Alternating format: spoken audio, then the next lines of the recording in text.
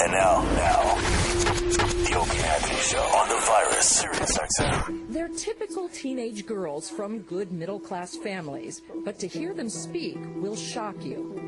Oral sex to me really isn't that big of a deal. I ended up having sex with like more than one person that night, and then the morning I was trying to get some morning after pills, and I was like 14 at the time. These girls from affluent suburbs freely and frankly describe their secret lives in a new documentary with a terrifying title, Oral Sex is the New Goodnight Kiss.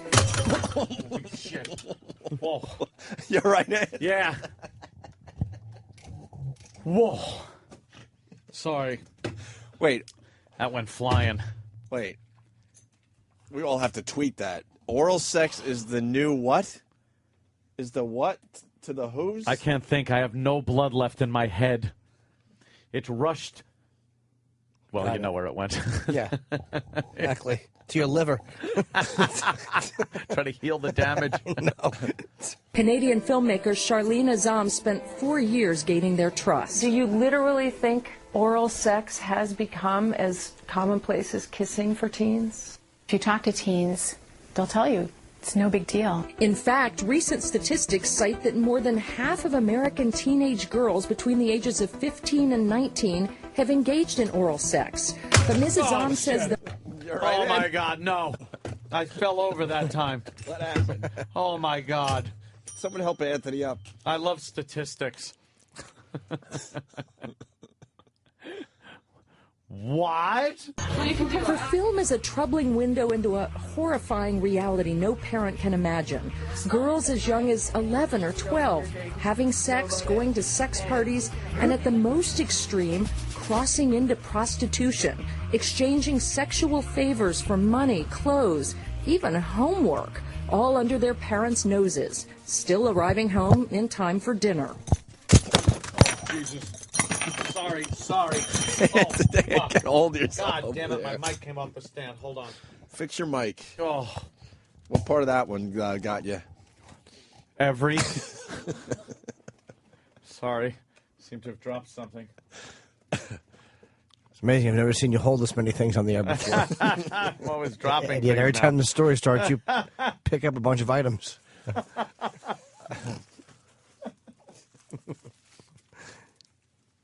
Oh, wow. I don't even know if I can play the next one. Oh, No. I can't do it to you. do it. I can't. Yeah, you do it. No, I can't do it. And I can't play this next clip for real. You have to. I don't want to be responsible You have to. for a hurtful boner that you're going to have. You're going to have one of those No, aching I'll pull it out boners. and just start jacking right now. Hold on, don't play it yet. Let him pick some heavy things up first. You stop giving away our fucking tricks. I gotta carry stuff. It's funny, you never normally hold that stuff. Let me Wow. hear. What am I holding? It all looks loud. You want to hear? Yeah, let me hear. 5 minutes and I got $100, right? If I'm gonna sleep with one of them anyways because they're good looking, then why not get paid for it, right? Oh! Oh, wait a minute. Oh, God. The Opie and Anthony Show starts now. Previously on O&A. It's like you know they're feds. But maybe at first... And they're just looking like, yeah, it's you. But maybe at first you're still holding out hope going, maybe they're just business guys. He's just reading Sky Mall magazine. This is great foot massager. I could buy that. That would feel good Just on my foot. looking down, just minding his own business, hoping these guys are looking for somebody else. The oxygen will drop from ceiling if the pressure of the cabin is very safe aircraft. Don't look at me. Ted's big vacuum and mile-long pipe emporium. I don't have any mile-long pipe. I went down to 2-foot pipe. I said I want to sell you 27,000 units. How much are they each? $35 a piece. Oh, wow. But you have to twist them to make them go together. And they're the size of a straw. Very inconvenient. Certainly is. Yeah, how are we going to use that to get rid of this fucking I have problem? a rowboat and a cup. I'll take care of it. Yeah, that's good. Oil spill clean coming up. Like, Sebastian Bach is crazy, but it's a good crazy, you know? Like, he was high energy. I'm like, dude, you gotta relax. I mean, he'd come in with, like, these tight shirts and these tight jeans and eyeliner, and hair all over the place and be yelling and screaming at me. I'm like, whoa, whoa, whoa, whoa, whoa. Yeah, but you need that. What do you have a bunch of nice people on that show? It's just a bunch of nice fat has-beens dropping pounds. Why don't you come on the show? Fuck that. I'll come over your house and you and fucking Strahan help me with crunches, but I'm not gonna listen to you break me down. Oh, your dad jerked you off when you were 6. That's why you like pie. Shut the fuck up. Here's what I won't do, because even on the set of the fucking movie me and Norton was on, Furry Vengeance, I was an ass. Really? Just an asshole. But not how I thought. I thought just being in the cut, away from people, one-word answers, walk away, was just... It's fucking sucks. This is the way a mother feels when her son quits doing drugs. Opie and Anthony, live next.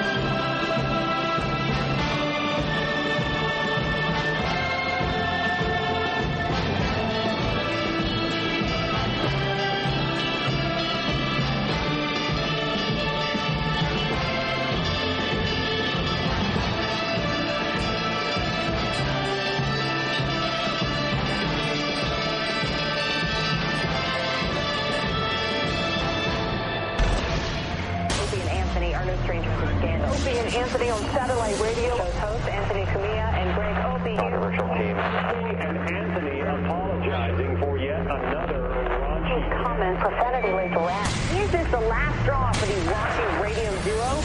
Come on, put the whole thing in your mouth. Swallow it. Freedom of fucking speech, like we've said many times, the freedom to say some awful things. You might not like it, but we have the right to say them. Oh, my. We have low self-esteem as a show. They are not doing anything. They're not highly skilled. They have no talent. We're just exploiting people. See, kids, smoke your pot, play your video games, and watch TV. You'll be better off when you get our age. There's no ratings here. No one cares. But enough of this palaver. Let's get the show on the road. Let's do it. Hi. Good morning, everybody. Guten Morgen. Opie and Anthony on your radio dial. On your radio dial. How's everyone doing? Just waiting for a baby to be born. How late? How late? We're up to a week. Gary said his kid was 10 days late to his first baby. Whose? Gary. I think his first baby was like 10 Oh, days really? late, a week late. Well, supposedly, like the rest of the world goes with a 42-week gestation period. Gestation. But here in America, we go, 40's good enough. So that's why most babies are late. Oh, okay. Especially the first one. So Because they say it's going to be early. What? Is that what it is? They're late because, like, the doctor says it's going to be a little early. They pick their early time, and then it's late, I think which because is normal. I think what it is really is that we're all impatient in this country, and we just want to push these babies out, and we want to get the new mothers out of the hospital as soon as possible. Get them out, get on with it, and move on. Start raising that kid. Yep. One of your old friends is on the line, Anthony. Really? Who? Well, Dominic Barbera. Oh, Dominic. wow. Mr. Cumia, I need bail money. Come bail me out, Mr. Cumia. You need bail money, Dominic? When's your wedding anniversary, Mr. Cumia? I forgot. Now, let's see. Dominic Barbera was involved in your life for way too many years, Anthony. Yes, it was probably a little longer than 3 years of the worst years of my life. 3 solid years? 3 solid years of this guy being involved in my life. And to divvy up everything you had in your marriage, which was I think a used car and a rental property. Yeah. but it took 3 years to figure all that out. Yeah, a rented house. Not to break down businesses you might have had together and try to figure out what you're going to do with the kids and sell a house. And we didn't have the proverbial pot to piss in or the window to throw it out of. Yet I had to deal with 3 years of Dominic Barbera. Of Dominic Barbera and his legal wrangling. And now apparently Dominic going through what is being called a messy divorce. Messy divorce. See, this is karma, man. Karma's a bitch, man. It certainly is. It certainly is. When the fucking chickens come home to roost.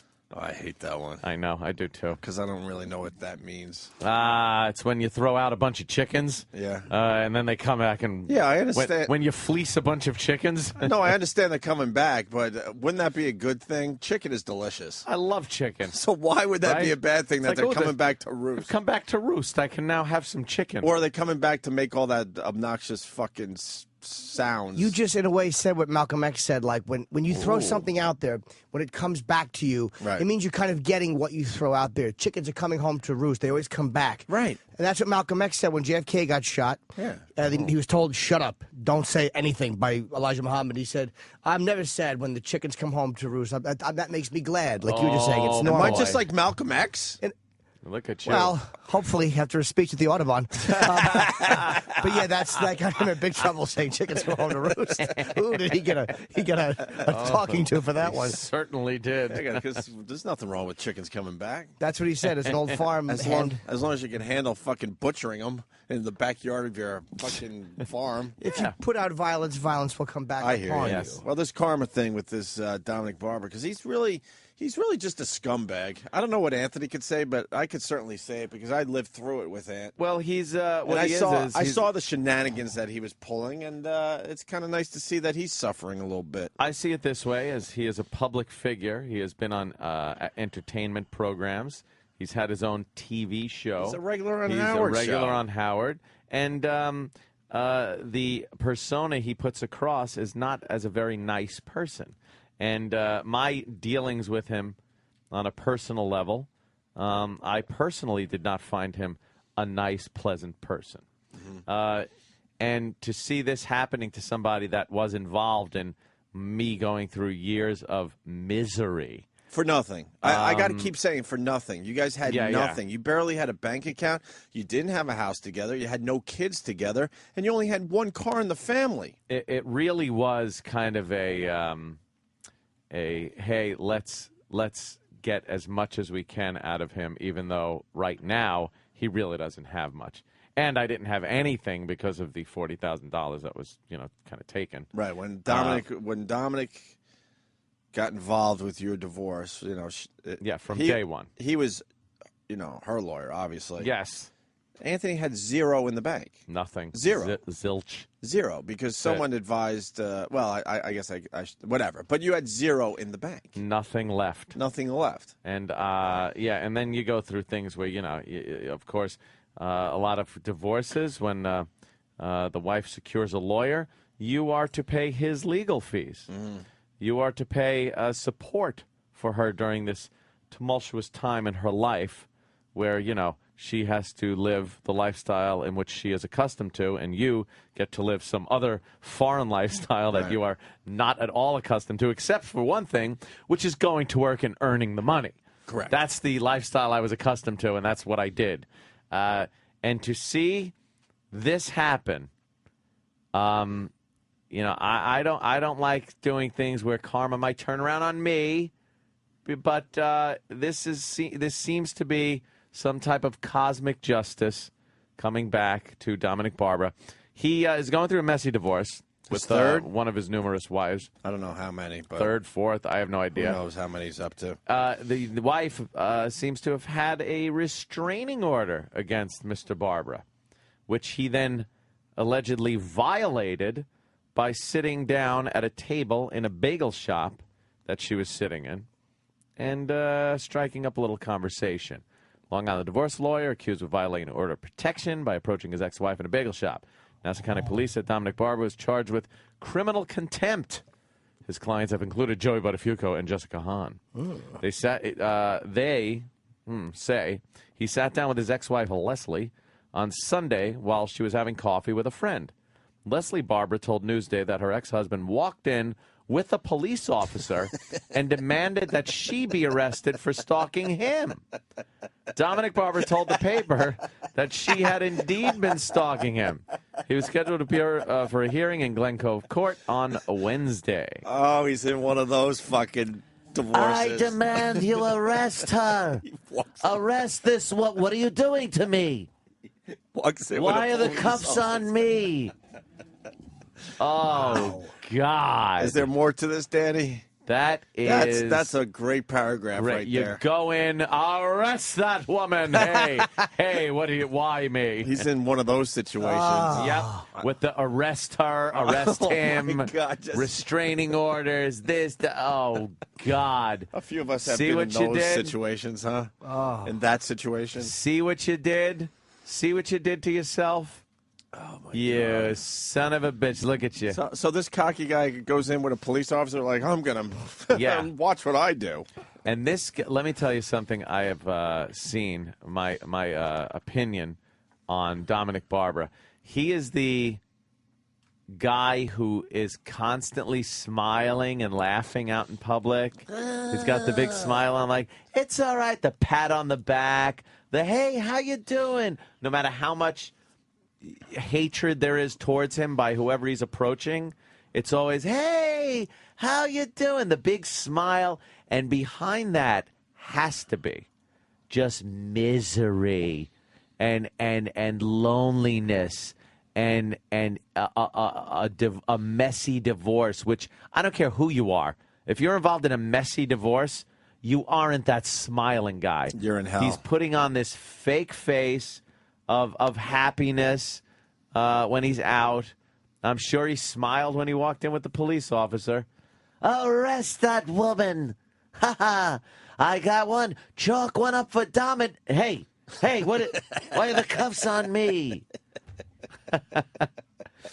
And there he went. Off to jail for violating an order of protection. How about if you want to do something like that, you call the cops, you tell them what happened, and have the police go to her. Right. And you don't get within the certain amount of restraining order. Thank God, knock wood. I've never had a restraining order against me. This has been going on for a while with him, and I guess you got to pay attention to it. It sounds like she's a bit of a nightmare, which is just perfect. Well, here's the problem. Which is just perfect. I know her too. She worked for Dominic, and she was the one that was in the courtroom 90% of the time. For your case. For my case. And when I tell you, this is a no-nonsense broad. Really? Wowie kazowie. Oh, is she an attorney? Oh, yeah. He was married. I believe this is how it went. He was married to his wife at one point, and then he got mixed up with this Leslie girl that worked for him. And they hooked up, wound up getting married, and she is a divorce attorney, so she knows every trick in the book. I've seen it. I've had experience with this woman. She wasn't pleasant? And, it wasn't fun? When I saw her, it was almost like I didn't know who I wanted to see less, her or Dominic. Wow. That's how bad it got. With the hand trucks of fucking files they would bring in. Hand trucks. What the hell was she going to do with that? I don't know, but my lawyer would come in like I would go into history in high school with one sheet of paper and a pencil. Yeah. I'm like, hey. Did you feel like I have to borrow it. Did you feel like you were fucked? Oh, really? Spread them, Anthony. Spread them. Your lawyer's coming in with one folder with two pieces of paper. It's pretty much what it was. And one paper is falling out, and now he has to awkwardly bend down and pick it up. He's citing cases from television.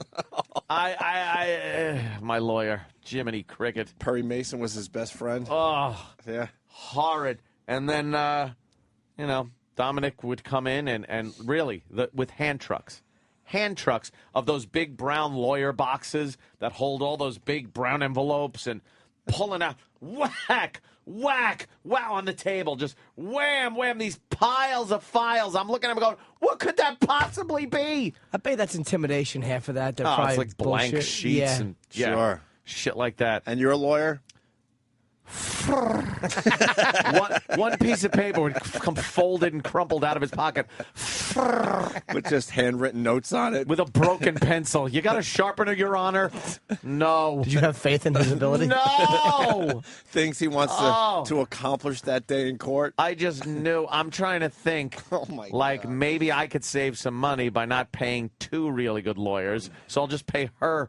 Really good lawyer. And save money on yours. And save money on mine. And hopefully this will be over before people realize whose lawyer is better. No, it didn't work that way. 3 years I was with my cousin Vinny. It was just. Is that how long you had your lawyer for? Oh, yeah, Yes. man. 3 And fucking that's how years. long I had to pay for her lawyer. That's disgusting, man. It made no sense. It was disgusting. When the whole thing's over and you like have a settlement. That, of course, you can't talk about the ins and outs, but it's a settlement. Yeah. It hasn't gone to trial. The judge hasn't made a decision. You and the other person settled on an agreed contract. And then you realize that in that contract, you then have to pay for every screwing you got by annoying. her lawyer. Like every time you walked in there and the wife's lawyer fucked you over, you paid for that. Mm-hmm. It's beyond me. And to write that check, you're biting your lip, you're biting everything, you're biting your hand, it's just too much to deal with. Why does the court system allow this to happen? It's lazy. I just don't understand it. I think it's lazy. I don't understand. It is laziness. But They just want cases They want cases in and out. Get them in, get them the fuck out. But yours That's wasn't why they in don't and want- out. No, exactly. It wasn't in and out because I wanted to deal with it on a level of a court with a judge that listens to your side of the story, listens to their side, and bases her decision on what she hears, and not two lawyers and lawyers' accountants talking facts and figures that don't even exist yet. Which might be in the future, maybe, with this great dependable business we're in. Oh, wow, just the fucking the security, the job security we have. And yeah, I believe right after we settled, we got fired, which was great. Oh, so you didn't have to pay, obviously, because it was... No, you still have to. Oh, no, Ann had to pay. It was just oh, boy, did he pay. a nightmare. And the fact that he is going through this, I know that no matter how he smiles and the how he presents himself in front of the cameras and on Howie's show and everything, I just know that no human being can go through that situation and not be miserable and not be stressed out and just have it occupy your mind 100% of your day. And that gives me a little solace, as they say. I do like seeing karma come and bite someone in the ass every so often. If he's trying to get her arrested in a bagel shop, you know he's going through hell. You know it's evil. You know it's evil, right? And like I said, this ain't her first time at the rodeo, boys. You know, she's been around the block when it comes to illegal wranglings. She was pretty cold in that courtroom. Oh, my God. A bit frigid. Just sitting there. So you had to see the ex? Arm around the ex-wife when she'd get a little upset. Oh, yeah. Comforting her. Comforting. And what'd you get on your side? I got the one sheet of paper, and Anthony, do you have a pencil? That was it. Hey, how you doing? Well, we're going to fucking... You were just watching your lawyer's hair fall out because of all the stress he was going through, not the stress you were going through. Oh, yeah. When did you realize that your lawyer was in way over his head? Day 3. Really? Yes. Just like, Day 3. When I realized their file pile was getting very thick and mine was remaining the same. You were hoping he would find some files to balance it out. Something. And he seemed to be a lot more concerned with the crown molding going up in his office. Oh, really? That I was, writing checks for, I gather. He liked discussing that? Yeah, look at that. And I'm just like... the crown molding. And meanwhile, you get charged by the 10 minutes with lawyers. If it's 11 minutes, then you're 20 minutes. Right. It's every 10 minutes you're getting charged. So they don't back it down to 10 minutes? They go up? No, there's no rounding down. They never round down. They always round up. Up. If they do a fucking 1-minute phone call, it's a 10-minute phone call. And believe me, it doesn't sound like much, but it adds up pretty quickly. Sure. And then you just you're sitting there as he's going, so how's the show going? And how's this and that? And I'm just go tick tock, cha-ching, cha-ching. I don't want to talk about the show. Right. I want to talk about the fact that I'm embroiled in a horrid divorce, and I need you working. It was terrible. Oh, God. Well, it's over, though, thank God. Oh, God, thank God it's been over for a while. This is a good question. Let's go to Rob in Garden City. Rob? Hey, guys, how you doing? All right, Rob. Yeah, Anthony, have you always hated Dominic Barbera, even before the divorce hearing? Because I'm just curious why you didn't try to get him for yourself instead of this guy, that, like you said. Well, I made a rookie mistake, is what I did, and went on the cheap, thinking that because there were really no assets at all, there were no children involved, I had a leased vehicle, and I was renting a house in Huntington. I assumed, silly me, that this would all be done very quickly. Lickety-split. Lickety-split. I have my job, and I understand there would be some type of support payment. But I didn't think it was going to be dragged on for 3 years, so with postponements, so that my contract would come up for renewal, and they could use that as leverage against me. I thought it was the second we split up, from that point forward, didn't mean anything. Sure. It was just from that point back. Well, during the marriage years, that's what you base your settlement on. But no, apparently it was based on my millions upon millions of dollars of potential future earnings. as I was being ushered out the door by Viacom. Right. And by the way, Dominic, we never lived up to that potential. Yeah, Dominic, thanks. Thanks for figuring. I like your accountant was real accurate. I think you said we were going to make $150 million each or something. And Well, you were going to make a little more, apparently. Oh, really? That was something that was figured in. Pushing these buttons is a very tough job. That I think it was. It was. Yeah, Yes. I'm sorry. No, didn't he try to also get like if she died, like her family get paid or something like that? Yeah, I can't go into the ins and outs of things, but there were certain things, and there are in many divorce settlements, there are certain things that each lawyer side will come up with that are ludicrous, just ridiculous. So I guess it's safe to say that you made like one of the worst assumptions in your life. I made an assumption that I could get a lawyer kind of on the cheap, and then when I heard that she had retained Dominic Barbera, I started shitting my pants a bit because from listening to Howard and listening to Dominic on Howard for many years, I understood then that I was going to be dealing with a problem, which it abso-fucking-lutely was. This guy likes the limelight. He wasn't going to back down. He is that smiling guy that'll pat you on the back. Hey, why don't you do that imitation of me? You do me. Your Honor, Your Honor. You got to hear him. Yeah. He actually said that in the court? Dude, he is looked at by other lawyers like this guy that comes in. He's the TV and radio guy and stuff. And I've seen lawyers shake their heads like, oh, my God. This guy, what is he doing? He wanted you. Your Honor, he does an impression of me. Go ahead, Anthony, do it. He wanted you to do that? Yes. Did you do it? No. You should have. Yeah. Might have knocked a few 100,000 off. I know. Maybe that was a mistake, too. I would have lost. should have fucking put on some tap shoes and done fucking. I should have done river dance. Right out the door. Just out the door. You should have said, okay, do you have an apple pie? Just eat like a big fat fuck. Yeah, I'll imitate you. Yeah, give me a buffet, Judge. Anthony, I'm sorry. I find it hilarious that when you're in you ran into him in AC and he's trying to act like your buddy and stuff.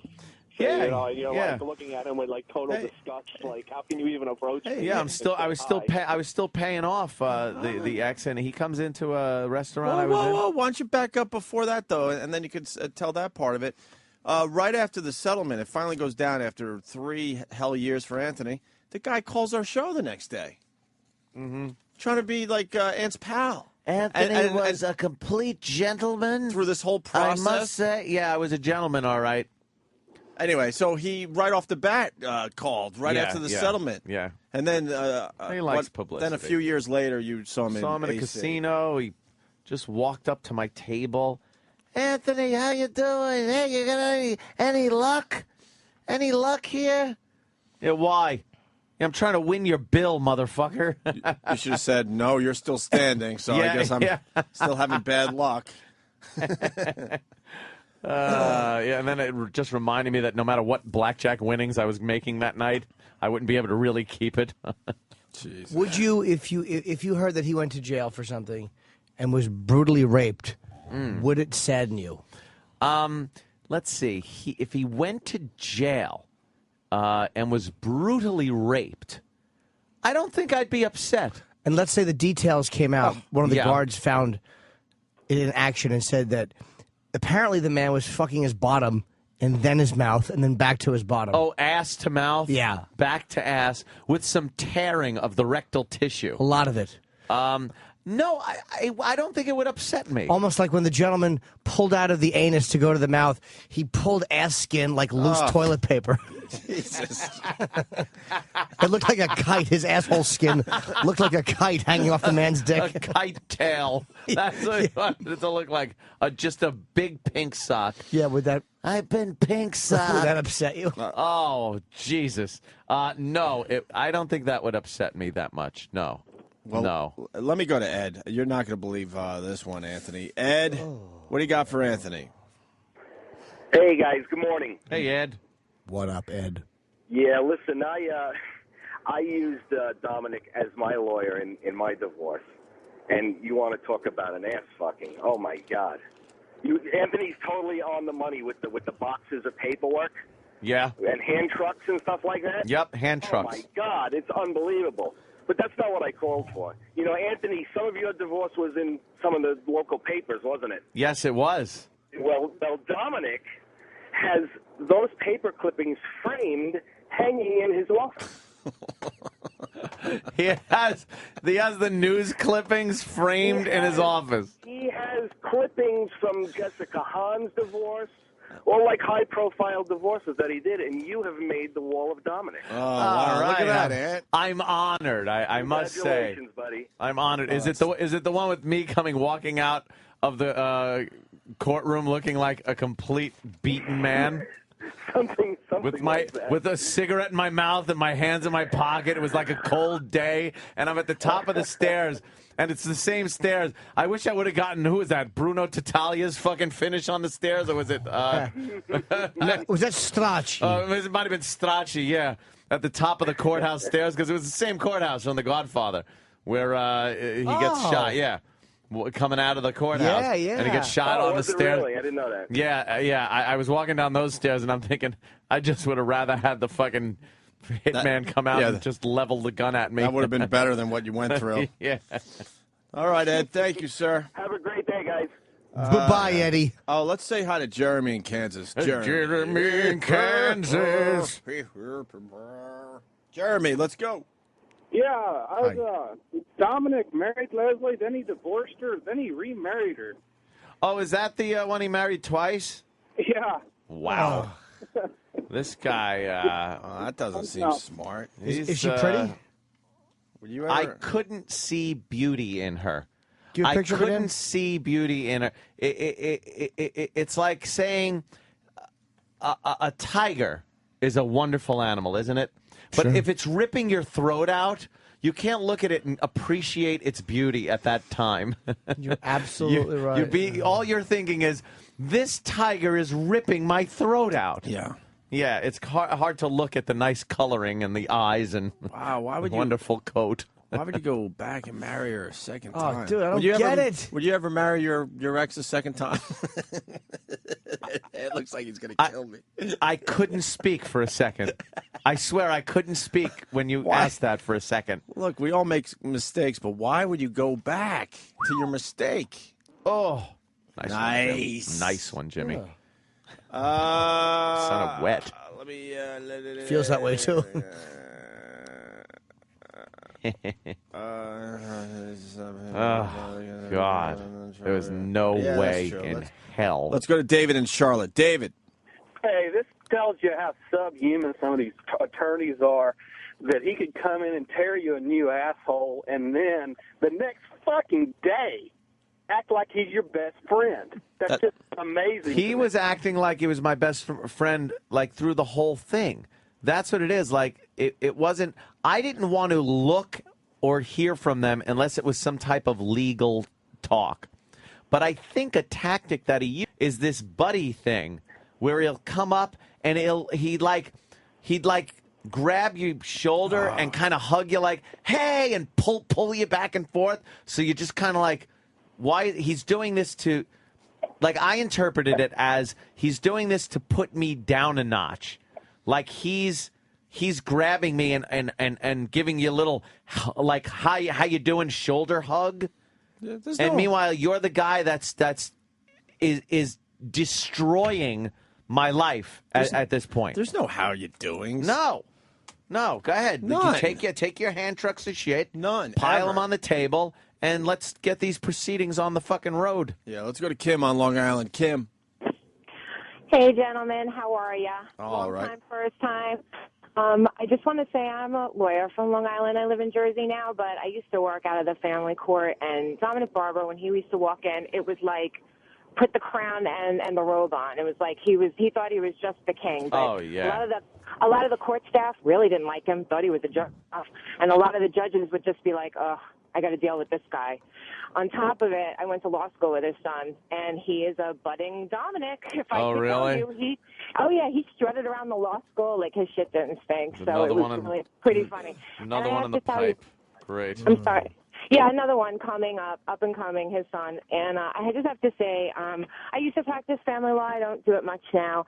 But, Anthony, I really think what happened to you in your divorce is disgusting. I have worked with a lot of women who really, in this day and age, really should not be getting the kind of alimony that they get.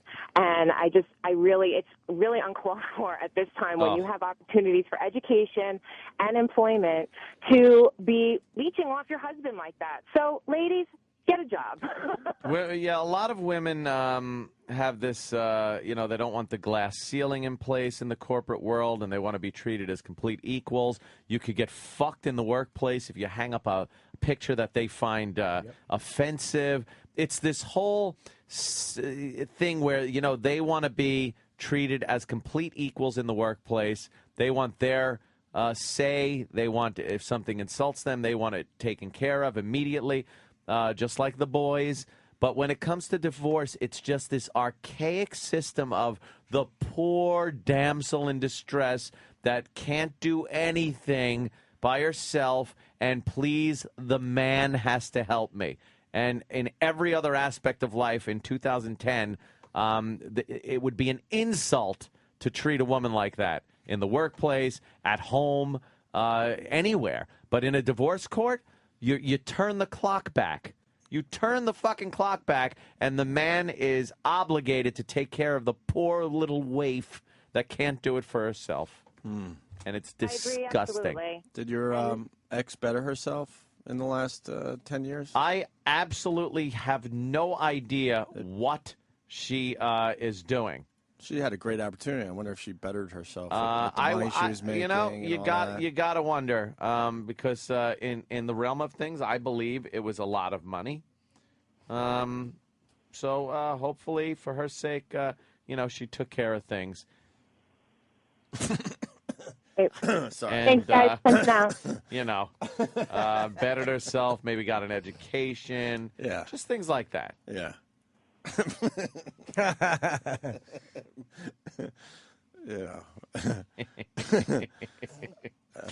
Well, that would have proved she was the victim, if she moved on with her life and exactly got an education and learned to drive, and that would have been good. Somehow got herself in a place where she was sufficient. That's why, Opie, I only wish her the best. Yeah. When it comes to that, and I hope she did sock some money away enough to keep the house and get an education and perhaps go into a career instead of just a job. Sure. Something like that.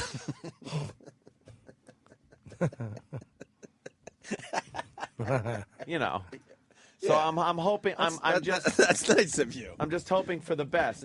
Yeah. That's really quite sweet, Anthony. Yeah. That's good. Wish her well. Yeah. I only no hard feelings. Sounds like you're over it, which is nice. Only have the best intentions.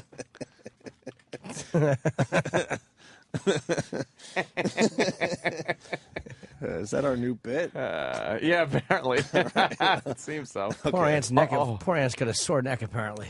Yeah. I gotta stop. I got a crutch that is killing me. What? I gotta stop saying apparently. Why? I'm noticing. I'm saying apparently. It's got to be 30 fucking times a show. Apparently, you're saying apparently too many times. I've noticed it, and it's bugging the shit out of me. I just keep saying it. I say apparently when I'm talking about my parents. You asshole.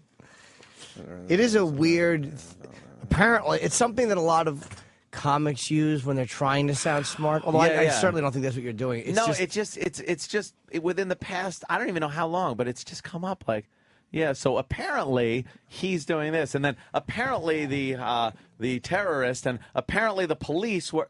Shut up with the apparently, Anthony. Here's why. Apparently, you're an asshole. Litigious society. It's when you're so paranoid about being sued. Apparently, it's an automatic thing. Like, well, from what I hear, I say that a lot. Apparently, from what I hear, it's such a reflex. Yeah, that's a good word to say a lot.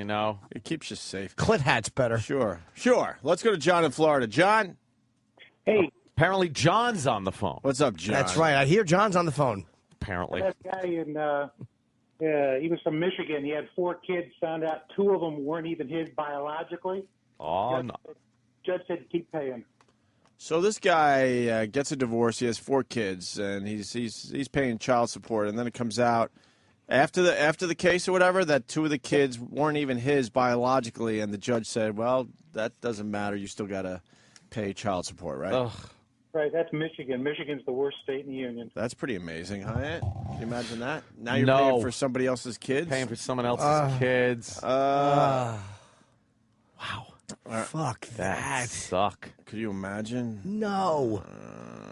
All right, I wonder if he bailed himself out. He probably did. He's got enough money. He probably got arrested. Oh, Dominic? Yeah, I wonder what the I'm resolution. sure he's out I wonder already. what the resolution of that You know is. what? If he.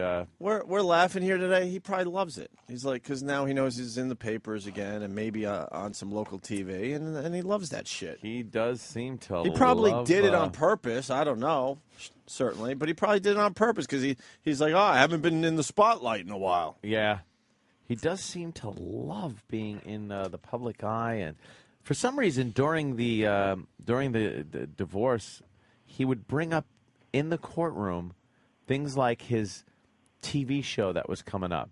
Remember, he had some kind of legal TV show. Honestly, I don't remember. It was on Court TV, I believe. really don't even remember. And he would talk about cases and shit like that. But, like, why would that come up in the courtroom? I don't know. Has nothing to do with you. But he would just come up with this stuff that had nothing to do with the case or me or anything, but just would take up time. Yeah, who knows? It's terrible. Bobo. Yeah. This is a Bobo. I'm trying to search for the illegal, but it's difficult to convince one to hop on the train and head into the show. Wait, what? Oh no! What have they done? What if when Bobo just calls with something we don't have any clue as to what he's talking about? That means we look over at Danny, Trap Dog, and Danny, possibly Sam, and just go, oh no! What did you say, Bobo? Could you repeat that, please? No, Travis asked me to stop by today, but they told me that if I want to stop by today, I got to bring in an illegal. All right, so are you having any success getting an illegal alien?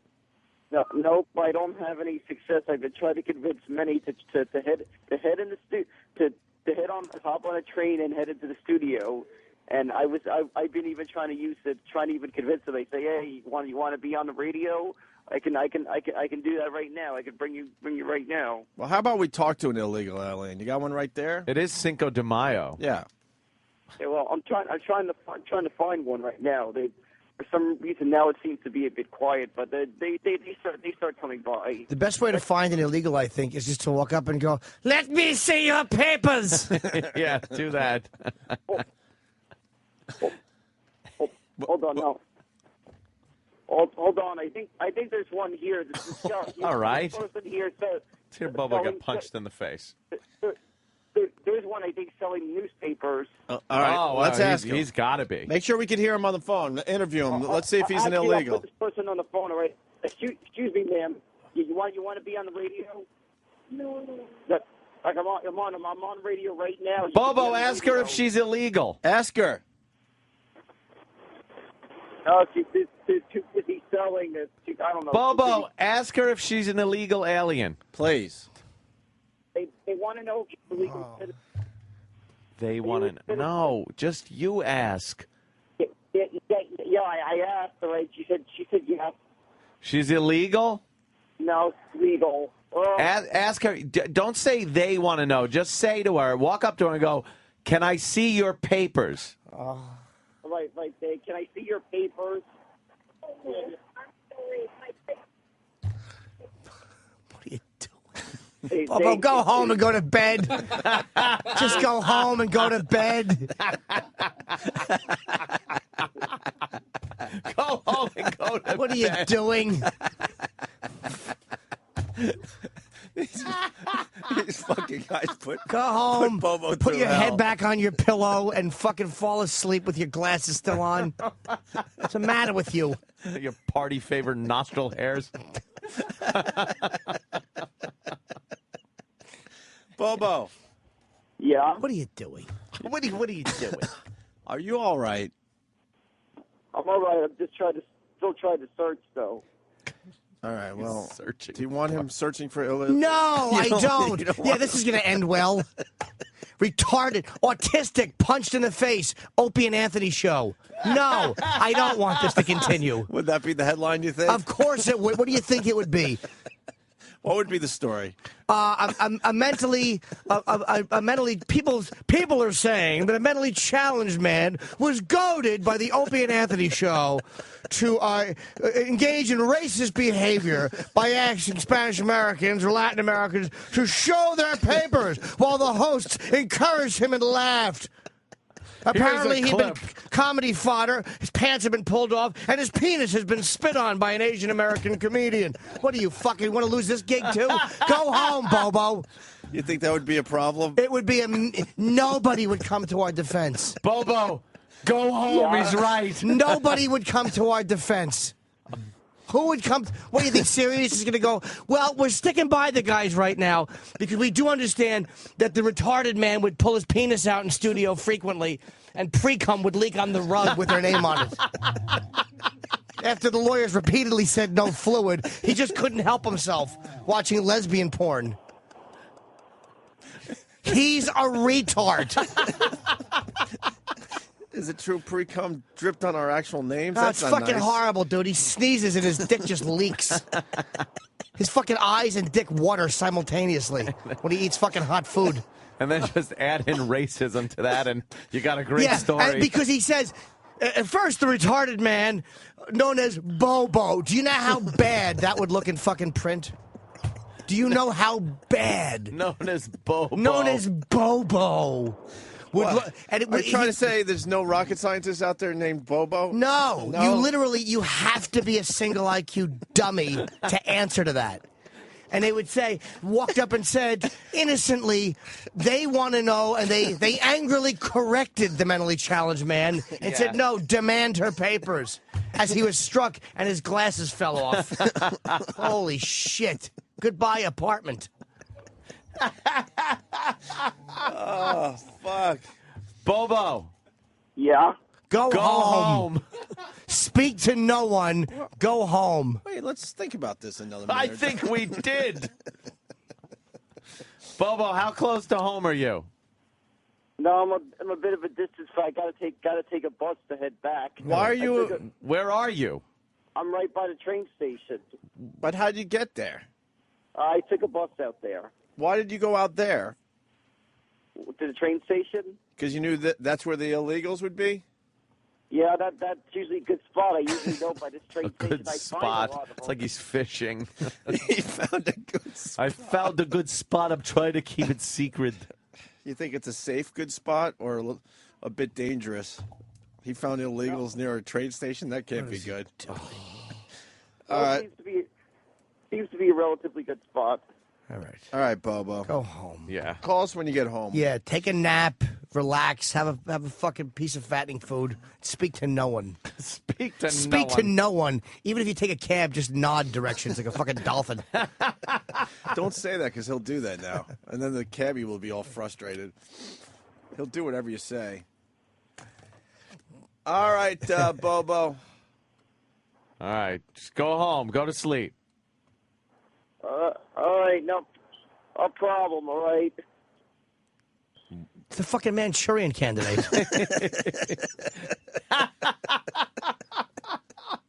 My gut hurts, Jimmy. So fucking hard. All right, El Stupido. All right, sorry I wasn't able to come. You did fine. Goodbye. Godspeed. It's perfect. Homeward bound you are. We are now relinquishing any responsibility we have for anything you do from this moment forward. But I must say, you did let down the show.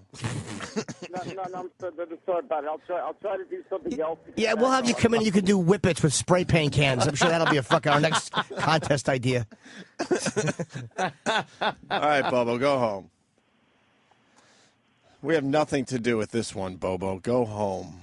Oh. There he goes. Okay. Oh, is that funny? You know, speaking of illegal aliens. Yeah. I know we played it once, but I want to play it again. Stupid Genesis had that song, Illegal Aliens. And it's Cinco de Mayo. You got the Arizona thing happening. And this song was out there. It was on the pop charts. It did really, really well. And it's a really It's pretty much a racist song. Racially insensitive these days. Don't you think? Yes. I mean, I don't care, but I'm just saying. He does a little, like, fake Mexican accent. Right. There's no way a pop group could put a song out like this today, and Without it would catching some shit. and it would be one of the hottest songs in America. Yep. People would be like, "What the fuck is wrong with this band?" Where are your papers? You want to listen to it for a few seconds? Yeah, let's see. You got it there, Trav Dog. Fucking Bobo. Oh.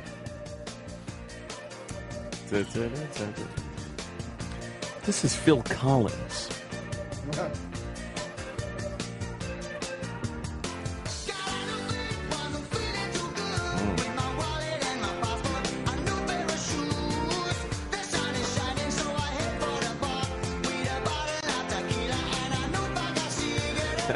Cigarettes. What a faggot Phil Collins is. This song is horrible.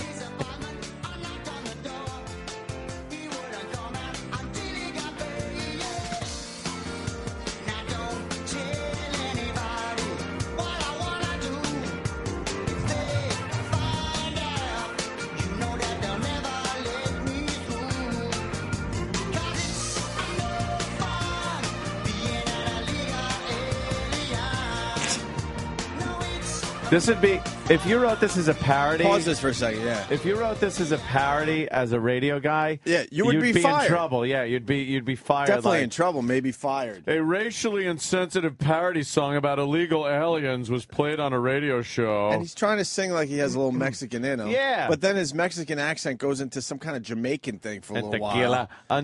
Cigarettes. Yeah, he's trying to do that. You'd get fired. Yeah, let me hear a little more of that.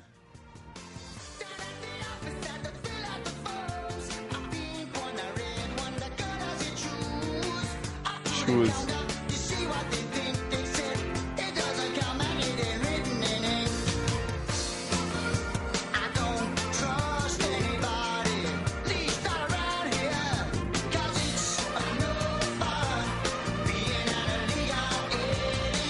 Arizona's state song, by the way. They just adopted it as their state song.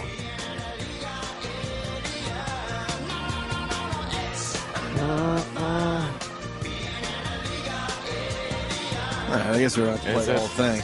Yeah. That's horrendous, that song. Isn't that The amazing? gist of it is...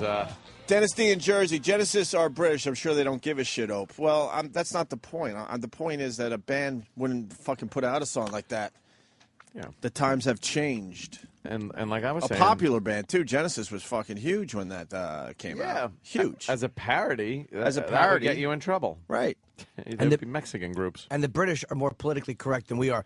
Yes. Don't think that the British are fucking hip. They're even worse than they are here. The Islamic coddling douches Yeah, they are over the there. worst. They're like fucking Gavin Newsom in San Francisco. I mean, they're all like that. Yeah. Who was the fucking mayor of London? Ken Livingston at one point. Yeah. Our friends. Shut up. Speaking of Arizona, they're changing the name of their team for the playoffs there for a game. brother. Did you guys hear about that? Sure. What are they going to be called for the game? Los Suns. Los Suns.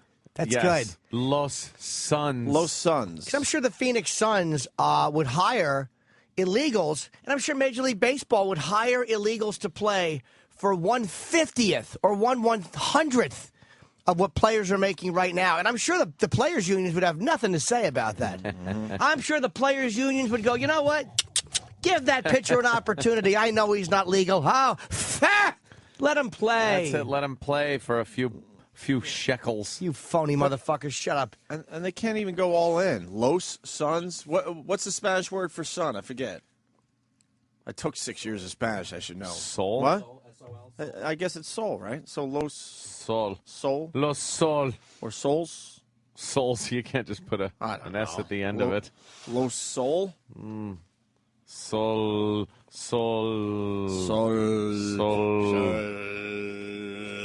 Yeah, but no one would know what that meant. So that's what they're doing for their playoff game. Adobe. God, it's terrific. That's very poignant of the Suns to do. All right. All this phony protest. Well, even if you don't like the Arizona law, I would just love to see. I know that they get a lot of illegals here and they make them citizens before they can play, and then they're bound by the fucking players' unions. But let's just see how they would fucking react if illegals were playing, and instead of making the minimum Major League Baseball salary, let's say you're paying them $40,000 or $50,000 a year, which would be enough in their own country to have a life like a king. Let's see how fucking fast these phony players' unions would be up in arms about it. Oh, yeah. Shut your faces. Nice. Bobo's back. Bobo. Hope he's home. Listen to this. Bobo. Yeah. Why are you calling back? But there's money I have to spend to get here, just to get to the train station alone. How much did you spend to get to the train station, Bobo? I spent about $12. $12. And you want that money back? You need the money? Yeah, all right. I'll be willing to do something for that money. All right. I'll come in and I'll do something for that money. All right, where are you now? I'm at the Sunnyside train station, right in front of the turnstile. Well, when I see you, all right, in front of the turnstile, I'll be so specific. I to got- the left of the Pepsi machine. I got an idea. We're gonna like throw a bunch of dollar bills down this long hallway, and as many dollar bills you could pick up with your pre-com, have them stick to your dick. You get to keep. You can't use your hands, obviously. Whatever you. What was that? You ever have a friend that could do the spit thing, like the 3 or 4 foot spit? Yeah. Oh yeah. And he can make it go pretty much right down to your fucking nose if you're laying on the ground, and then suck it up. disgusting. Matter of fact, thank you, Bobo. You want Bobo to come back? We'll come back where? Is he coming here to get the money? Where are you going, Bobo? Where are you headed, Bobo? Bobo? Bobo? Bobo? Bobo? He didn't hang up. What happened to Bobo? Bobo. What? He's gone. He's gone. My friend. And He's gone. My friend, my old high school friend, who listens to the show. He's down in Florida now. Glenn Notice. He was on David Letterman doing that exact human trick. He was able to get a fucking spit thing going. Standing up, he could get it all the way down to the floor. And I think he was able to pick up like chips or something. I forgot. That's disgusting. This goes way back. No, he said chips. This goes way, way back. But he was able to pick them up off the floor using his spit or something like that. I don't even know if his human trick is still online. But he was known in our high school as, he made it on Letterman with that dumb fucking trick of his. That's a disgusting trick. It was pretty I disgusting. don't know what it is about spit, but once it leaves your mouth, it can't go back in. Like it's in your mouth all the time, but it's never really out of his mouth. Yeah, work up some spit. It's connected to his fucking mouth, though. Still, and then you swallow it, and you swallow spit. But you'd never put it in a cup and then drink it. But it was never out of his mouth officially. I mean, it was never no, it's a detached from his stream. mouth. No, once it passes your lips, it's over. If you make a string of it, oh, Jimmy! Oh, you're one of those guys. You could do that. Jimmy's doing like a lizard thing. He can get the spit almost down to his chin, and then he pops it back up. He can make it snap out and then back in really quick. I think Glenn had to drink. That's what's snot, though. Like a frog. I think Glenn had to drink a lot of orange soda to get a nice spit going. It probably would make him like all phlegmy. Yeah. And fucking Letterman loved it. He put him on his fucking show. This goes back easily 20 years ago. 20 fucking years Some ago. heavy cream. Bobo's back. Let's say hi to Bobo's back. Bobo. Yeah, sorry about that. There was signal interference. I understand. Signal interference. So what are we doing with Maybe you that? should wear a tinfoil hat. Oh, wait a minute. Wow, is it still gross, Dan, with this nice All little right. thing It's doing? not as gross when there's that's some broad doing it. Spit stringing gross on YouTube. Yeah, that's gross. The spit string is gross. Unless the girl's just spit in your mouth. Would you let a chick just spit in your mouth if her breath was fresh? No, I'm not a spit in my mouth kind of thing. I don't mind. But spit. No. You don't want dry breath in your face when you're spit drinking. No. Don't want cotton mouth. Nah, Spit. You know when someone spits, it just comes out really, really white because there's no fucking fluid in their mouth. Just foam. Little flecks of white smell. Mine comes out brown because I drink a lot of coffee. Oh, yeah. It's after coffee, forget it. I missed that one, Danny. What's she doing? She just touched her own clit with a spit string, I Did think, she? Anthony. She's yeah. cute. Yeah, she did it like right at the beginning. She's lovely. Getting info, Ant. Yeah. I can't even say his name. He's from Queens. Check out the video for Illegal Alien. Phil, Mike, and Tony are wearing sombreros and Dirty Sanchez mustaches. Yeah. They got like fake mustaches and Can't sombreros. do that nowadays. I wish you could, but you just can't. Like a Black to the Future video that Right. the cops always end up getting in trouble doing every few years. Or firemen. They think it's a good idea to do Black to the Future as a float in a parade, and they all get in trouble. Remember Blackula? Blackula, yes. Yeah, but this was the cops. What was that? Staten Island, was it? Yeah, I think so. Who thought that was a good idea? Yeah, I got a good idea. And that wouldn't cause any problems. We'll do Black to the Future, and we'll all get on a DeLorean, and we'll dress like the characters, but we'll be in blackface. That won't make a problem, will it? I don't think the news will pick up on this one. Yeah. Fired. Wow, that so was a bad fired. one. All right, listen, we got lots to do. We're going to take a break. We're going to give you the latest on the Times Square suspect there. Maybe some apologizing will be going on after the break. Maybe. Jimmy was on Red Eye last night. We got the clip. And you were on Hannity, right? Double duty yesterday? Yeah, what happened, I taped Red Eye Monday, but it didn't air. There was some kind of a breaking news thing that Fox ran. So I had to go in last night and we retaped the A block because since we first taped it, they had caught this guy. Yeah. So we just retaped the beginning. We joked about it and we just kind of redid the beginning of the show, the first half hour. And then you did Hannity. Went upstairs and did Hannity. How was Hannity? It was great. Yeah. It was great. Yeah, man. The people on the panel were nice and I love doing this show. Yeah, and Ant's on tonight. I'm on Hannity tonight at 9. Dude, he said that tonight for some reason, like in the intros, he said that for some reason you're going to plug that this Friday my Borgata tickets go on sale. Yeah, you don't need to do that. Dude. I said I was going to say that Jimmy Norton's Borgata tickets go on sale this Friday. For July 2nd and 3rd, it's so far off, but who wants to plug it this Friday? I did. 10 a.m. fuckers, buy them! Bret Michaels released from the hospital, going to make a full recovery, the doctors are saying. That's unbelievable. I think we got one of Bret's guys calling our show a little later to talk about what Bret Michaels went through the last couple of weeks. But basically, 20% of the people that get what he had, or I guess has because he's still going through it, recover completely. 80% have something wrong. Something wrong after the fact. Something a little amiss. So Bret Michaels a very, very lucky man today, and we'll talk to one of his guys in about an hour or so. So very good news because we really like Bret Michaels on this show, right? He's become a friend of the show. I think so. Comes on, he does good radio for us. He's a fun guy. Last time he was in with Sharon. Yeah. And we all laughed and laughed. I ran to the bathroom with 3 minutes left in our break. Yeah. Did you do a 3-minute? I just realized you need 3-minute mile. I realized you need a little more than 3 minutes to make sure everything is back together. Hunky dory. Right. Did you have to? Oh boy. Did you have to do the? You notice I'm sitting on my side a little bit. No, you're doing the one cheek sit. Oh no. Did you have to cut it off? You see I'm leaning a little bit right now? Wow, 3 minutes is not nearly enough time to do everything you need to do in there. No baby wipes? Oh, wow. You know what? I'm bringing in baby wipes. Yeah, you have to. This fucking company of ours, love you.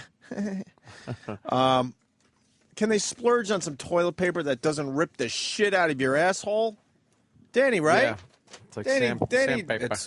See, you don't take shits here, Anthony. I know that about you. Every once in a while, maybe you have to. I have once in a blue moon, as they say. I will go in there. I'm good for 2, maybe 3 every morning. Danny, probably about the same. Well, you know what? I try to not do anything here. Yeah, but I try you not can't to do help anything yourself. anywhere, but sometimes you just kind of have to. When nature comes a calling, you can't fucking hold it in. But they have it's definitely like the cheapest possible toilet paper. Could someone get me a roll of toilet paper from the bathroom? You probably haven't even noticed how bad this fucking stuff is. I've been in there after some nights out. I don't know how you could get it. I don't know how you could get toilet paper where the sheets are almost see-through and they cause damage. That doesn't make sense. It's like wiping your ass with cheap copy paper. Yeah. Because it doesn't really do anything. It just kind of moves everything around. You think I haven't had a horror episode in the bathroom after a night of drinking Guinness? believe me, it comes out like it does out of the tap. Yeah. You look in the toilet, and it actually has the waterfall. Like a newly poured Guinness. It's drafting in the toilet. It's drafting in the toilet. There's a head on top of the toilet, and you try to make a shamrock on it. It's just wonderful. But yeah, move your ass around. And what's make that a about? Shamrock, I mean, like at the bar. I mean, they give some of these idiots around here millions of dollars to do absolutely nothing for the company.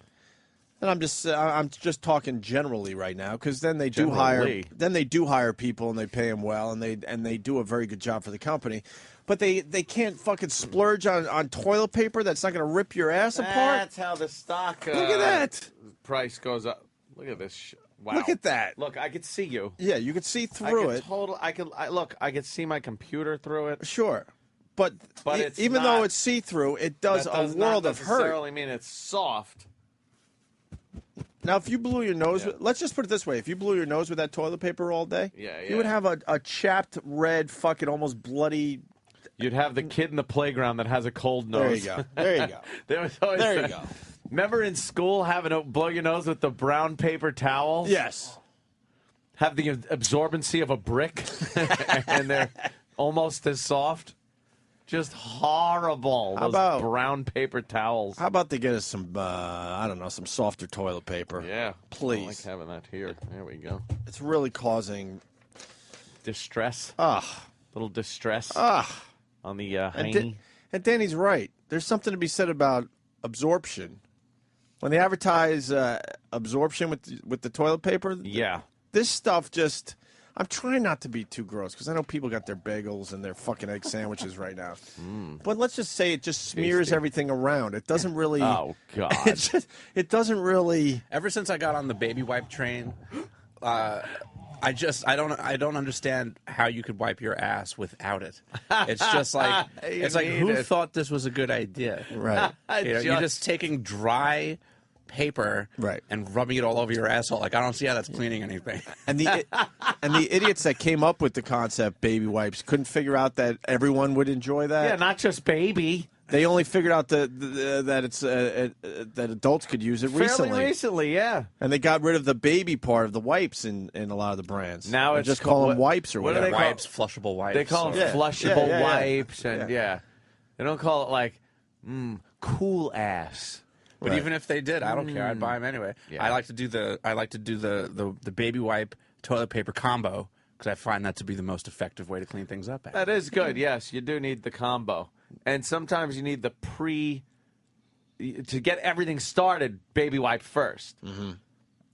Sometimes if you're burning down there, you got to just kind of lay it in to just prep the area for the toilet paper. It does depend on. Then toilet paper, and then finish the whole thing up with another baby wiping. But then you got to go dry because then if you just pull your pants up, now you got wet ass. You got to dry. But I don't like drying with the paper after the last wipe. So I'll sit there and maybe look at some apps and just kind of let the air do it. You let everything cool off. Yeah, you let it all cool down. It's like a reactor core.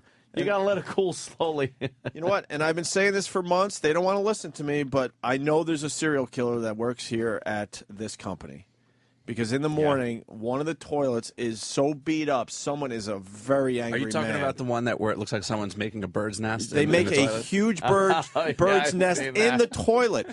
Safe to say, at least a roll of toilet paper? Dude, it's a lot of paper. Someone is a very angry man that works at Sirius XM. I'm assuming he does some kind of night shift because every morning, one of the toilets, it's a horror show, Ant. It's so fucking scary. This is somebody that just wants to fucking destroy a toilet every night. I think I have a picture of it on my phone. Do you? Yeah, was that compelling? Probably not now, but I was going through some old photos. We're not talking about a little extra toilet paper. We're talking so much toilet paper that they can't flush it. Yeah. And one of these poor fucking slobs has to go in probably with a gloved hand and clean the whole thing out. almost every morning. Almost every morning. There's someone really angry that works here. It honestly looks like someone threw a turban in the toilet and then just dumped egg foo young on top of it. Like, it just looks, it's disgusting. That's disgusting. And it's not one time. I mean, how many times have you seen it? Safe to say. Multiple times to the point where it's definitely a pattern. And it's to the point where it's kind of scaring me. Like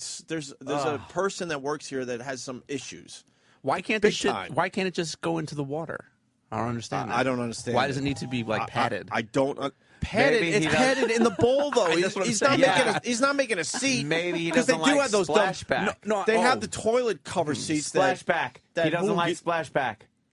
He doesn't like splashback, so he's padding the water. So when it falls, it just goes, no water goes up. I'll take a picture next time it happens. I've been meaning to, but I haven't done that.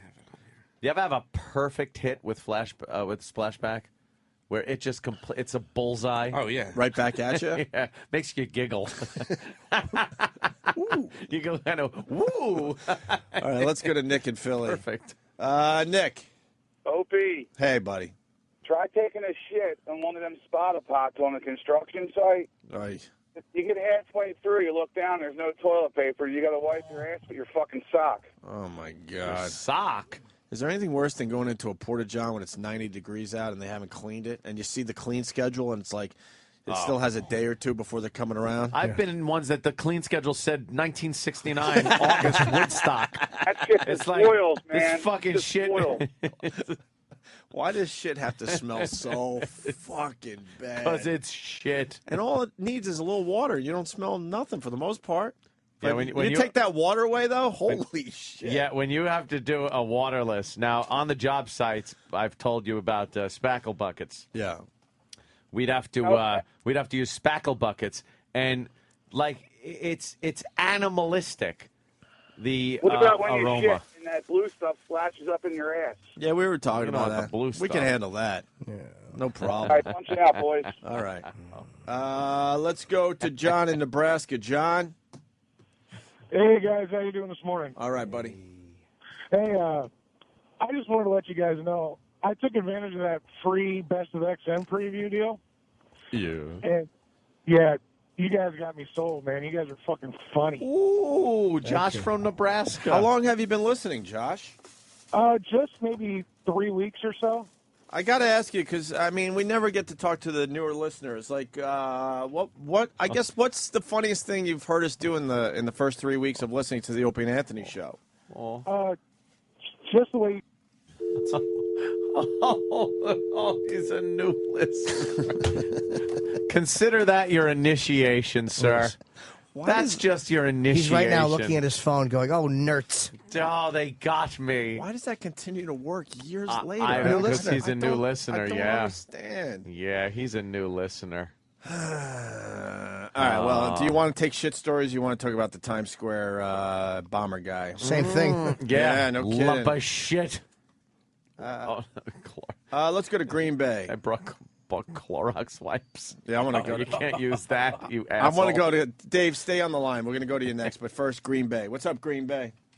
Morning, boys. Man, I've been listening since the beginning, and I didn't see that fucking coming. Yeah, right on, bro. God, I love it every time. And I feel, you know what? Hold on, I got to say, I feel like it's a really hack bit. I don't want to do it anymore. It's funny. All right. I want you to do it until somebody goes, oh no. I think it's only happened maybe. No, yeah. See, now us talking about it's going to fuck it up a little bit. But all right, what do you got, Green Bay? I worked at the toilet paper mill that caters to everyone's brown spider through the country, and that toilet paper right there is just recycled medical papers and newspapers and magazines, and they just boil the ink out, throw a little miracle softness in it, and boom, there you go. Yeah, this is definitely recycled. It's got like holes in it too. Yeah, that's like look at the holes in it, and there's wood pulp. I would love to know the name of the brand. Is there any way we can find out to give them a horrible plug? Because this could be the worst toilet paper being used in an office. Because no one would buy this for their own use. No one. Would you buy that for your own use, Ant, to save a few bucks when you had no money? No, I have fancy soft toilet paper. I prefer toilet paper like this to soft toilet paper. Soft toilet paper I don't like. You know what? You can't get the one that is too soft, like the triple ply fucking button tuck fucking. Well, I like how when you see commercials for toilet paper now, they sell you on the fact that some toilet papers don't leave anything behind. Yeah. Which is basically just a commercial saying, hey, we won't put dingleberries in your ass hairs if you use this one. Yeah, so you do need something that's got a little fiber to it. Yeah, because the last batch I just went through, oh boy, was it a mess. I'd have to go take a shower after I wipe my ass with toilet paper because I would have like half a pound of toilet paper left in my like ass things hair. like Cottonelle and big, thick, puffy fucking Charmin. Like, that isn't good. It's 'cause terrible. That's going to leave a lot of stuff Dude, behind. honestly, I was in the shower and I was cleaning up, and I picked out a chunk of toilet paper where I was actually amazed. I was like, I can't believe this much was back there. I like the wipes occasionally, too. I'll use them. We're out of toilet paper right now. I don't use them every day. I probably should. Oh, those are great to just use. Greatest invention ever. Because my asshole feels slippery when I'm done. Oh, it's nice. No, then you go back to the toilet paper and soak everything back up. That's a whole thing. It's a process. You go toilet paper, baby wipe, back to toilet paper. You're good to go. No you swamp wet, you ass dry. the rest of the day. Your asshole doesn't know what to do.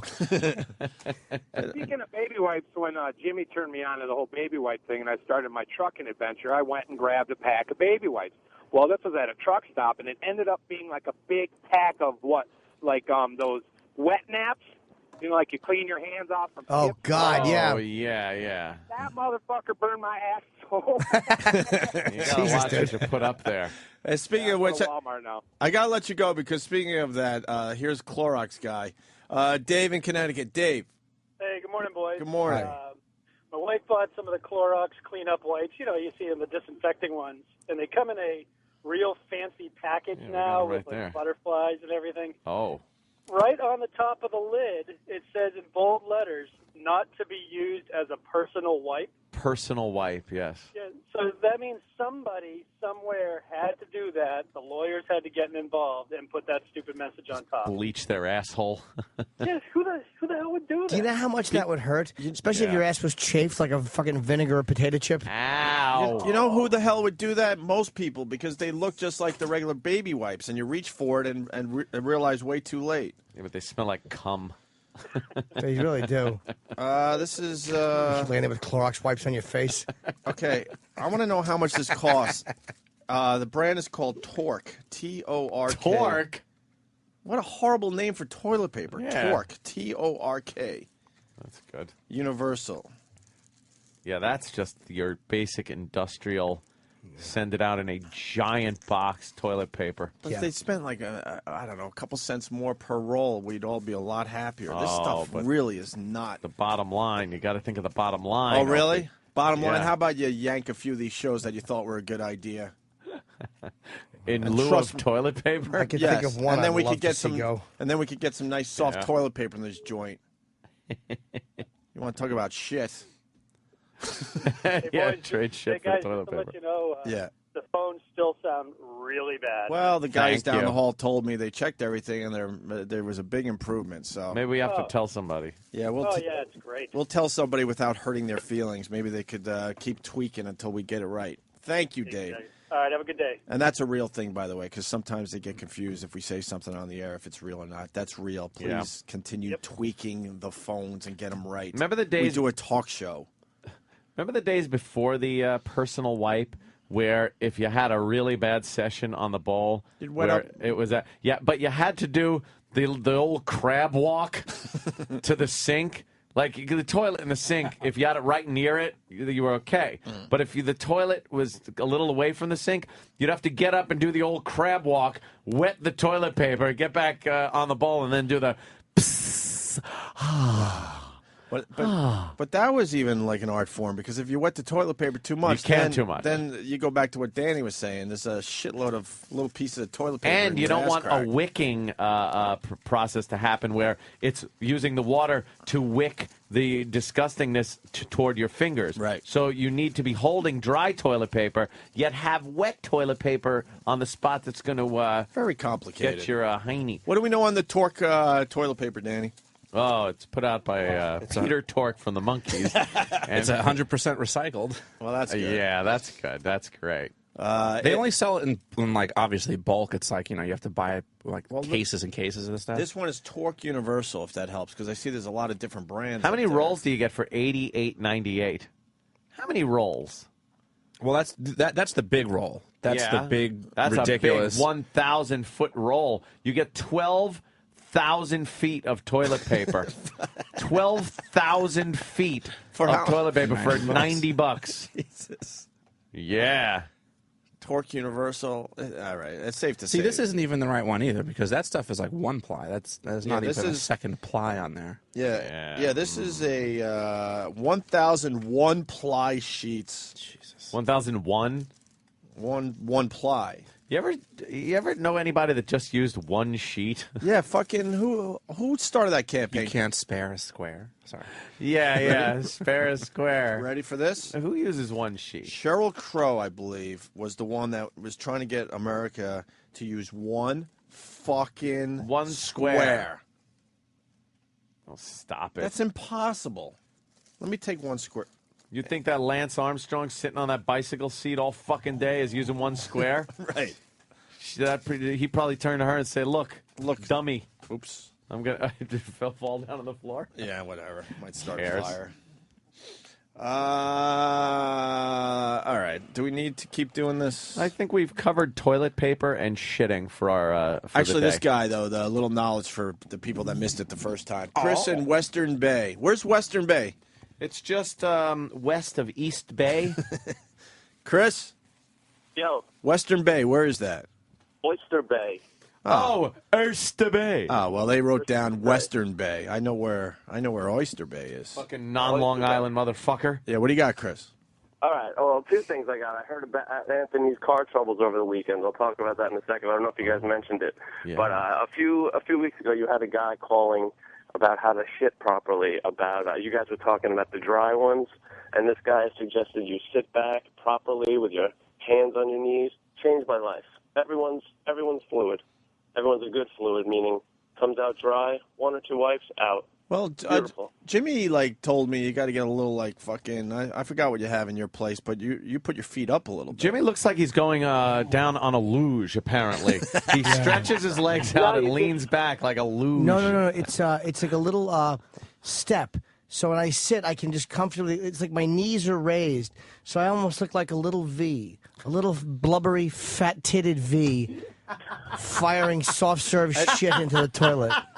And wait, are you saying he sits forward or back? No, when you sit up straight, picture sitting on the toilet. Are you supposed to sit up straight back? It doesn't matter. I mean, you can lean. I think as soon as you slouch, it kind of the plumbing starts slouching, and that can't be good too. It's like I'd say it elevates your feet by about 6 inches or so, or 5 inches, so your knees are up. So it just helps my shit work its way through my plumbing and right out the door. As I sit there and play QWERTY on my iPhone. QWERTY. You play QWERTY on your iPhone? I love QWERTY on my iPhone. QWERTY? Yeah. I play shuffleboard bowling on my iPhone as I'm doing it. I try to time it, too, where the shuffleball puck thing, shuffleboard, hits the pins right when the shit hits the water. And then sound effects? And then the people go, they applaud in the game. And I'm like, thank you. Thank you. You ever hold a shit and you're going to hold it, and then that whole, that weird euphoria watches over? We're like, I got to hold it.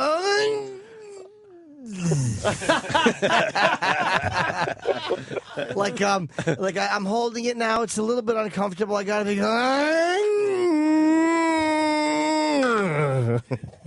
That happened to me once when I was driving, and I had to take my foot off of the gas pedal and just coast until it was over. Dude, I had to pull over in L.A. once. I had lunch with Whitney Cummings, and I had a fucking Cobb salad and 3 coffees. Oh my God. And I'm driving home, and I'm like, all right, the reality is you're in traffic. You're going to shit your pants. How do you spin this? I made it back to my garage in Los Feliz. And I pull into the thing, and I had to sit in the car because I'm sitting there, and I'm like, all right, maybe you can get on.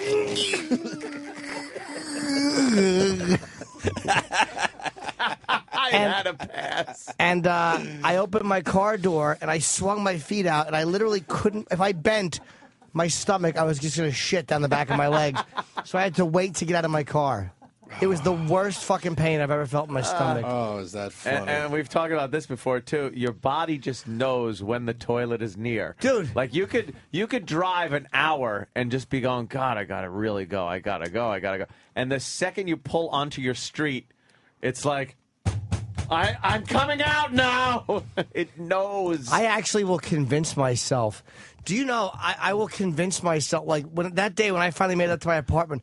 If I undid my pants and I couldn't bend if I bent, I was gonna shit onto my belt and pants. Wow, you were close. I had to fucking divert myself. I was like, "Is that a roach?" And then my mind went, "Ha!" And I went, "Ha!" And I dropped my pants and sat. You fooled your ass. I really did. I fucking. I went, "What's that?" And when my colon looked, you sat down. I'll lie to myself, and I'm stiff legging down my fucking hallway. Stiff. Dude, there's nothing worse than when you make it up. Stiff-legged? You make it up the elevator, fuck. and you gotta stiff leg down and I see my door, and I'm like, I'm going to shit before I get in that apartment. You get so excited. Yeah, because it's like your body it does know. It just knows it's close. And the shit goes, excuse me, pardon me, excuse me, pardon me, excuse me, pardon me, excuse me, pardon me. For a while, it's hanging in there, and then it's like, excuse me, pardon me, excuse me, pardon me, excuse me, pardon me. And then I'll actually tell myself, all right, I'm going to make a couple phone calls, go on the computer. I'll tell myself I have other things to do to make my shit think there's still 5 more minutes. You're not that important. You're not that and important. And it works. Yeah, and then, I'm on the bowl. Yeah. Hey, good one. A couple things, and when you casually said that it was 12,000 feet of toilet paper for, what, $9? Yeah. People obviously did the math, and we should have 2.5 miles of toilet paper. That's 2.5 miles of crappy toilet paper. Yes. And Dennis D. from Jersey, Sheryl Crow must be shitting squirrel pellets if she can only use 1 square of TP. Chris, you good? No, I one last thing. I'm sorry, guys. Okay, go ahead. Did you talk about your car troubles from Rhode Island or something like that? Yeah, is that all settled? No, it's not done yet. I got a call yesterday. Okay. From the gentleman, and they said that they were putting it up on the machine and going through all kind of diagnostic to check out what it was, because it's some kind of a electrical problem. It's the check charging system light came on, and then the juice came out of the battery, and that was it. You know, the car just conks out. And I figured while I'm having it up there, I'm having the high-performance rear brake calipers put in, so fuck it. My father-in-law They actually was make going money to on me. almost... Sorry, guys. My father-in-law was almost going to pick you up. He's a tow guy, and he got a call. You called somebody, and he got a call, and they were waiting for your call back, and they said your people, quote-unquote, said you were probably sleeping. They couldn't get in touch with you. My people? I didn't have people. That's what I was told. One guy called and said, they can't get in touch with him. They said he's probably sleeping. So I used Coletta towing. Oh, okay. Yeah, it wasn't. I don't know. They must have got another guy. But I Yeah. was hoping you're all right. So good luck to you. Yeah. You guys missed the obvious joke. What's that, Chip? This guy says he's a toe guy. It was, you can pick up my toes, but it's going to get the rest of my body. All right, guys. Have a great day, man. Yeah, exactly. Thank you, Chris. He just goes, all right, Exactly. guys, have a great day. At least I know I'm not the only one. Thank you, Chris. Acknowledge Exactly. Chip. Oh, didn't even acknowledge Chip said anything. Yeah, guy's going to be laughing all the way home, though. Probably steal that one from himself. Did Sean Hannity enjoy your Chip impression? I didn't, but I did do an Emporium reference on Red Eye.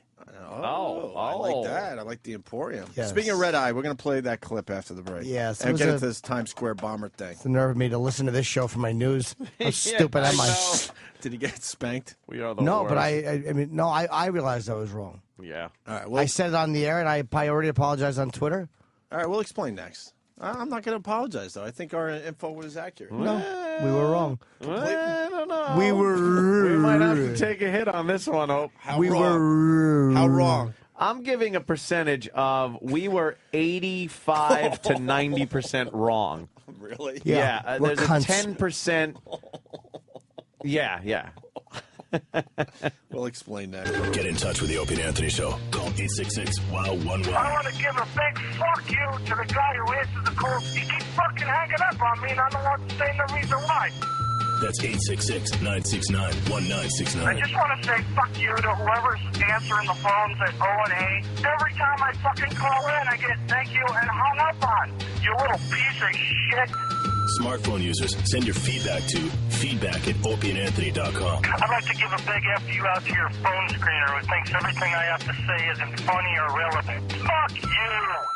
And now, this is the Opie and Anthony Show on the Virus, Sirius XM.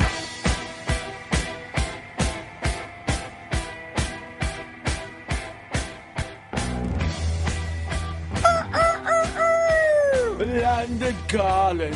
What do you think of that, Ant? Who is that? Well, I'm trying to keep Whip 'em Out Wednesday going, at least on the Twitter. Jesus. And that one just came in, huh? Turn the monitor is a little askew, so I'm not getting the full resolution of the picture. Go on the big screen. Yeah, Danny, you popped that up on the big screen. Yeah, you bitch. Opie Radio, Yeah. Opie Radio on Twitter. I'm trying to keep Whip 'em Out Wednesday going because it's tough to do it in the morning out there in Radio Land. So they're at least holy mother of fuck. They're at least keeping it going on Twitter for all of us. And you could go to Opie Radio on Twitter to see the picture that Anthony is just fucking looking at. Is that nice? Her tits are too big, though. I like her legs are nice. She's great You know, legs. yeah, Why do you have to spoil it for everyone, Jimmy? Everything looks too big. good. Well, let's just... They're not real. I am not the giant titty liking That's guy, why- but let me tell you something. But as far as giant titty goes, yeah, that's pretty fucking fun. The rest of her body's really good, and she's got that innocent face where and the I don't tits know if almost don't that's fit. implants, man. That just might be youth on her side. No, they gotta be. Go back to that picture, Ant. Look at her tiny head. I know. Is it youth or is that a really good? Those are implants. Those got to be implants. But you can't tell. They're massive. What do you the think? thought of those being natural would prove that there is a God. Well, look at her butt. That's proof of a God. Her butt's proportionate to the big boobies. She does have a juicy fucking rump. Holy shit. I'd suck her tits, but I mean, they're just. Would you? Those are for But I don't like fucking. fake tits. I really don't. Of course you would suck them. You're not a Muslim. Fake tits, that's true. I might convert, though. Yeah. Fake tits bug me. Well, If you yeah. have breast cancer or something, like, I get it. Why, I'd throw rocks at her. No, for the most I'd be part. like a Muslim and throw rocks at her for turning me on. Ugh. For the most part, fake boobs sucks. There was one girl. She was from where was she from, man? NEW days. I think she was from Oregon. She was a stripper that came to New York, and then remember she came in just to say goodbye to us. She was sad. She did a few things for us, and she had implants, but they were under the muscle, and you just couldn't tell. Yeah.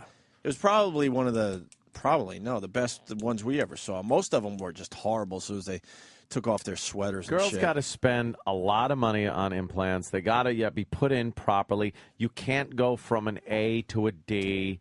You have to have pretty good tits to start out with. My favorite, the small girl Yeah. that does just that, goes A to maybe a full C, D. Yeah. But small frame, had nothing to begin with, and then they take their shirt off. We've seen it all at NEW especially. And it looks like two fucking tight softballs on her chest. Yeah. Just horrible. That doesn't work. Horrendous. You can't. You just What can't doctor do would that. say, yeah, this is going to look good for you? One that wants money. True. I hear Erock isn't talking to anyone today. Why? I know we Erock want to talk about the Times livid. Square bomber, and we might have an apology or two. And we do have some audio from Red Eye last night with Jim Norton, and Anthony's doing Sean Hannity tonight. Let's not forget. Yeah. But Erock's not talking to anyone. He's walking around here with his headphones on. He is fucking livid about what happened yesterday on the show. Yeah, he's a little. Now, Dr. Ian Smith perturbed. was talking to Shade 45 yesterday, and he goes, "Hey, I want to say hi to my old pals Opie and Anthony." And he came in here. He gave us a great segment, didn't he? Yeah. It was nice. Yeah. And then some old business came up where we reminded Ian. Have one of those, Kenny. That just smells too fucking good. The whole room smells like fucking Pop-Tart. I'll wait. Dude, take one I'll because wait. I can't eat these live. No, I'll wait. Take one. You eat No. one, I eat one, and then No. he I comes want 'em back both. with one more for each of us. I want two. I want my own. Here, share. No, I I don't want share. you to share. Share. Nobody share. touched it. It's a I don't sign of share. friendship I when don't you share. fucking share food. My food's my food. I haven't but he touched just- it, oh, though. my My food's my food. Opie's little thumb didn't touch it. I don't care. Prove to everyone we're still friends. We share are, food. but I don't share food with anybody. Share. I don't share food with anybody. Smell it. No. Smell it. It smells really good. I don't share. No one Opie has didn't touched. touch it. He didn't touch it with his toe thumb. You're gonna make me. So thumb. Hey. No, I don't. Wait, you noticed that too? I don't share From food. across the street. The second somebody's food is placed in front of them, I can't touch it. No one touched it, Doesn't though. matter. No one touched that. You're going to make me feel Doesn't bad. matter. It's not Come you. on. You're going to make me I'd share it with sad. you if I was It's eating not that. about you. It's once somebody's food is placed down there. Smell I that. can't. Smell that. I will have mine coming in soon. I'd love a bite See, of we're that. not That, friends. that I knew smells it. good. No, it has I nothing to knew do it. with friends. I wouldn't do it with I knew it. anybody. I I just wouldn't do knew. it with anybody. I just knew. See, I don't. See, this was a test that we set up ahead of time. I knew. It's not. I knew. God, that smells good. If You- so- you it's share just food with delicious friends. smelling. No, I can't. If I want a if bite. food is put down in front of someone, I then cannot eat it. I'd love a bite It's of one of those. theirs, and it's been in their space. And that's with anybody. Jimmy, you want one of my Pop-Tarts? Not a whole tart, a little bite. Toe thumb. You really noticed this? What? Your toe thumb. How could you not? I thought you were doing a fucking... Yes, I was like, he must be doing a handstand. Oh, it's... You noticed my birth defect? I have the worst birth Yes. defect. Sometimes I want to call it the Megan Fox and Anthony show. I have, for the people that don't know, I have Megan Fox thumbs. They made a big deal about Megan Fox's thumbs, and I went, hey, that's my thumb. Yeah, there's a few of us in the family that have really? this. Yeah. Have you noticed I only eat wrapped things that come in here, too? No. Like, I do. I 'cause don't you're a eat weirdo. anything that... I am. I'm very weird when Got a it little, comes to that. a teeny corner. Look, I got the Is that exact. Megan Fox's thumb? Yeah, me and her. Look, it's the same Yeah. fucking thing. What's wrong with her thumb? Do you know that, shut up? There's No, I'm nothing saying, wrong why, with it. why didn't she grow her nail a little longer? if you were fucking her, that would eventually start to annoy you. Would it? Because It's- she's gorgeous, it's the but one it would bother thing. you. Yeah. Are both her hands like that, or is it just one? Well, my left one's worse than my right one, but they're both bad. Yeah. You'd be like, oh, you'd start fucking her, and then she'd touch your face, and you'd look over at that old lady toe, and you'd want to just go, Old lady toe, get off man. my fucking face with that. I wonder what happened. People want me to tweet my thumbs. That nail is very small. It I looks don't like a want big to. toe. It does. Her thumb It's horrible. is a big Actually, hers toe. is worse than mine. Know what's the worst part about my thumbs? I can't bowl. You can't bowl? Well, look, they don't even look that thick, but they are. I think they're thick this way. I'm pointing like... So you got like a giant thumb hole in the bowling ball? I can't find a fucking bowling ball that I could fit this. You're the guy stupid thumb walking in. around the bowling alley going, no, They're short. no. They're short, stubby, and they're thick from nail to back. If that makes sense. Like they're not Yeah. thick this way. Like a toe. They're like a toe. Okay, yeah. So It I go- can't fucking bowl. I'm finally admitting that. When you bowl, it probably goes like this. And the ball just goes up straight. Yep, go ahead, right ahead, sir. You just chat. Hello? They're testing the phone. Hello? okay. At least say hi. It's Mars and Sam. What are you And doing? Sam. And Sam. I guess they're testing the phone. All right, well. Sounds And then if I It sounds good. then if I get a bowling ball that has a big enough hole to get this stupid thumb in, then it's too fucking heavy. Then it's a heavy one. Yeah, those are made for the big bruisers. Cannonball. Yeah. Anyway, where were we? Oh, you were going to break off a little piece of that corner. Oh, here. A teeny piece. Here. Jimmy wants some. Jimmy Oh, will. Jimmy. Will share food with me. Jimmy, You fucking yeah. weirdo. Well, Jimmy will. Well, just take a But piece. I'm not like that. No, I can't. Ugh. I can't. Wow. I'm not like That's that. fucking. That'd be funny if Opie threw it out. Because Jimmy touched it. And you don't need frosting on fucking brown sugar Pop-Tarts. You just love don't need frosting. it. You don't need it, though. How good is that? I like extra frosting. When I was a boy, Mother would give me extra frosting. Mother. All right, Would look. you lick the beaters when she would bake something? For my father's fists.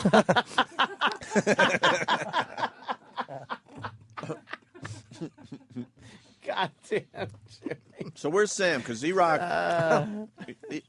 oh, here come your Pop-Tarts, Sam. Oh, yay. Don't bring him close to me. I'll smash him So from I your th- face. I know, everyone's going to smash him now. Don't smash him. One time I had Pop-Tarts. I said, why don't you bring me some Mom-Tarts, too? Oh, Chip. They're not called that for paternal reasons. Because they pop out of the toaster. I didn't say they had nothing to do with the nighttime. No, not nocturnal. Thank you. No, there's too many pretzels, Kenny. all Just right. two. Thank you. Pretzels? Why would you go from Pop-Tarts to dry pretzels? Anything with a P. Here's my penis. Yum. Pretty good. Oh, Carolina man. Oh, same thing here. I've been palming 8-pound bowling balls for years. I never find one that works. I like bowling too. I just can't. You know how many times I fucking throw the ball and you hear it pop It as makes that sound. It Yeah, pops yeah. as the thumb finally releases from the ball. And then it goes straight up in the air and just falls like 2 feet in front of you. Horrible. Horrible. You're the suction popping bowling ball guy in the bowling alley. Sam, so as we enjoy Pop-Tarts and pretzels, coffee, friendship, you deserve it. You drink ginger ale when you're not sick? It's Schweppes diet ginger ale. I've not been drinking much soda ever since Colin said ginger ale that he sucks read unless you're sick though. Colin said he read that certain sodas cause pancreatic cancer, so I'm avoiding soda now. I drink a lot of unsweetened iced tea, but occasionally I treat myself. After I jerk off twice last night, the second time I came, literally my dick just went, all right. And fucking gave me 1 drop to shut me up. That was it, huh? It was awful. It's awful. It was like squeezing a leaf. And what does Colin know about the... He reads a lot. He's a fucking older man with his fucking horrible soda? skinny What kind arms. of soda? He said Diet Coke, but again, might be bullshit. Yeah. Oh my God, Blue Healer. Very. The best thing ever. Ready for this? Put butter on a brown sugar Pop-Tart and then throw them in a toaster oven. Oh my God. What's Doesn't wrong? sound very healthy. Not like a Pop-Tart is. Well, when you eat a Pop-Tart, you're I not know. thinking health. We can cheat a little bit. What are you going to do? Are we on the radio? Yeah. Erock. Yes. Yeah. He's Hold on. angry. I got the setup, though. So, Ian comes in yesterday. We have a great set. He's called Happy or something? Happy. Okay, you should check it out. Erock should check it out.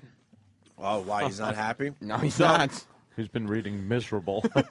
We decided to bring up some old business with Ian Smith, where Ian gave Erock $500, and if he didn't lose the weight within 30 days or something like that, he had to give the money back. But Ian never did our show again until yesterday. A couple years went by. So, of course, we have to remind Ian about that. And he goes, fuck, I want my $500 back. Make a long story short, Erock went down to an ATM after a long time of being told to do so, gave the money to Ian. And then we suggested that maybe he should give the money to Sam. And then Ian came up with a brilliant little thing. He gave the $500 to Sam and had Sam decide if he was going to give it back to Erock. And, of course, Sam, God bless him, said, fuck that. Erock needs to be taught a lesson and decided to keep Erock's $500. Is that pretty much how it went down? I said that the lesson that Erock would get losing the $500. Ewok. Right body. I said that the lesson he would get when he realized that he has to live up to his word was more valuable than the $500. Of course it is. And here's what I was thinking, too. If Dr. Ian Smith really wanted to give him back the $500, he just would have given it to him. Yeah. But he gave it to you, which means inside he didn't want Erock to have that back. He didn't want to be the bad guy, but he also did not want Erock to have the money. So he gave it to you. You didn't want to enable Erock. Right. So you felt this was a time for him to take some tough medicine. So, yeah, personal responsibility. Say, okay, you know what? I lost that one. Let's move on from it. But Erock thought it was just some kind of on-air routine. Just some kind of bit. Nope. Because after they got off the air, he was talking to Dr. Ian, and Dr. Ian, I guess, said, hey, make sure you get that money back from Sam. At which point Eric said, Sam, Dr. Ian Smith said that you have to give me the money back. And I let Erock know that, unfortunately for him, Dr. Ian Smith has literally no authority over any financial decisions I make. And that him saying that to Erock really doesn't mean a whole lot. How bummed do you think Erock was to just see him in the halls, even before he came in here, just look at... Oh, man. Like when I was younger, I would owe somebody money, and I'd see him and be like, oh, no. Louis Beans! Louis Beans! Hey, you know, it's $20. Then For $20, he's out of your life. You're right, John. You're right, John. You're always right. You read, John? This is a natural reaction from Voss, the idea of reading. Then Erock insisted I love that. he was leaving at 11 a.m. yesterday. He was leaving early, and he needed the money back. He said, I demand that I need the $500 back. I'm leaving at 11. Demand? I need it to pay bills.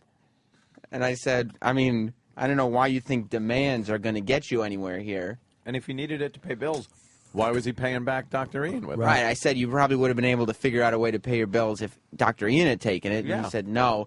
And then we came into the studio to clean it up, and he physically put his hands on me and shoved me. We should get Erock in here. He hasn't talked to anyone today. No. I'm distracted because Mark B. in Connecticut is calling me light bulb thumbs.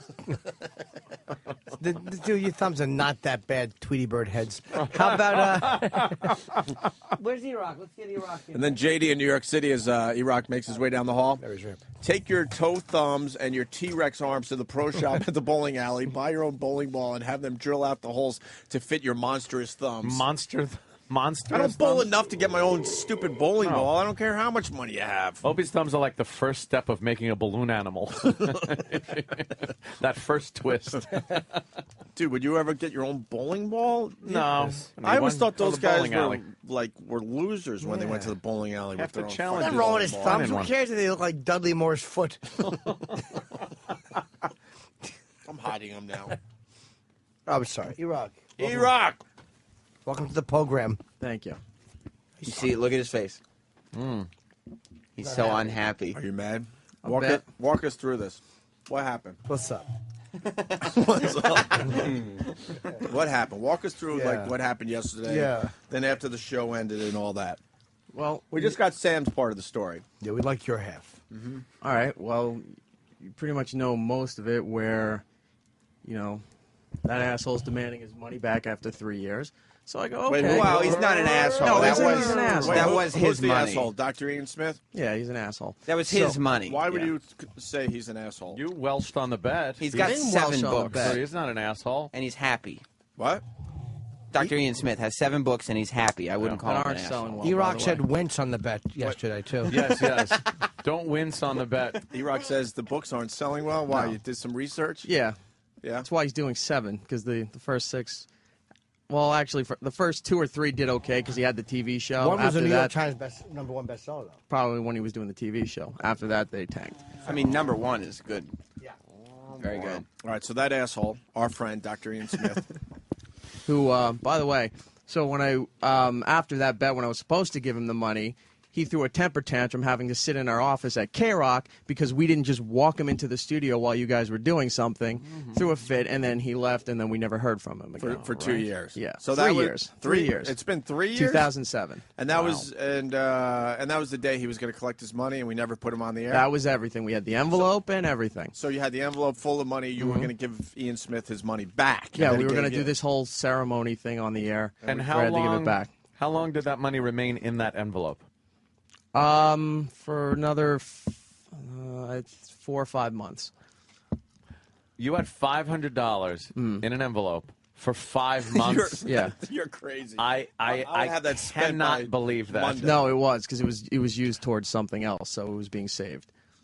What was he used towards? None of your fucking business. See what I mean? Very upset over nothing I did. Here's a little today. Ooh. Sam is basically saying that you're getting your comeuppance. Yeah, because I need to get comeuppance from Sam. Fair is fair. Fair is fair. All right, so bring us to yesterday. So, he wants his money and he's throwing his little tantrum. So I go, okay, I'll go get the money because, yes, I did owe it to him. And you didn't want to, And it wasn't Wince. your money. I Didn't mean, want to wince on the bet.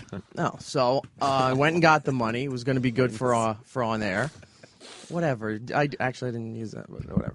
So I went and got the money, came back. We did the whole bit here, and he's going to give it to Sam to show me. So but he did you showed hear? me. He said, "I thought it would be good for on air, and we would do the whole bit, meaning that this whole thing was just a farce that we scripted for Because the after O&A 3 show. years, We his do that all the the statute of time. limitations on that is he doesn't own the fucking money anymore. When was if the last he wanted time we it back just did so a bad. bit? Most of our stuff, I'd say well over 90% of our stuff is as real as it gets. Yeah, the fake stuff is, the bra bombing.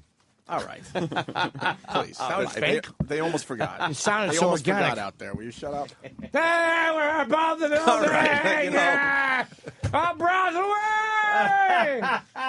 Boo. Yuck. Well, this just came in. Maybe Opie's drain plug thumbs could be of use to stop the oil leak in the Gulf. James in Indiana. My thumbs are taking a beating. They sure are. All right, Erock, continue. Sorry. So I give him the money. He does what he does. He gives it to Sam. We go to break. I'm outside with Steve. Dr. Ian comes out. He's talking about something, and he turns to me. He goes, make sure you get that money back from Sam. I'm like, he's not going to give that back. Sam, did you hear Dr. Ian say this? No, I did not So hear this him. could just be an Erock Steve did, though. fabrication. Steve was there. Yes, he said it. I heard, and it was confirmed by a caller from Australia. Corey, thank you. Corey. I seem to have forgotten his name.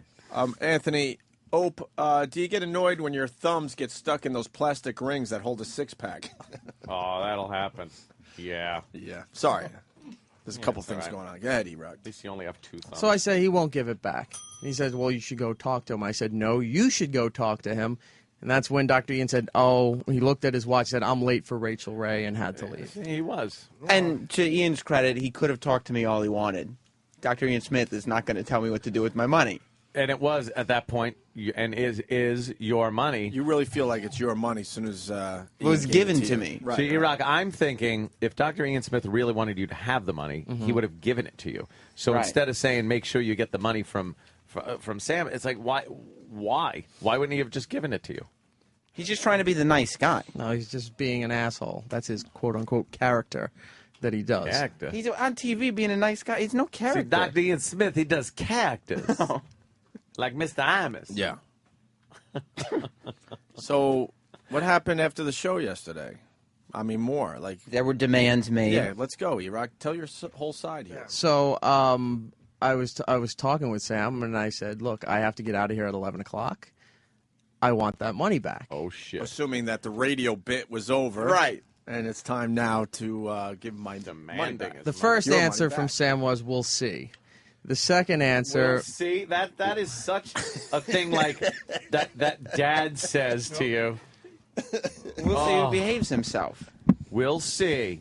Can we go to the we'll see, which means no, by the way. Always means no. It just means I don't want to hear your shit. And what I guess you were assuming after the show that Sam's going to play with you a little while for a couple more hours, make you sweat a little. Couldn't have been a couple more hours because he went home so early. Cool. No, because you had to go home at 11. Yeah.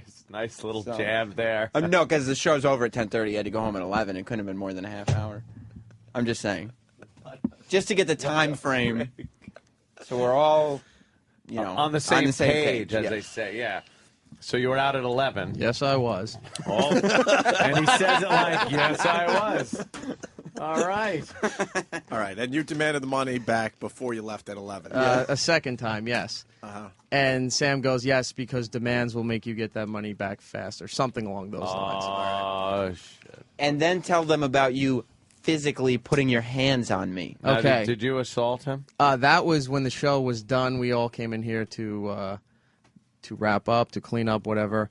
And Did you touch Sam or use foul language against him in any way? Foul language, no. Touch him, yes. You're fired. Okay. Yes!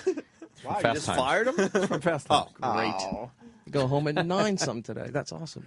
Brad, he was being an asshole and wouldn't give me my money. So, yeah, I walked in, and then there's Sam, giving his look and making his little laugh. I was And, talking to Patrice, and he's a comedian. He made me laugh. Lying, because Patrice is pointing at me, just, giving me that look that, you got fucked. The joke was at your expense. Yeah, and then Sam's doing his little, evil cackle. So I reach back as I'm walking over to where Jimmy's area is, and I did apologize for this afterward because I meant to just push him, but I leaned back and I grabbed his face and shoved him back into the couch. You mushed him?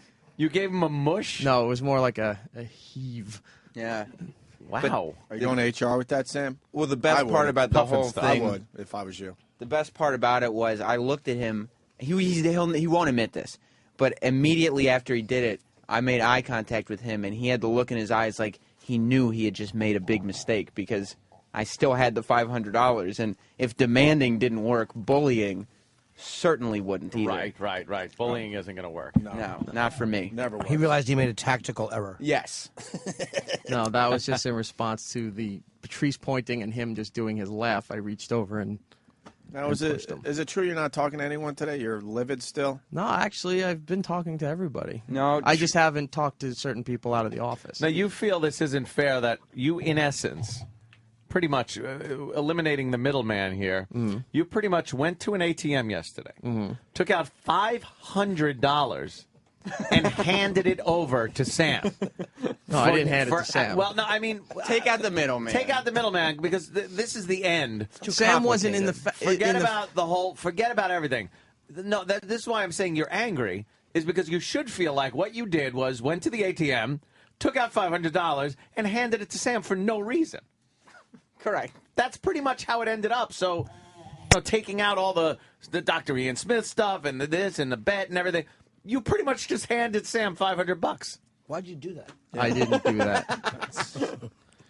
Yeah. And then he got upset because I posted something on my Twitter saying I was happy with the decision I had made. Which, by the way, was one of the funniest tweets I've read in a while. This motherfucker. What was the exact fucking wording? It was, I'm happy with my decision. So, and I tagged him. Yeah. So happy with my decision to keep at Erock Radio's $500. Yes. Oh, so. And then I got a text within 5 minutes saying, "Are you seriously keeping that?"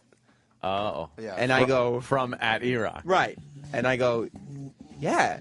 I mean, it was given to me. It's done. I already told you. Already spending some of it? Well, yeah. And then he got really pissed off because I told him I bought Troy some concert tickets he was looking for.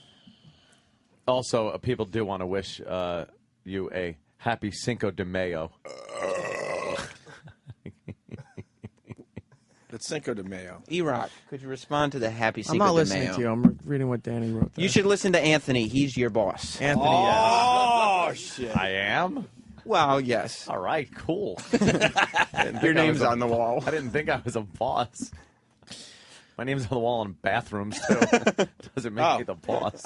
What'd you call Dr. Ian Smith? I forgot. Oh, shit. He's an asshole. Oh, I thought it was something else. Holy Jesus. Hello, Mr. Asshole. Oh, thanks, guys. Whoa. Hold on. Don't blame me, because you know me and you are friends. We're tight, but Erock is calling you an asshole today. He is not happy with how everything went down yesterday. Well, it's interesting. He says that behind my back. He knows I'm in Philadelphia right now, of course, and he knew I was leaving. So instead of saying while I was in Philly, he does it while I'm away. Okay, I got you. Good point. I'll be back on the 13th. Ooh, that's Wow. Erock just threw his hands up in the air like, ooh, you scare me. Just want to let you know that. You know what? Not only will I be back on the 13th, but get your video cameras out so we can stream it live on the website. Erock, we are going to town. Should I be a nice guy? Should I be the nice Dr. Ian? Well, why don't you play your character on Celebrity Fit Club? Oh, Erock. Just because you lost a bet and had to pay the guy off, it doesn't mean he's the asshole. And Erock didn't have to pay the guy off. He just had to return the $500. This is not Erock's money. Right. This isn't even your money. You're It's right. my money. After 3 years, it's my You fucking basically money. did just collect interest on $500. Yeah. Yes. I love how Erock came to work yesterday minding his own business. He's out $500, and now Dr. Ian Smith's going to beat the shit. All because he's a sourpuss. And believe me, Erock, when I come to the studio, I don't get dirty, but I will bring some boys with me. You can't do it yourself. Oh! You know something? I think he could. No, we can't. He probably could. Wouldn't it be ironic if he beat you with his happy book? What irony. Why is Chris S. and Shirley's dragging me into this? What Erock is failing to realize is that Opie instigated the whole situation by telling Dr. Ian Smith that he would start massive shit if he gave the money to Sam. Is that what? Erock can't be mad at one of his MySpace heroes. Of course. No, Erock didn't hear that because he was down at the ATM getting the money. Well, Erock, it's safe to say you know me. I would not do that to you. Right. So what we got here is Erock It's not even Erock's money. It's not. It was Dr. Ian Smith's money. Was at one point. But you were holding it. Yeah, you gave it to him like it was still his money. That's where you're at fault. Because Dr. I'll Ian honor my bet on that. He's but trying to after say 3 that years to after collect. 3 years that you didn't deserve the $500 back. But He just said he would honor his bet. Right. Why not honor the fact that Dr. Ian Smith decided to give a gift to somebody that is his new friend? And he can do anything he wants with his own money. It's his money. Yeah. So why are you mad at Sam at all? I'm in good shape, and Dr. Ian Smith wanted to reward that. You got it. There you go. There you go. Hey, I tell you what, guys. Erock, here's the deal, baby. Here's the deal. Yeah. We can do a 2-week competition if you want to do it. 2-week competition. 2 weeks. Involving what? 10 pounds in 2 weeks. You follow my new book called The 4-Day Diet. 10 pounds in 2 weeks, you get the 500 back. Okay, bring it. Let's do it. We good with that? Now, guys, listen. Since you know I'm not there, you got to weigh him in. Be for real. But it's 10 pounds in 2 weeks, and I'll make sure you get the copy of the book today. All right, that sounds fair. This guy's going above and beyond the Call of Duty. He really here, is. Erock. Not the He same really 500. Dr. Ian Smith, that same 500 is gone. That's right. That same 500 is long gone. Because we're going to get to the fact that Sam has already started spending Erock's money. Spending like a madman. Wait, how is Ian Smith, who won a bet, going to be out 500? He's got to lose 10 pounds. He ain't going to be out shit. That's true. He really is. Only on your show, guys. Don't worry. I got another 500. Erock, this is for you and your girl, man. If you lose 10 pounds, because you look terrible, if you lose 10 pounds, if you lose 10 pounds and some of the man's boobs you got, then we'll boobies. Erock, did you hear that? Your headphones weren't on. I heard it. Okay. It's not good, Erock. It wasn't No. good. We got the scale in front of us, Dr. Ian Smith. We could do the weigh-in while you're on the phone in Philly. Yeah, do the weigh right now. What does he got? Driver, pull the truck forward onto the scales. Driver, pull the front axle on the scales. Hold on. Morning Dew Farhead brought in the... Morning Dew Farhead. And when he's bending over like that, his whole ass is hanging out. Charlie's a disaster. Charlie. He's drowning in his own sweat. Tripping on the cord on the way out. on the cord for the scale. With his meaty calves. What a wreck. So are we weighing Erock? Erock, are you in on this bet or not? Sure, why not? Oh, All man, right. not the enthusiasm he used to have $500 ago. So, Erock. All right. Pull up on the scale. All right. Erock's going See, on that the doesn't scale. help. That's not helping. That makes him sound fatter. What was the original weight of Erock? 214 when this whole thing went down?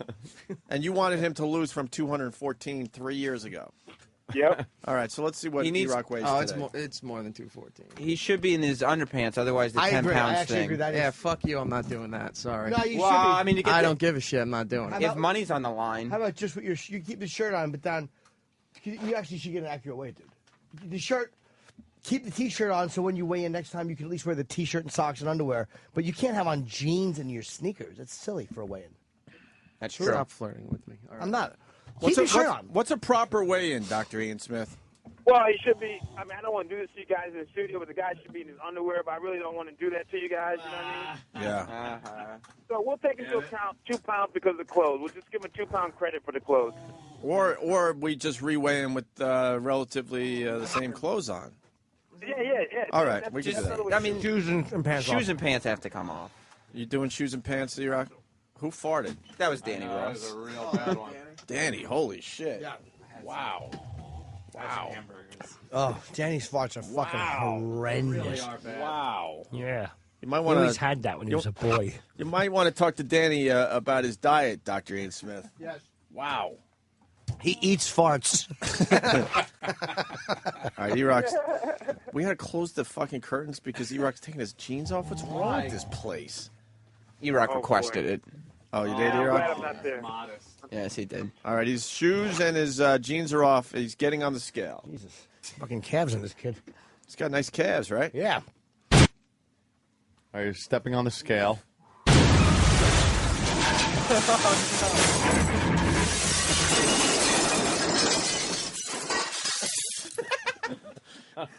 Broke the scale. Yeah, that's what we're getting at. Very good, Sam. What was the weight? 227. Oh, 227. Wait, 227. What? 3 years ago, when you thought he was fat or needed to lose weight at 214, now he's 227. There, Dr. Ian Smith. 227? Yeah. And he's had a trainer since I think Christmas. Yeah. Yes. That was 5 months ago. Yeah, What the fuck is the trainer doing Julia for you? Childs. I went to The Ringling Brothers 215. trainer. He's trying to get him to stand on a box. All right, yeah. Like an elephant.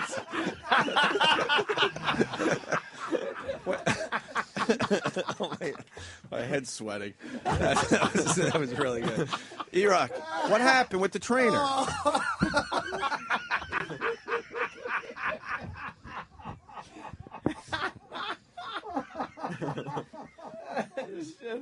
What happened with the trainer? No, wait, let him finish.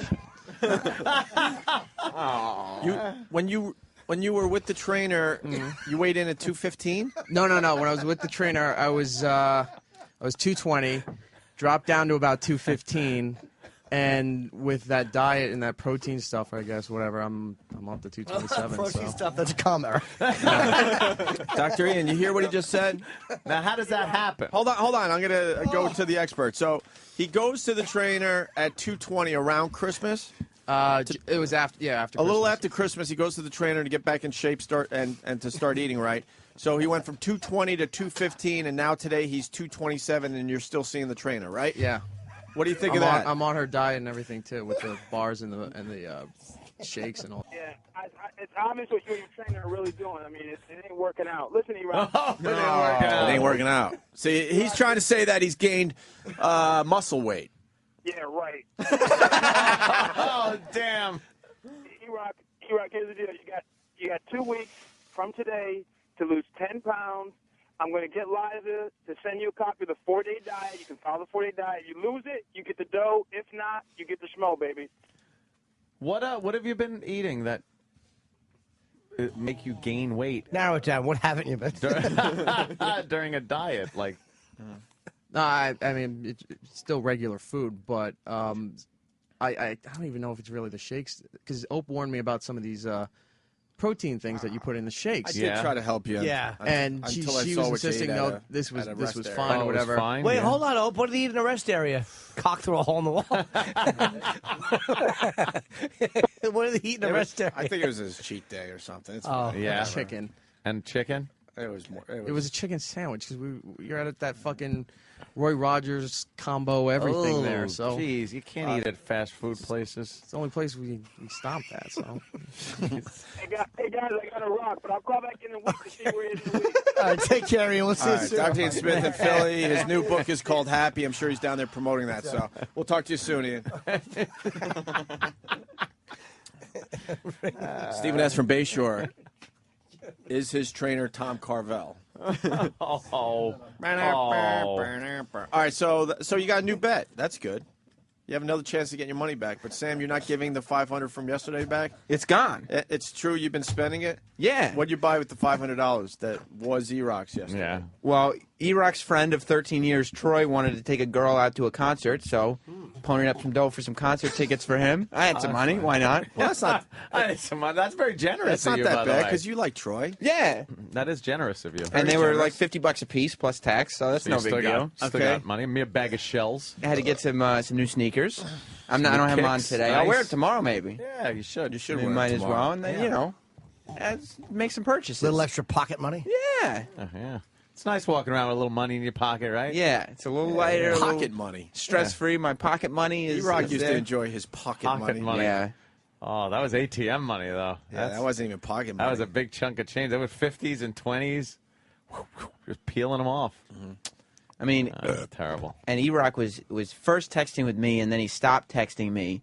Then he started texting with Troy, and apparently, Troy was trying to convince him to cool down because I needed the money more than him anyway. You do understand you're not getting this back? Oh yeah, I'm well aware that I'm not getting that back. And then Eric said he's done with everything. What do you mean everything? The whole thing. I was done with it by the time I was finished talking with Troy. I was just fed up. Yeah. Yep. Fed up. Would you? All right. Wait. Let another fat joke come through. No, I didn't say anything. You said fed though. Fed up. Yeah. I mean, past tenses. Yeah, let it be known. You might not want to use the word fed. Another fat joke. So he's got, hey, get a lot of Erock over there. So you have to lose 10 pounds. 10 pounds, and you're 127 or 227. Oh, sorry. Sam, yes, 227. Sam, are you willing to give a little money back if like Erock does something today? Because for Cinco de Mayo, I'm thinking, you know. I'm thinking something. I could pony up a little bit. You're gonna make him earn his portion of his money. If he back. could eat my money. If he could eat a whole, I don't know, thing of mayonnaise for Cinco de Mayo. For Cinco de Mayo, would you give some of the money back? I mean, that's counterproductive to the bet, which would get him $500. He's got 2 weeks though. Yeah, he's got 2 weeks. Yeah. Think about it this way. How much would you give Erock if he ate a jar of mayonnaise today? Would you eat a full jar of mayonnaise? You can't eat a full jar of mayonnaise. Not with that attitude. No. You can't. How about this? So you're not willing to do that? How about this? A bowl of ice cream smothered in mayonnaise. That might be good. How much of a jar of mayonnaise do you think you could put down in an hour? It's not going to be one of those big one things. No. You could actually make money on this if you do this, then just buckle down for 2 weeks and lose money, lose weight. I got 100. Fuck it, I'm in. Wow. I got 100, and then whatever Sam puts on it, I'll give you $100 fucking Which is dollars. just 100 from Opie. Well, it would be funny if you said 110. Yeah. Sam, are you willing to throw some of the money back at him? Yeah, I will. I mean, how much? This could be worth for what? For what? What's the wager? Well, he's got to eat. How much? He's got to get a whole jar of mayonnaise down within an hour. Are you going to do that, Eric? Can't do a whole jar. Can't do a whole jar. How much? You can't. You'll throw up. What about if we prepare him a Sunday? I don't care if you throw up as long as the fucking jar is empty. I don't give a shit. What about you could fucking purge like a teenage girl after you're done. I don't care. A nice ice cream sundae with mayonnaise instead of the chocolate toppings. We could prepare it for him, obviously. Come on. What are we, fucking rookies? All right. It's a jar of mayonnaise, or we move on with the show. All right. It is just mayo. Yeah, but you try eating half a jar of mayonnaise before you start throwing up. All right, well, you can do that. Well, at least try. You know. Yeah, I tried, goddammit. At least I did that. At least I fucking tried. Yeah. How about for $50 extra? Doesn't matter how much money you throw at it. You can't stomach it. Well, obviously, Eric doesn't need the money. But you throw up, and then you just get back in there. And you continue eating the mayo. Jar of mayo. Would we be Cinco willing de Mayo, for Christ's sake. Would we be willing to do it if we felt that he couldn't get through the jar of mayo, but if we all agreed that he had given it his best effort? Well, or should it be like if he does half the jar, he gets half the money? Oh, yeah, we decide. Oh, that's percentage. not a bad idea. Yeah. Percentage-wise of the jar, we put some will equal how much Sharpie money marks you get. on the jar. Yeah, You know what I mean? And then you'll reach like, there's the $10 mark. Right. There's the $50 mark. Don't forget, Opie's got $100 that's in a there. good one. I got 100, right? Plus Sam's 50. Look, plus, I could probably pony up something. Look, I got 100 right here in front of me. So now you get 105?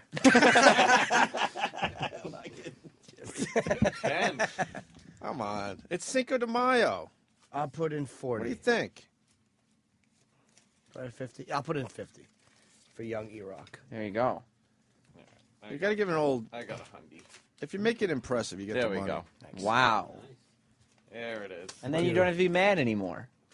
Sam, where's your fucking money? You're putting something in this. I'll get it at $50. $50? All right, and Anth's put in. What kind of mayo do you like, Erock? That'd be I thought Hellman's. you pocketed it and said, Anth put in 5. I was funny, I would have, but I didn't. I just held up the 100 like a cunt. Here you are, sir. God forbid I make a joke out of this. Stephen S. from Bayshore is asking Anthony, Ope, are you giving 2 half thumbs up to this bit? Yes, I am. Yes, I am. What mayo? It's got to be Hellman's. Hellman's? Yeah. Low Hellman's fat, or is- you going all in? Oh, can't be all low fat. Well, low fat's pretty fucking brutal to get a whole jar down, too. low fat's almost like a... Actually, I think it's almost low like fat would be cream. worse. How about Miracle Whip? Oh, that's a salad Ew. dressing. All right, That's horrible. All right, let's take a break. It's coming in, too. They're like, he's got to do it shirtless. No. Why? Well, what? It's not coming in. He has no information from anybody. It's coming in. That's how I process thoughts. Jimmy doesn't have a screen in front of him or anything. It's coming in that He absolutely has nothing that could prove that the info is coming in. So he's got to lick it off a cock. It's coming in. Yes. Yeah, okay. Finally, I can contribute. I love to eat a Nathan's hot dog through a hole. All right, good. This is perfect. It's Cinco de Mayo or Mayo. My website is putitallbacon.com. Yeah. He doesn't like that. He smells like mint, by the way. Really? He hurt his back sleeping in the hospital 3 weeks ago, so every day he's I've doused in smelled icy the hot. Ben Gay Yeah, air. he's stinks like Ben Gay. That's not how he hurt his back. I wear Steve Gay. That's good for my muscle. He bent his back, leaning over to pick up gum out of someone's balls. Pick up. This baby's very cute, though. They're a very cute baby. Yeah? Really, yes. We're happy for see Steve pictures. and his lovely, lovely girl there. Yes. So, all right, listen, why don't we... how many ounce jar, by the way? Flames on the diapers. Yes. Which has a tattoo of the fucking Foundry logo on it. Already. Mr. Carlisi, this is not Just got to do a regular size, don't Yeah, just standard. What's a regular size? I don't know. It's 12 ounce? I don't know what it is. It's like Yeah, this big. I think That's big, what you're showing. But that's a regular bottle. I think 16-ounce jar is the norm for. Yeah, I think just you're go to right. Sam's Club. Yeah, get one of those. Big tub. All right, they should be running out to the store. They don't I have hope to they're wait for already one of there. you guys to actually. And a giant spoon. I want to see him eat it with a Like a giant serving spoon? Yeah, a serving spoon. A gravy ladle. Yeah, exactly. Something really big. Something that makes like a ticka when you smack it in the jar. How much we got? I got 100. We got 150 over here. And you threw And I'm gonna 100? put it 300. 300. That's $300. Look who's smiling now that mayonnaise is all the talk. All right, Finally. We'll take a break. We'll get the jar of mayonnaise, hopefully, next, and we'll start that up for the last hour of the show. All right? Great. Yeah? That it? Okay. I'm a little teapot. Short and stout. Here is my handle. Here is my spout. Put a finger in my backside and cum shoots out. There is the closet. I should step out. Opie and Anthony. Opie and Anthony. The Opie and Anthony Show on the Virus. Sirius XM.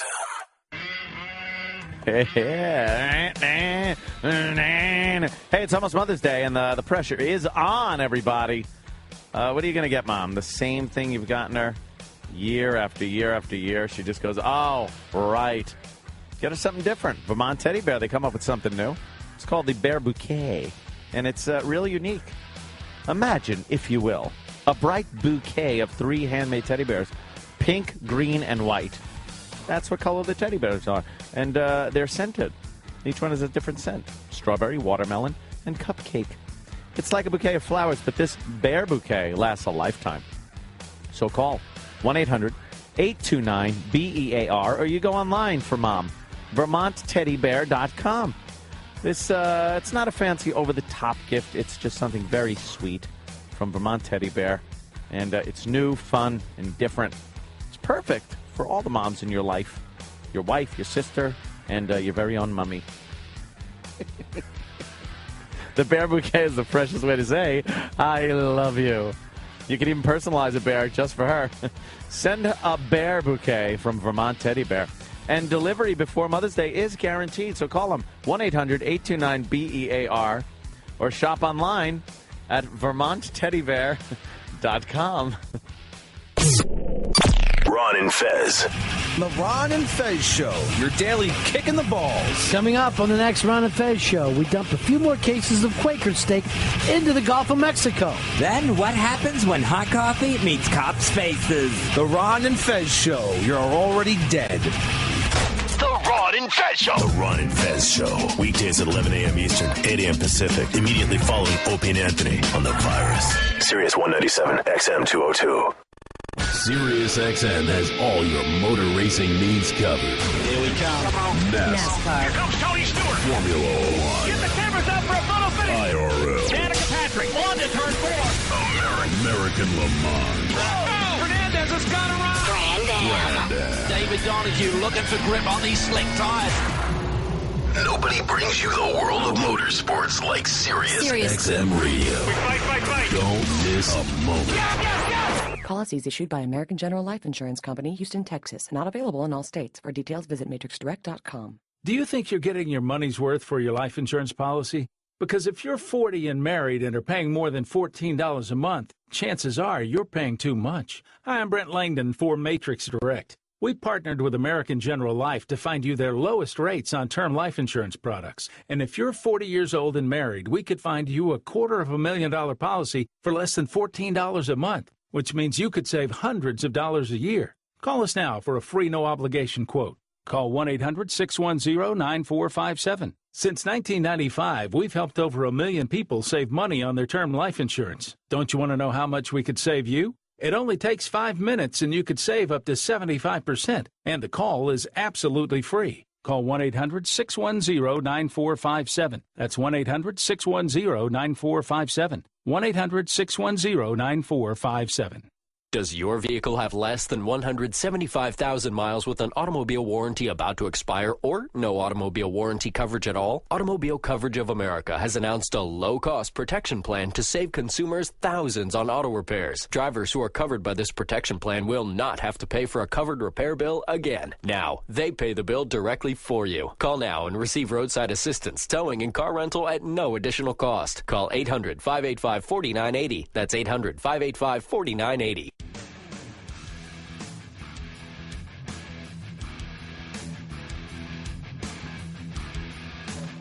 Hey, everybody. You know something? Mother's Day is coming up Sunday. And if you haven't gotten Mommy a gift, don't you worry about it. We can help you. You want a unique gift, don't you? Delivered in time? You want to save big? Yes, you do. This year, show Mom you really care by sending her delicious hand-dipped strawberries with free premium toppings from Sherry's Berries for only $19.99. Over 15 million of these berries have been sold. Perfect for all the moms in your life, grandma, sister, mother-in-law. Delicious free toppings like chocolate chips, coconut, and nuts. And it's the lowest price these enormous strawberries have ever been. I must interrupt for a second and just explain. Jimmy keeps showing me disgusting pictures from his iPhone as I'm trying to do this.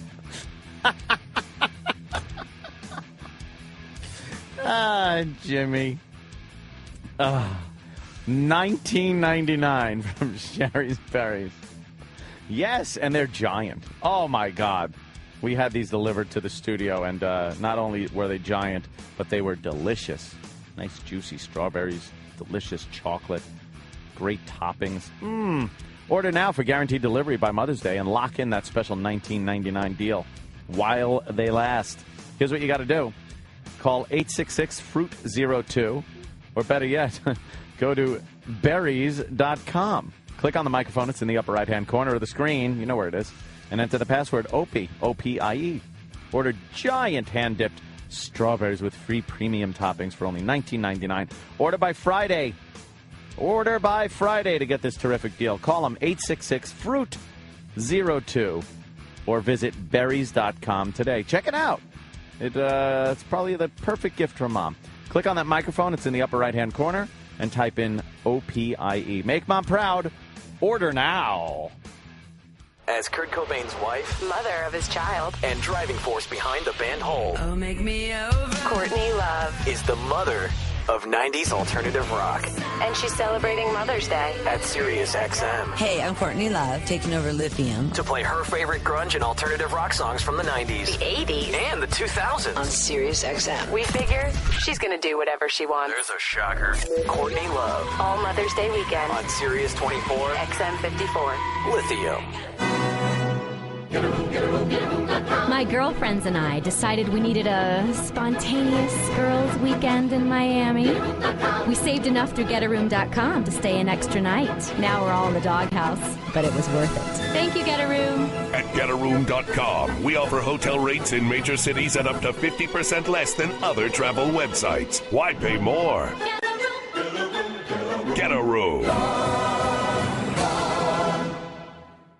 Welcome to Dish Network, DirecTV, and cable all claim to have the best customer satisfaction. Who will you believe? Cable guy. He said he'll be here between 12 and 4. Well, DirecTV? DirecTV's #1 in customer satisfaction, 4 years running. Dish Network. Satisfaction? You keep track of that? Now that you've got the truth, call 1-800-DIRECTV. Among the largest national TV providers, tied Dish Network in 2007, 2006, and 2009 ACSI. Dish Network is a trademark of Dish Network LLC. To tell the truth, Fremantle Media Ops, BV 2010. Did you know that in 1990, it cost $28,000 to live, and today it costs well over $48,000? That's a cost of living increase of over 72%.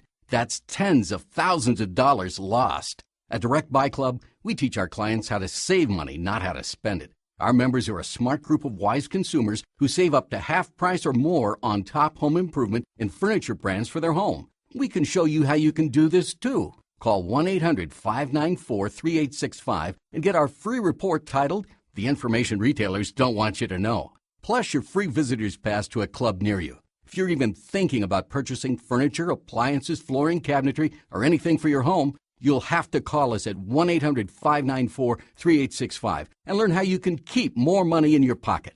Our report blows the lid off even the best sale prices. Read it and you'll know why. Call now, 1-800-594-3865, 1-800-594-3865.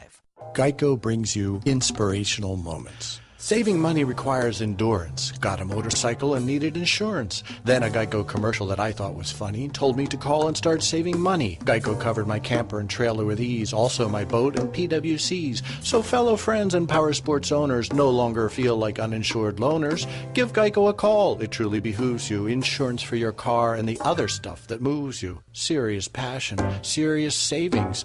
Geico Power Sports. Yeah. We're talking about Mother's Day. Hey, you know what? There's a lot of different things that you could do out there, but here's something great, original, different. It's called a pajamagram. Yeah, pajamagram. We've been talking about them for years. You got hundreds of great pajamas for Mother's Day. And this year, you get pajama jeans. You can get those for your mom. She's probably heard about them. The Today Show and Letterman talked about them. Call 1-800-GIVE-PJs or go online to pajamagram.com and order now. Pajama jeans. They're jeans, and they wear like pajamas. I don't know how they do it. Remember, Dad, it's your job to get the wife a gift from the little kiddies. And pajama jeans are probably the perfect gift for her. They feature fashion designer jeans with the comfort of pajamas. And every pajama jean comes with a brushed cotton tee to complete the outfit. They've been pretty hard to get, but Pajamagram has plenty in stock and is going to get them out to Mom in time for Mother's Day, and that is guaranteed. They also have over 100 styles of pajamas in sizes to fit every mom. Maybe Mom likes the mayo. Maybe she's a little chunky. Or maybe she's slender.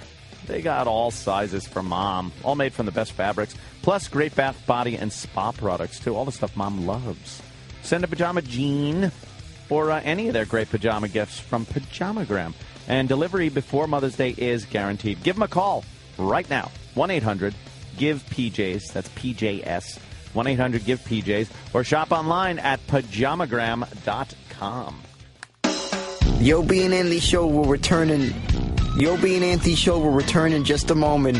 So go and feel free to drop a load in the toilet. So go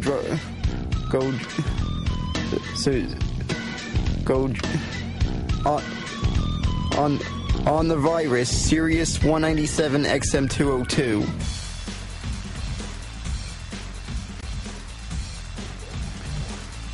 I bet no one knows what Sunday is. Do you know it's Mother's Day Sunday? I didn't even know. Serious. I didn't know. And this is a last chance offer to our wonderful listeners. 1 dozen assorted roses for Mom and a free glass vase, only $19.99. You're getting roses for under $20. It's an amazing deal for Mother's Day. We've been using ProFlowers for years, and we love them because they got that 7-day freshness guarantee. They're beautiful, and the girls just love them. Upgrade to 2 dozen long stem roses, and you get free chocolate truffles, and that's just $10 more. So this is a great deal. Supplies are limited, and you're running out of time. Don't be caught without something for Mom, and this will be great. Here's what you got to do to get this fantastic $19.99 assorted roses deal. Call 1-800-PRO-FLOWERS and mention Opie, O-P-I-E. Go to the website, ProFlowers.com. Click on the microphone in the upper right-hand corner and enter the password O-P-I-E, Opie. That's ProFlowers.com. Click on that microphone and type in Opie, and you'll get that great $19.99 1 dozen assorted roses for Mom with a free glass vase, or upgrade to 2 dozen long stem roses, free chocolate truffles, and that's just $10 more at ProFlowers.com. Do it now. It's your last chance to take care of your mommy. Order now.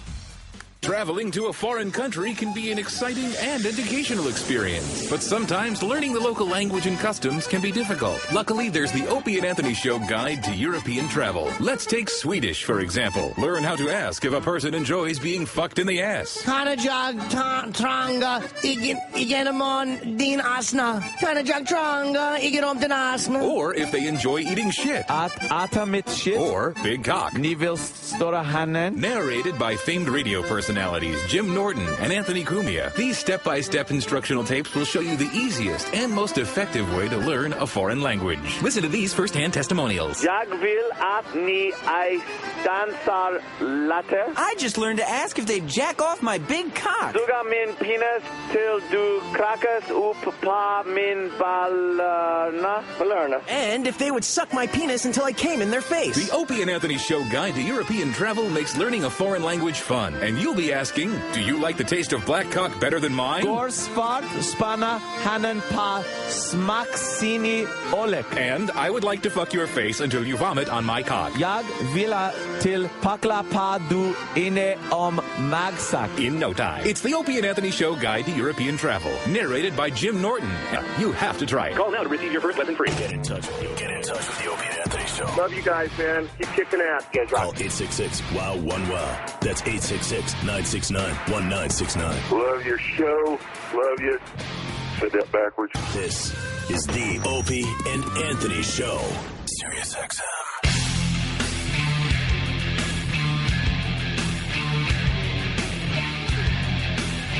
Oh, my God.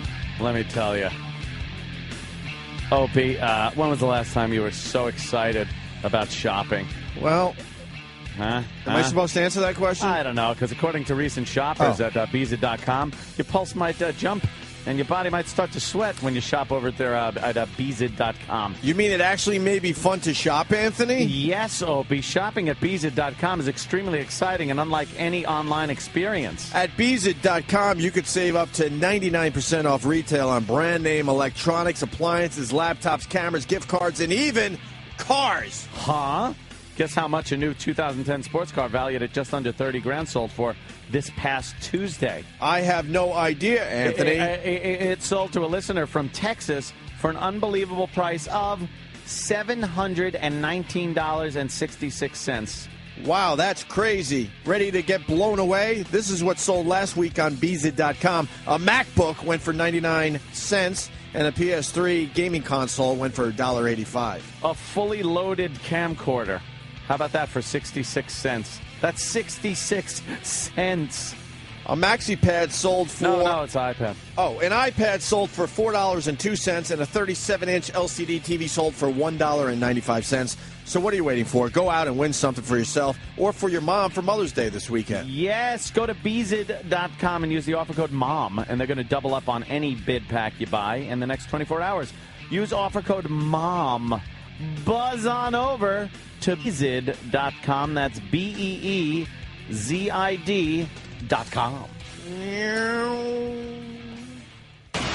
Hey, Hi, this is Victoria Gotti. Hey, this is Don King. Because I talked to guys that found the black boxes, and yet our government says they weren't discovered. Why? This is Jesse Ventura. Hey, this is Michio Kaku, and you're listening to Opie and Anthony. Opie and Anthony. Oh, I'm sorry, Ryan. Hey, this is Dr. Michio Kaku. You're listening to Opie and Anthony. Oh, wow.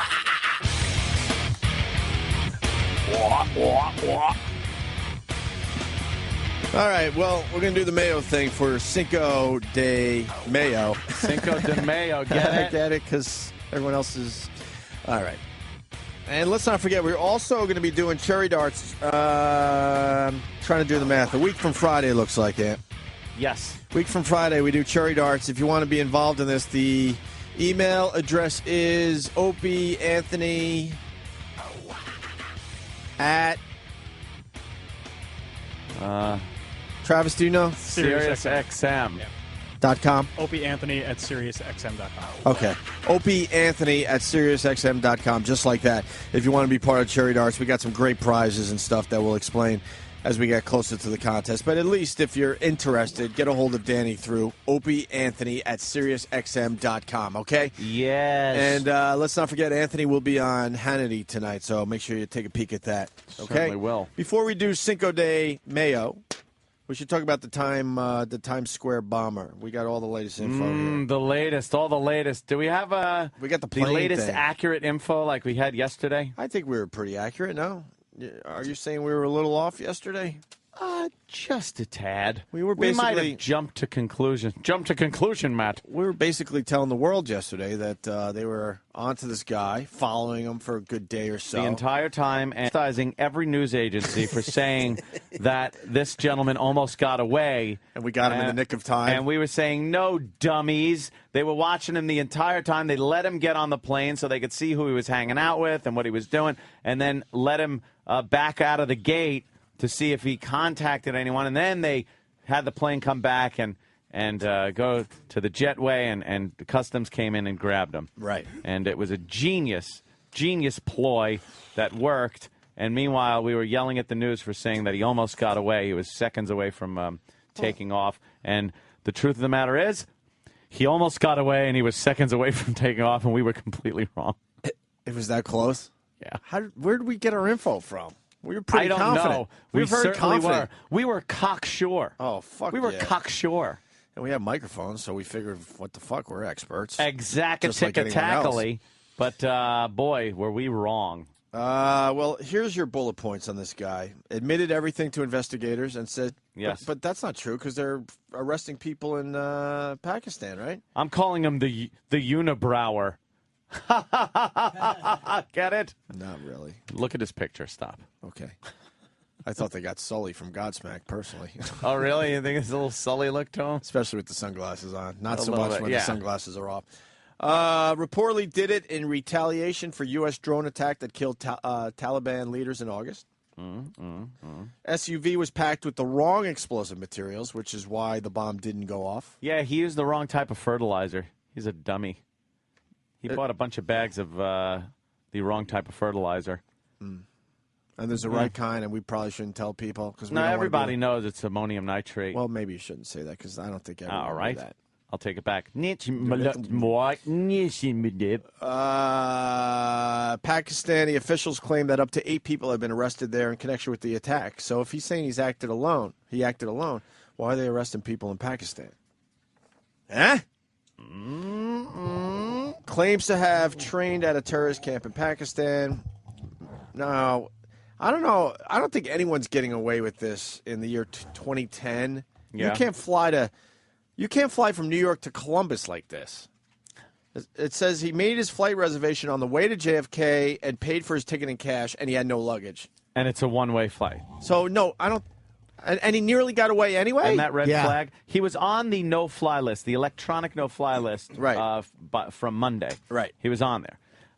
Did they put him on there quickly? Yeah, quickly they put it on. Okay. But Emirates Airline either ignored it or had some kind of a problem, a delay, they said, in their updating of the no-fly list. They have an outdated list. Yeah, but if it's popped into a computer, how could that ever be outdated? That's what people are saying. Do you know what the penalty for that should be? So fucking harsh. Like the airlines want to, in general, want to fuck us for blanket money and money for pillows or whatever. The penalty for allowing that to happen should be they either remove all of your routes for a week. I mean, they should destroy you financially for that. If you let somebody who's on the no-fly list on your plane, you should get fucked. It should be your responsibility. Well, why was he paying for his ticket in cash? That's I know. It's a dead giveaway. That's the biggest red flag going. That's huge. And he doesn't have luggage on top of it. So why? They're saying he almost got away and he was on the plane, but why was he even allowed to board the plane? That's enough suspicion to kind of like have him look that closer, right? Yeah, and he the only way they found out was customs agents went over the paper copies of the no-fly list and found him and found the guy's name. And said, "Oh, well, look who's on that plane." Now the FBI was trailing him, so we were sort of right. Yeah, for a little bit. They we were basically wrong. We could accept that. FBI trailed him leaving a grocery store on Monday, but lost him. Original plan was to arrest him at his apartment Monday evening. Yep. How do you fucking lose him? If they're being truthful, it's the most wanted guy. Unless there's the only thing I would say, unless there's something that they would rather look like asses who lost him instead of give away something. Like if there's a piece of, what's the word I'm looking for? A technique that they employed, or somebody that they used that they don't want to give away. They'd rather go, we lost him and then caught him. I know what happened. What? He was in the grocery store. The FBI was there, and the FBI guy goes, "You know what? I'm in the grocery store. I might as well go get my mom a Mother's Day card." Mother's Day card. He's not going anywhere. See, he should have ordered from one of our fantastic sponsors. Figured, what the hell? Look at a few cards while he's in here. And he wouldn't have lost them. All right. You did the out-of-date list. Let's see. A series of phone calls was placed from Pakistan to a prepaid phone that was activated on April 16th and deactivated on April 28th. Why do they give us all this info? I was talking to Anthony about this. I don't understand why they need to give the public all this info right away. On how they do things? Right. I don't get it. You know, eventually I like to know some of this info, but not less than 24 hours after it all goes down. Yeah, this all happened very quickly. And he worked as a financial analyst in Connecticut, so he kind of did. lived like a regular Joe for a while. Regular guy, except he built a half-ass bomb. And he wasn't on the electronic no-fly list, so the customs guy grabbed him, and the plane was taxiing. It was taxiing to the runway to take off, and air traffic control called him back. There's actually audio of that, too. Yeah, we got that. Yeah. So what you're about to hear is the audio from the plane. The plane and the tower and ground control there talking to each other. So they were heading for takeoff. Yeah. And this is the audio basically telling the pilot, you know what, can you please come back? Yeah. Problem here. Wow. Yeah. 123 Nana, Emirates 202, good on. Emirates 202 Heavy Kennedy Tower, runway 22 right position. Actually, I have a message for you to go back to the gate immediately, so make the left turn when able. So, 202, turning left here. Hi, Emirates 202, make the left turn onto Echo, left Alpha, back to the ramp. I don't know exactly why, but you can call your company for the reason. We'll do that. Left onto Echo, then onto Alpha, and back to the gate via Golf. Yes, whatever is convenient. Emirates 202. We'll do that. Emirates 202 Heavy. Emirates 202 Heavy, go ahead. Yes, ma'am. We're trying to figure out what's going on here right now, but as far as we know, I'd like to request you to just keep the flight plan open for now. Emirates 202 Heavy, no problem. Flight plan's good for another 2 hours. Yeah, good luck. Keep the flight plan open for 2 hours? Yeah, that'll be all settled in 2 hours. I don't think they had that flight plan. Do you know, this is even more satisfying. That asshole was headed out towards the runway. Wow. And then all of a sudden, they made a left. Yeah. Oh, that's even worse. Wait a minute, but the runway's over there. We have been called, because I guarantee you they said, ladies and gentlemen, we've been called back to the gate. Yeah. We're going to, it might be some kind of a manifest issue. Or, Yeah. He knew. We've been called back to the gate. We'll be returning to the gate. Our flight plan is still open for a couple of hours, so no need. We will be leaving shortly, I'm sure. That guy must have been must have been like, oh, they got me. Oh, they got me. I was just. He was probably sitting there like, "That's gonna be. Yeah, I hope takeoff's nice and smooth. Here it goes." I go, "Oh, wait a minute, we're turning. Why are we turning?" Damn. Yeah. See, so we were a little wrong. They were pretty close to. Maybe they were, but again, wow. I'm not 100% ready to give up because what bothered me with the theory of they wanted to see who walked away from the gate, who might have been there for him, was that if they just let the plane door close, and the people might not walk away right away. But if they actually let it back out and take off for a second, then whoever really was, if there was somebody in that waiting area monitoring him for his own sake, by that point they would have gotten up and left. So they may have wanted the plane just to really look like it, knowing they were not going to allow that thing to take off. You know what? I don't know. It seems like you're really kind of using the other passengers as guinea pigs because you don't know. I mean, the guy's been through security and everything, but you don't know how desperate he is and what he might do. And he may have something shoved up his ass, a bomb. You're right. You don't know. And believe me, there's plenty of shit to grab on a plane in the galley. There's just shit like there's plenty of sharp things, and you're right. You know, just a desperate guy. I don't know. They probably wouldn't, because if somebody even got even if he just punched a pregnant woman, they would say that did not have to happen. Didn't have to happen. Yeah. Why did they let the plane get as far right. as it did? Let's go to Scott in Wisconsin. Maybe that's why they're saying they lost him, so they don't have to deal with that. Yeah, true. Scott. Morning, boys. Hi. Hey, Scott. Squat. After listening to your fine program yesterday, I went into the truck stop to get breakfast. And watching Fox News, and they're talking about how they almost let him get away. And I said, no, they had under surveillance the whole day. You were wrong the whole day. Well, we've taught you guys a lot of stuff over the years, and the one thing we've said many, many times is not to listen to the media. Okay, and we are part of the media, right? No matter how much we hate it, we're part of the very media that we tell you not to listen to. Right. Can somebody send Love Buzz in here? What did Love Buzz do? We're He's in the middle as of talking. dumb as they fucking come. What was your first clue? All right, thank you, Scott. Right. Sorry about that. What happened to Love Buzz? What did Love Buzz do? Oh no, I see already what he did. Oh, here comes cartoon voice. Hey, Love Buzz. Love Buzz. Jimmy wants to talk to you. Jimmy's got a problem. Hi, Jimmy. Hi, Love Buzz. You kind of look like the bomber guy. I do? Yes. Yeah, you kind of do, Yeah, actually. you kind of do. You got the big eyes. You got the and you're as the beard competent. mustache thing. What did you order? Latte with non-fat milk. Oh, is that what this is? Yeah. Really? Because it says Grande iced coffee.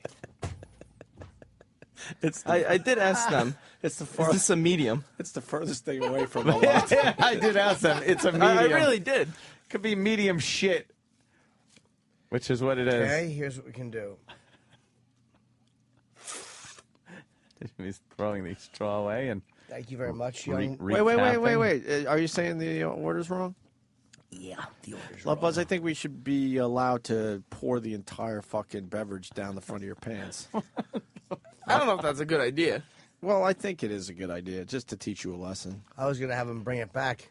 Oh, really? Yes. Why? You want to save the $2? I would like my beverage. He'll go out and get another beverage with wet In my pants. defense, I do ask them a lot. Like, I asked them, medium iced coffee with non-fat milk. There you go. You just said it. I told them that, though. Yeah, that's wrong. Medium iced coffee.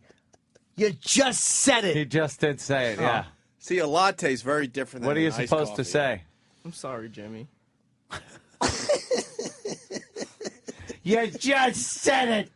I'm only mad because I said to him when he walked in, "Would you order me with medium iced latte?" Right. He said it right. And then there you must have said medium iced coffee, Of course, didn't he just you? said it to two countries. Didn't you? Yeah.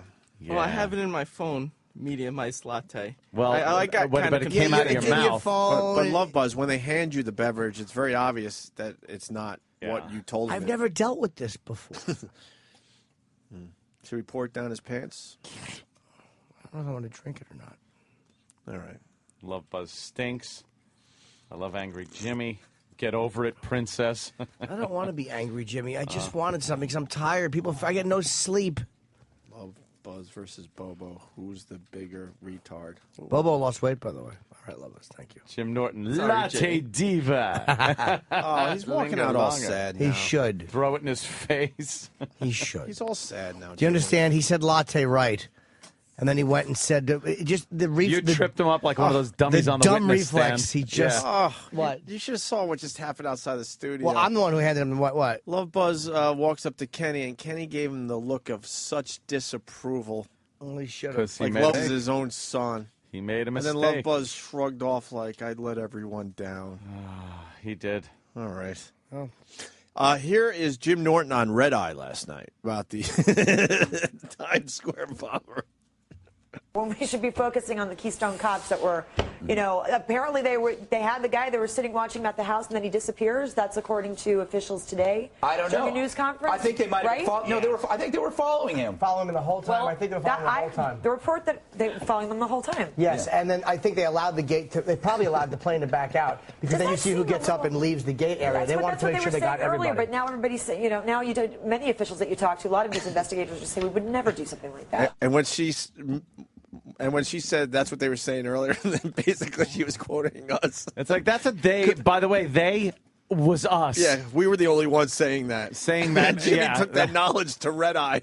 I didn't know what I was talking about. You took the knowledge from this dicky show to Fox News. I couldn't have had a shittier source than this room. Yeah. In I fairness, don't even know I can't remember where it even came from. Gutfeld kind of was agreeing with me. Yeah. No, man, there was. But Juliet Huddy, there was something was that was right. that was out first today morning saying that. Really? Yes. If Gutfeld was saying it too, he wasn't listening to our show. Who came up with the they were following him, they let the plane back out? Was that just us speculating?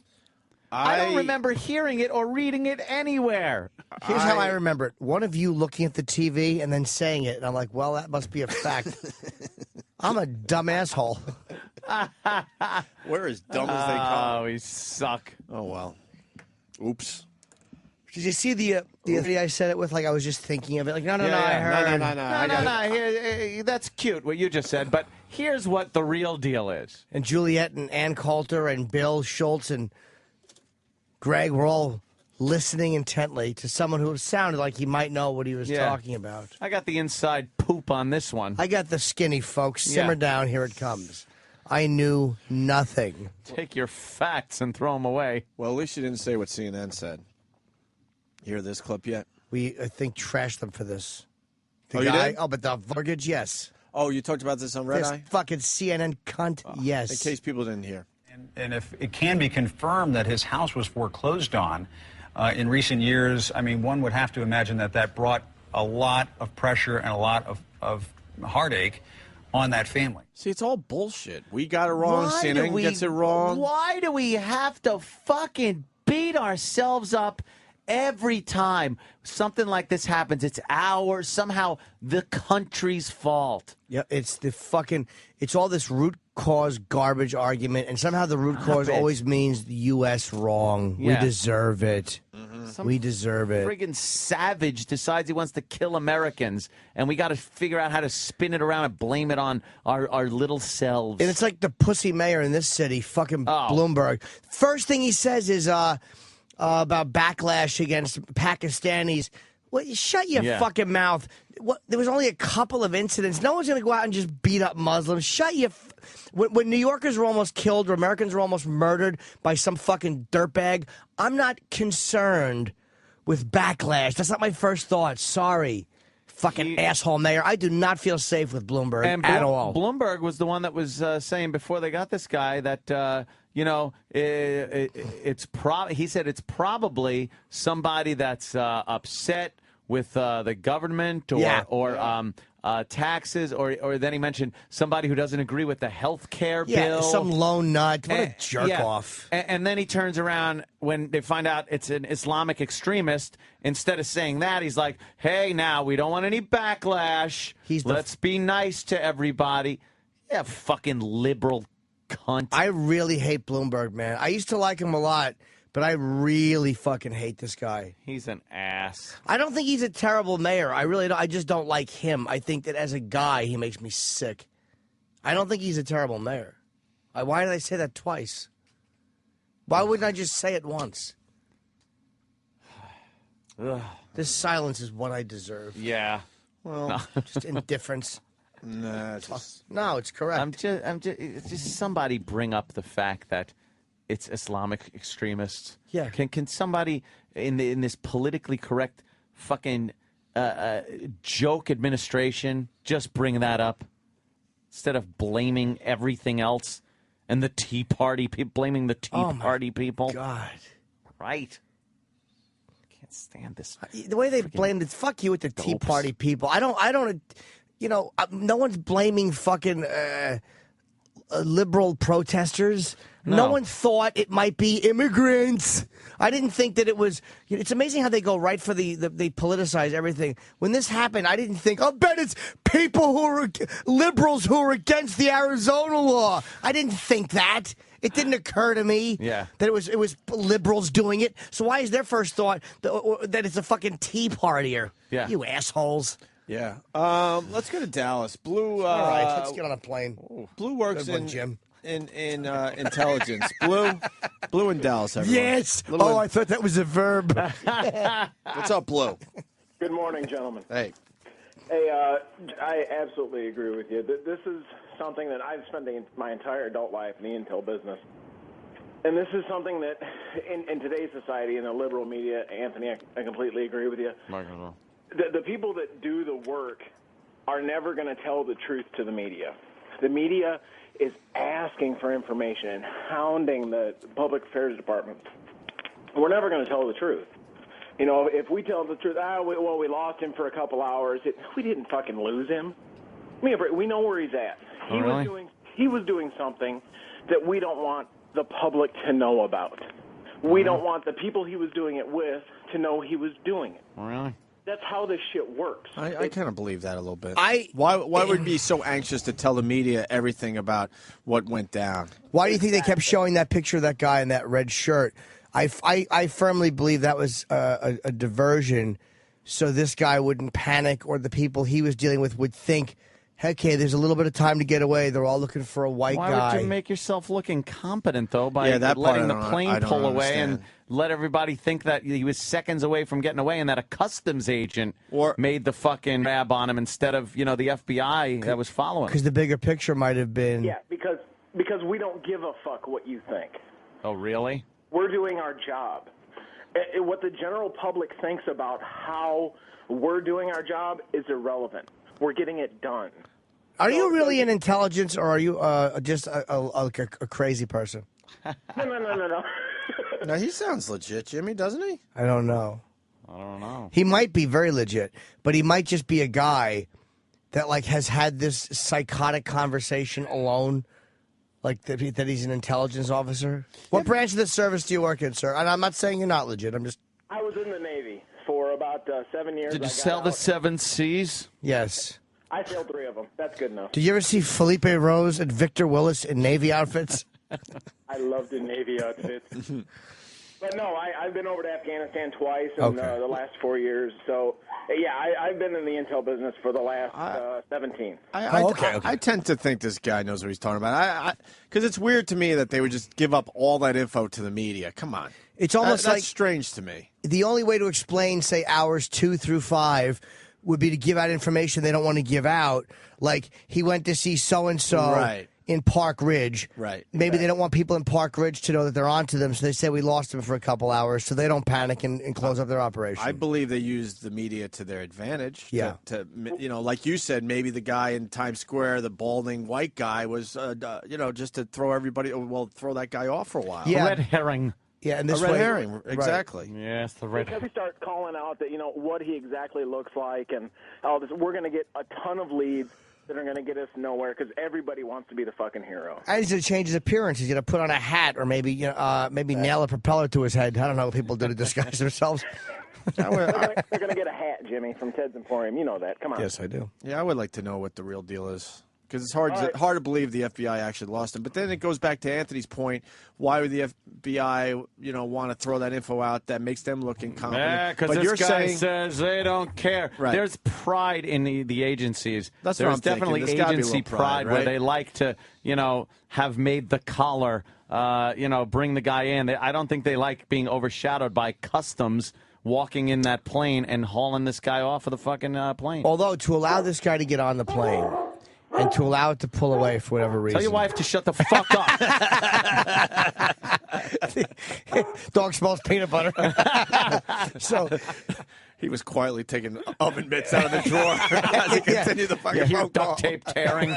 It's like, no, not today. You hear the drip, drip, drip of her vaginal juices on the linoleum. Within 2 seconds, he goes from intelligence agents to his wife is having a pussy licked by a dog. By a German Shepherd. Or a Mastiff. A dog like Hooch that just drips spit on her back while it fucks her. There might be something to it because he just hung up. Of course he did. That's it. I bet you the only Navy connection he has is he wipes the dog's cum off her back with a Navy hat. And he wears it. Makes his fucking I'm an intelligence officer speech into a mirror. I'm sorry. So you probably are legit. I'm kidding.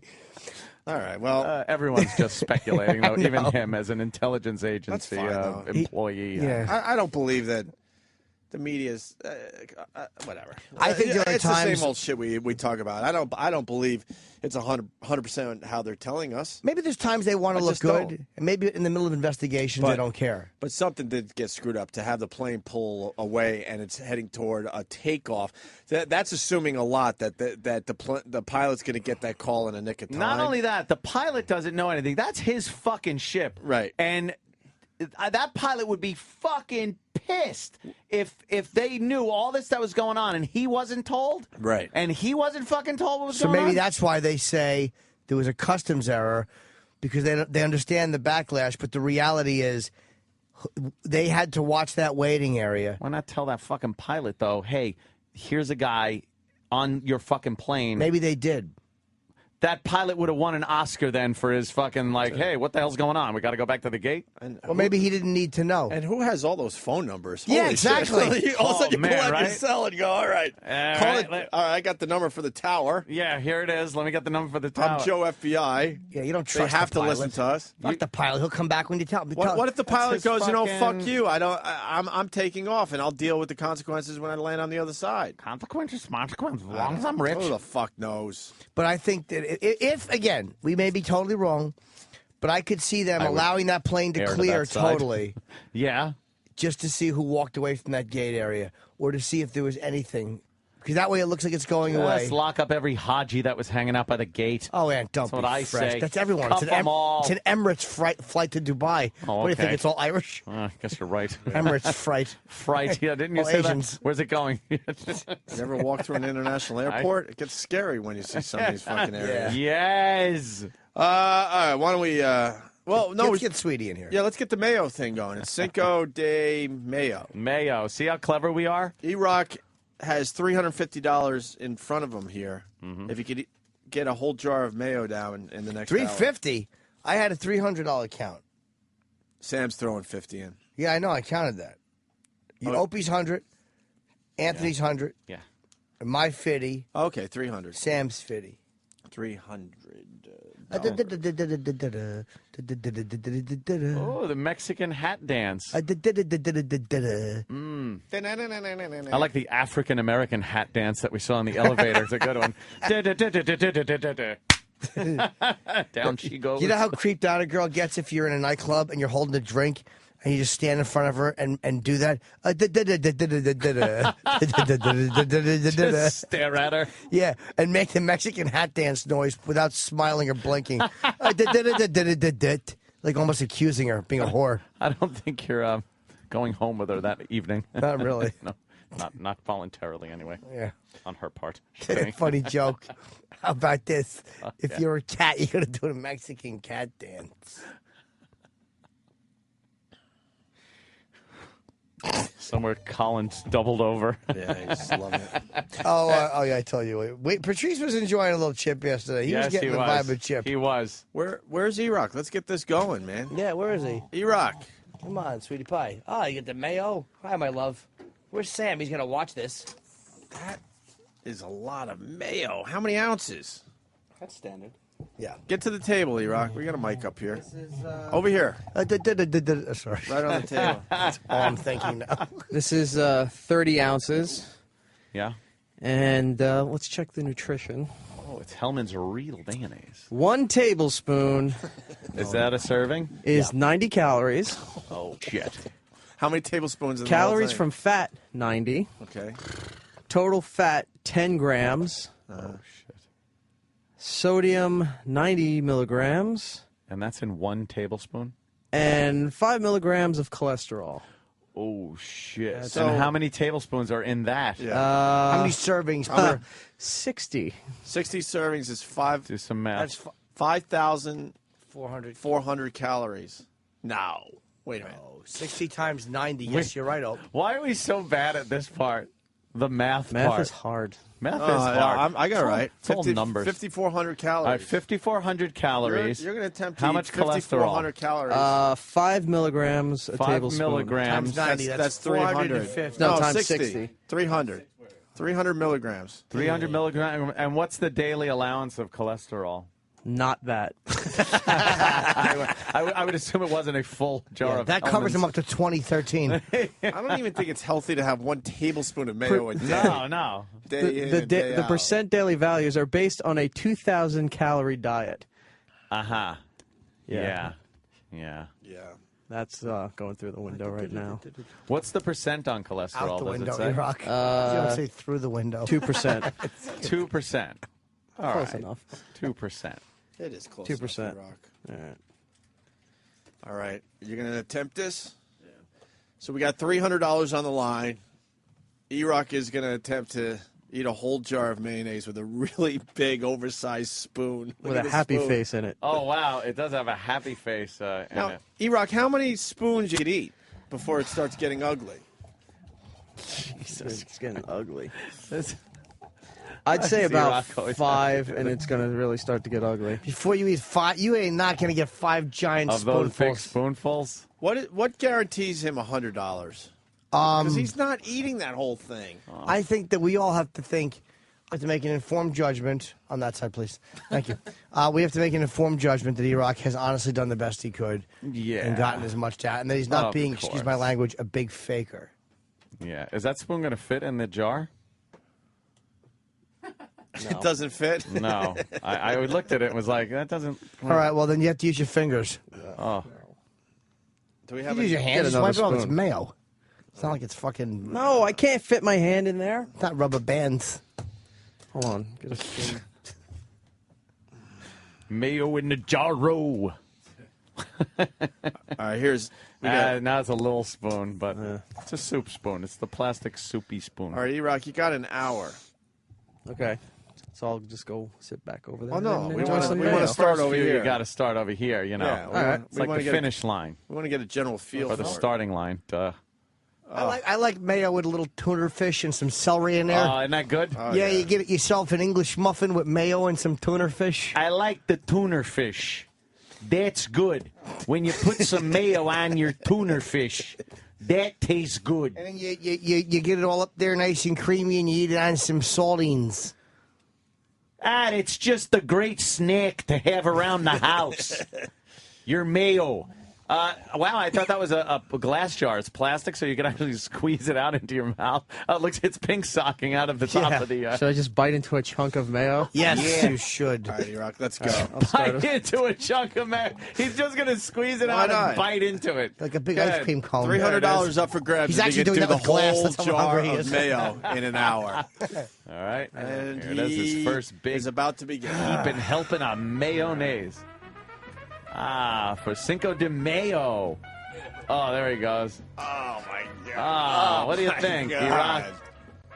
Erock? Your mouth looks like Steve. You want a napkin? Yes. And How was that first heaping? First one not That's bad. delicious. Yeah, the first one you gotta The boy appreciate. does love his mayonnaise. He's a sweetie. He really does love his mayo. All right, but that's the first one. Yeah. Do you know what would make this bit perfect? What? He wouldn't do it. What? If he was naked except for his underwear and we could snap his tits with rubber bands. As he ate the mayo, yes.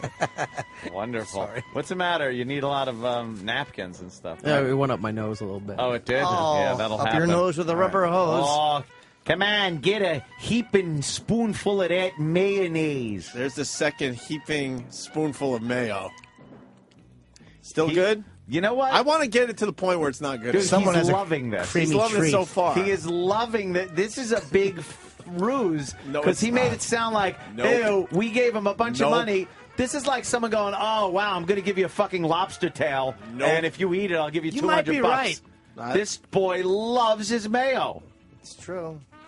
That's 2. So far, you're all in? Mm-hmm. Okay. Washing it down with a little Here goes spoonful Gatorade. number 3. He's washing it down with some low-calorie Gatorade. Yes. G2 grape. G2 grape. That's wonderful. Here comes the third heaping spoon big of mayo. Spoonful of mayo. Ow. There he goes. Number 3.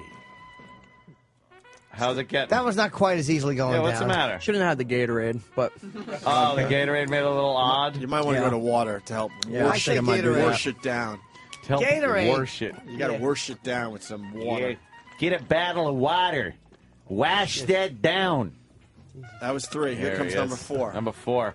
That really makes that spoon stand straight up when you put it in there, huh? Yeah, that's thick, creamy, real mayo. None Number of that 4. low-fat shit. There's number There you 4. go. He is up to how many fucking calories? I'll be dead. Jesus. Oh, boy. Say something else quick. I want those as your last That was word. 360 calories. 360 calories. Your mom's. No, No. that. All right, here comes number 5. Mom's mayo. Here comes number 5. Number 5. Big, nice, another He's heaping. already slowing down. Or man. no, it's coating the teeth. Is it? Oh, you're very unkissable right now. Yeah. It's coating the teeth. Number 5? Is that 5? All right. That's great. And Number here it 6. comes. Number 6. Do you know what your shit is going to be like, dude? That is going to lube everything up. It's Yeah. going to slide out of you like a water slide. If you blink your eyes too hard, shit's gonna fall out. Yeah. I think your kidney's going to slide out. This is Your- number 6? Yeah, Your this is- logs are going through your digestive tract like Splash Mountain right now. Number 6 is down. Uh-oh. That's not quite as delish. No. Nah, it's starting to get to you a little bit. Yeah. We're up Can to... he stop trying to be sexy leaning against the window? He is. What Look a at him. jerk with his GQ pose. All right. I think he's going to try for number 7. Yeah, he'll get it. He's doing fine. Number 7 is in. 7 big heaping scoops of mayonnaise. Let me so see far. in the top of that jar how much is left. Have you made a dent in it? It's Yeah. a dent, but Quarter? it's that skinny part of the jar. Oh, it's starting no. to fatten out now. Yeah, I'm starting to hit the label. Yeah, the label is the thickest part of the. He's doing all right though. Say what you want about Erock, but he never disappoints. He's the greatest. All it is egg whites, right, and oil. Yeah. Isn't that what makes? I think that's about mayonnaise? Soybean oil, whole eggs, Whole eggs, egg yolks, vinegar, salt, sugar, lemon juice, and a The few lemon other juice little is what You things. act like you've never read this before. Yeah. I'm going to get it exact. When Who you're says on he the was reading it? It's memorized. Yeah. All right, here goes. Those are the names of his children. Yeah. Number Little- 8. Little wine, sugar. It looks like Clemenza. Here goes 8. Oh. Uh-oh. All right, 8 He just wasn't shuddered. Good. 8 wasn't good. Erock just shuddered at the 720 calorie mark. Have a sip of Gatorade. Now, what was It's better for you. It'll actually replenish What you. was the shudder about? That little haul that you did. I don't know. That was his heart. something His was heart. His heart just burped. It's like when the vacuum sucks up a sock. Everything's going fine, and then. All right, he's going for 9. Oh, God. Here he goes. He's starting to breathe heavy. Yeah. Are you sweating? No, but My stomach's gurgling a little bit. Oh, is it? Oh, yeah, you're going to have the fucking explosive diarrhea. I throw in an extra 100 if you shit your pants in the studio. Oh, God, that burp must have been horrible. Here goes number 9, Ant. Oh, shoes look fatter. He got that one down. Sure he did. Piece of cake. All right. He's got all mayo around his mouth, though. I know. He's going like, and it's all like mayo-y. I know, sweet boy. 810 calories at the number 9 mark. So make it even 900 if he gets spoonful number 10 down. These are not just tablespoons. These are fucking massive tablespoons. Yeah, he's way above that because there's only 60 tablespoons in this.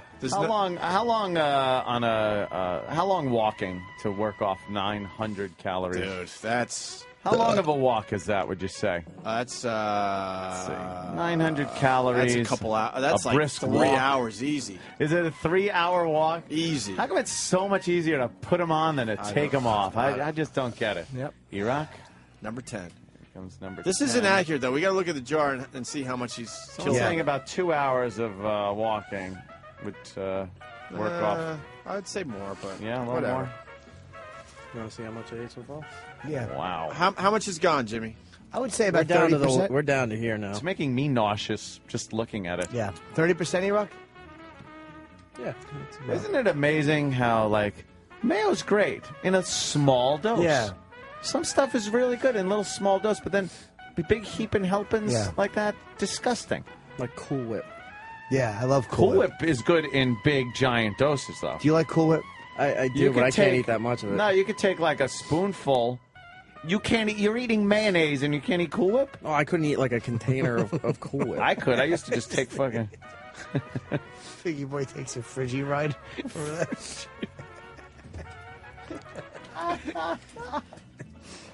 Here goes 10. Big boy.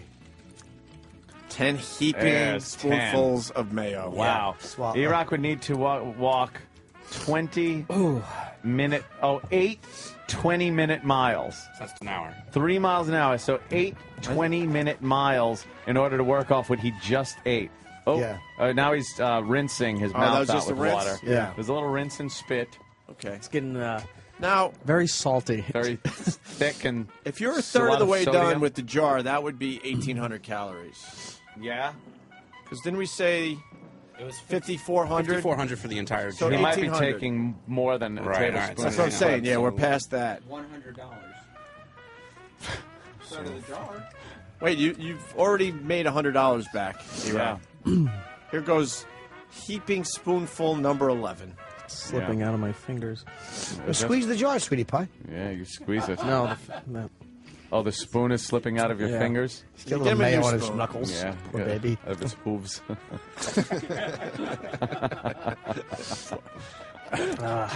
Here's number 11. Here it is. You can't do this? Ken is just rough now. 11 is in. This music is hysterical. Well, it's Cinco de Mayo. Terrible. Yeah, Erock would need to walk 16 miles at 3 miles an hour. Think you could do that after the mayo? Do I look like I walk? All right. He's cleaning off the spoon. He's going for teaspoon number 12. Ugh.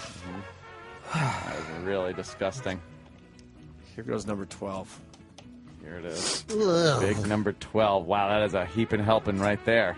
Just up to the tippity top of that spoon, all heaped over it in a big mountain of mayo. Yeah. Mm-mm. You should eat it, and as you're swallowing it, spin in a circle a few times. Get the dizzies going. Oh, God. Churn it. Come on, suck it down. You got a it. wad of dog There it cum. is. There it is. Salty and Ooh, sweet. number 12. You don't want to sweet. He almost gagged. Are you getting a gagging sensation? Starting to. Yeah? Oh, that's a bigger spoon. Look who it is. Good idea. Man of the Year outfit brings in sexually leaning against the I window. know. Hi, boys. From Giant Queer Magazine.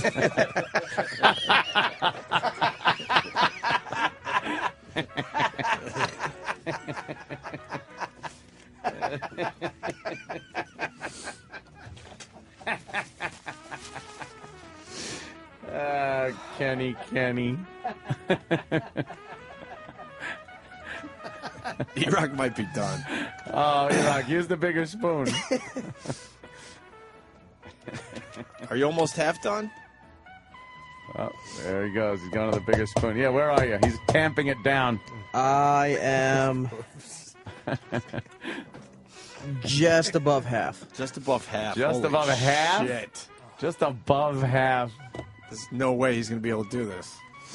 No. He's having a hard time getting the spoon down into the jar there.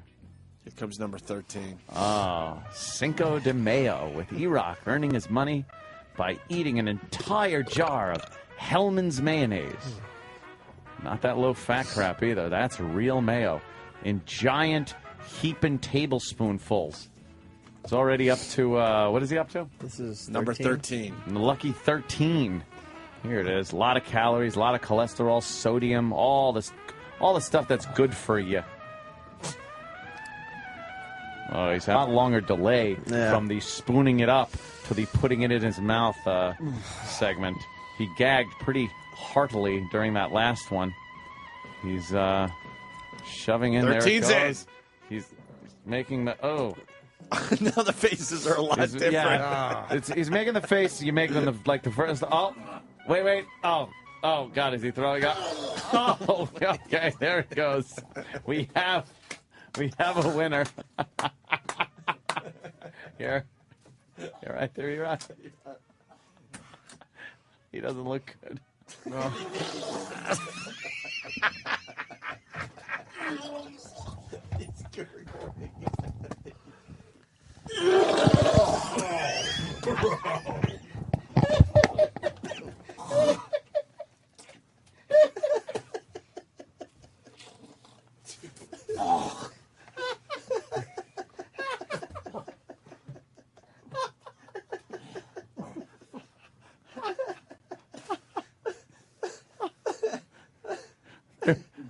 There goes the flights over Europe again.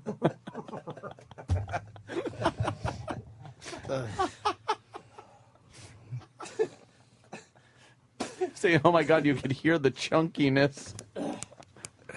Well, at least he lost a little weight. One more. I see a little more. Oh, wow, the tip of his nose is wet. It came out his nose a little bit, right? And eyes. And eyes. Mayo came out of his eyes. Wow, did you? Erock. You know something? That is fantastic. I've got to hear that one puke sound again. You want it? I have it. Oh, yeah, of course you do. I do. Hang on. Let's hear that great sound. All right. He doesn't look good. No.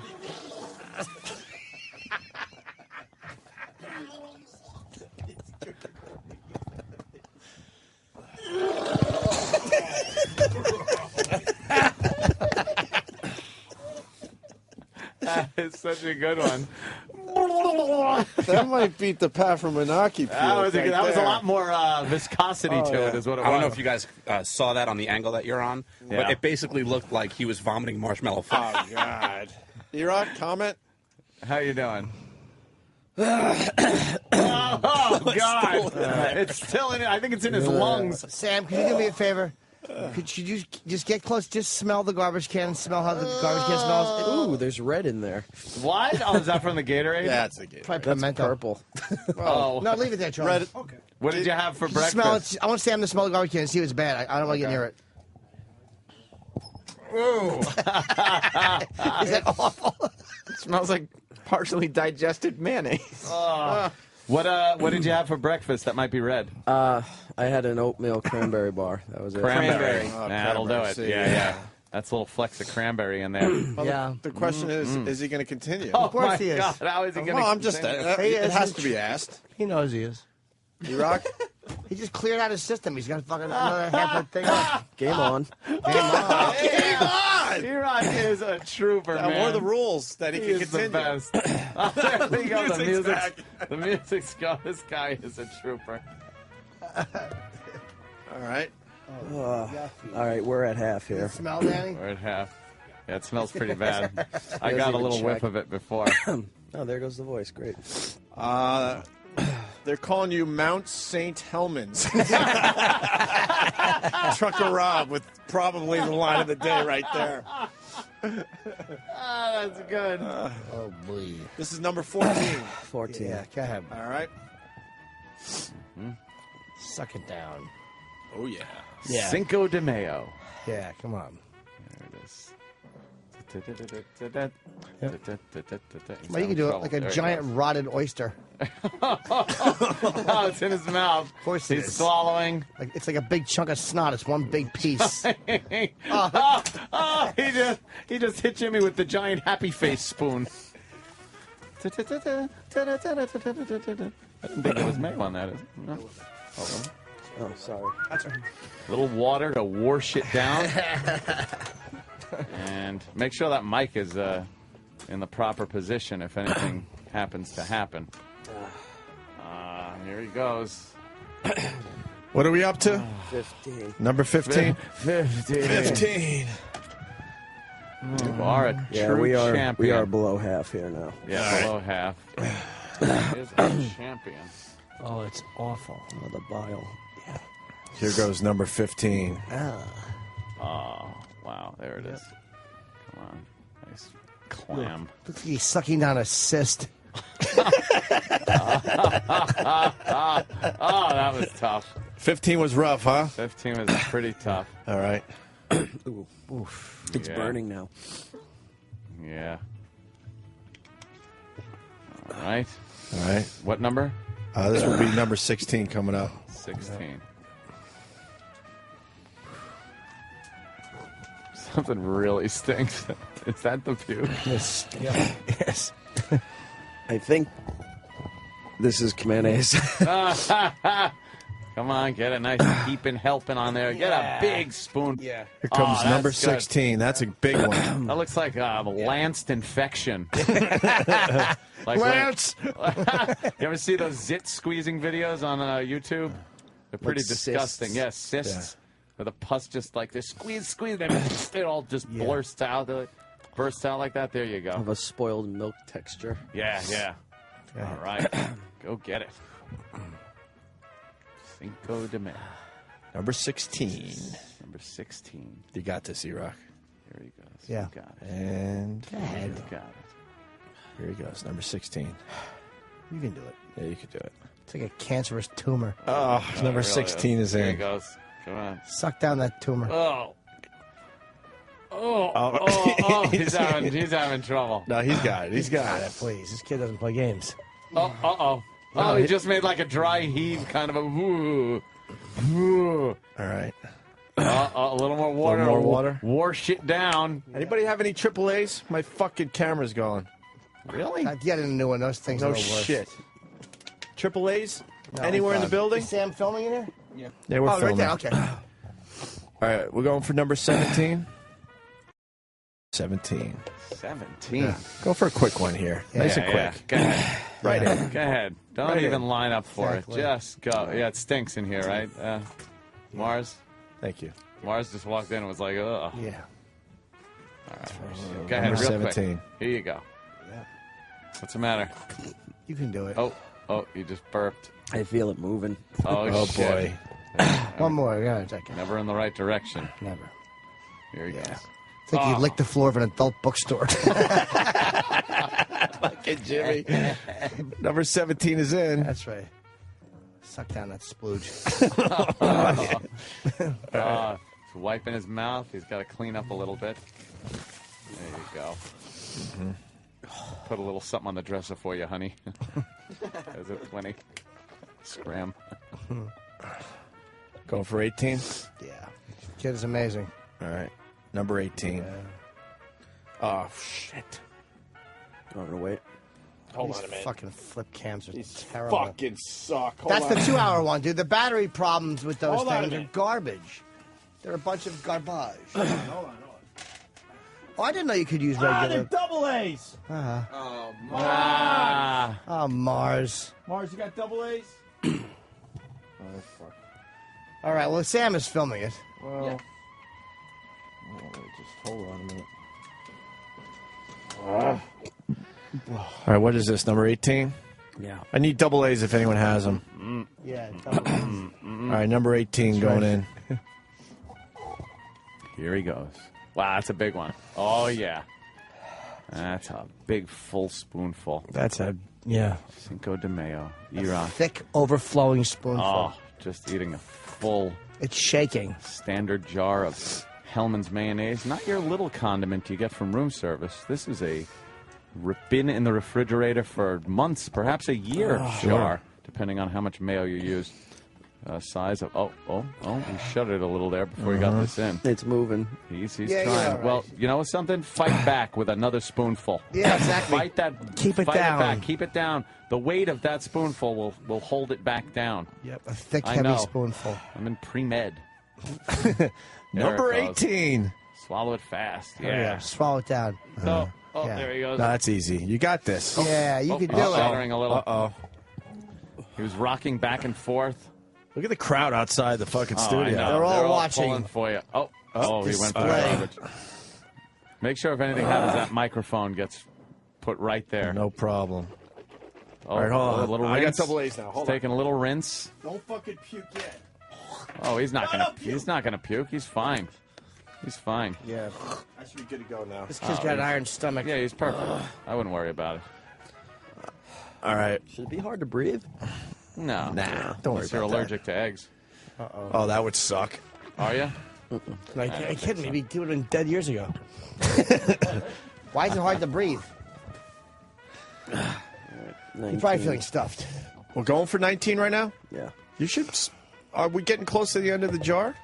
Hold on. He's got to get that spoon in there pretty good to get another big heaping, at- topping.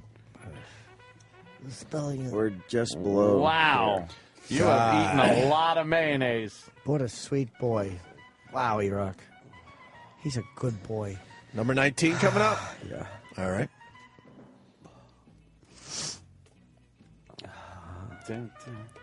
It just looks like white fucking paste at this point. Yeah.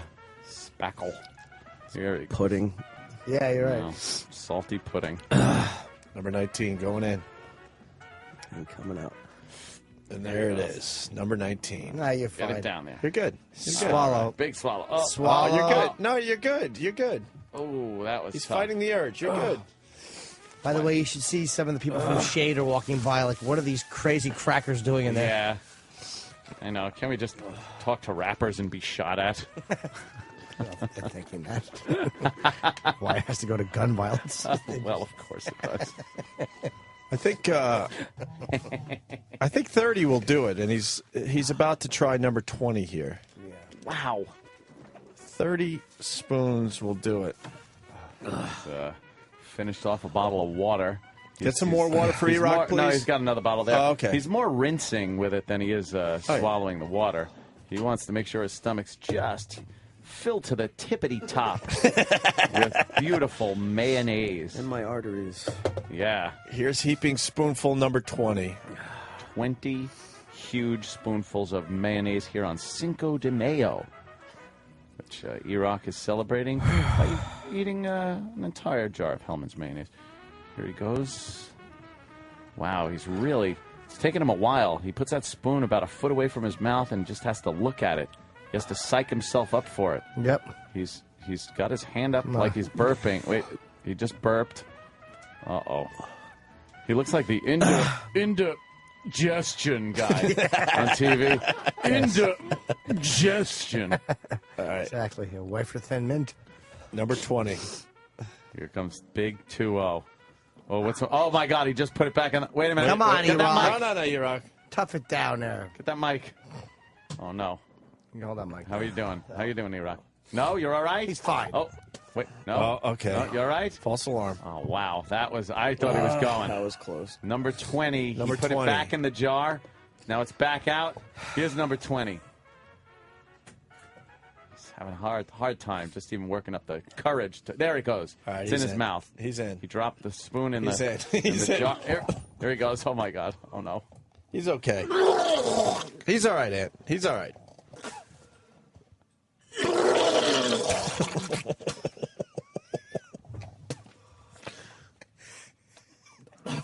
You all right?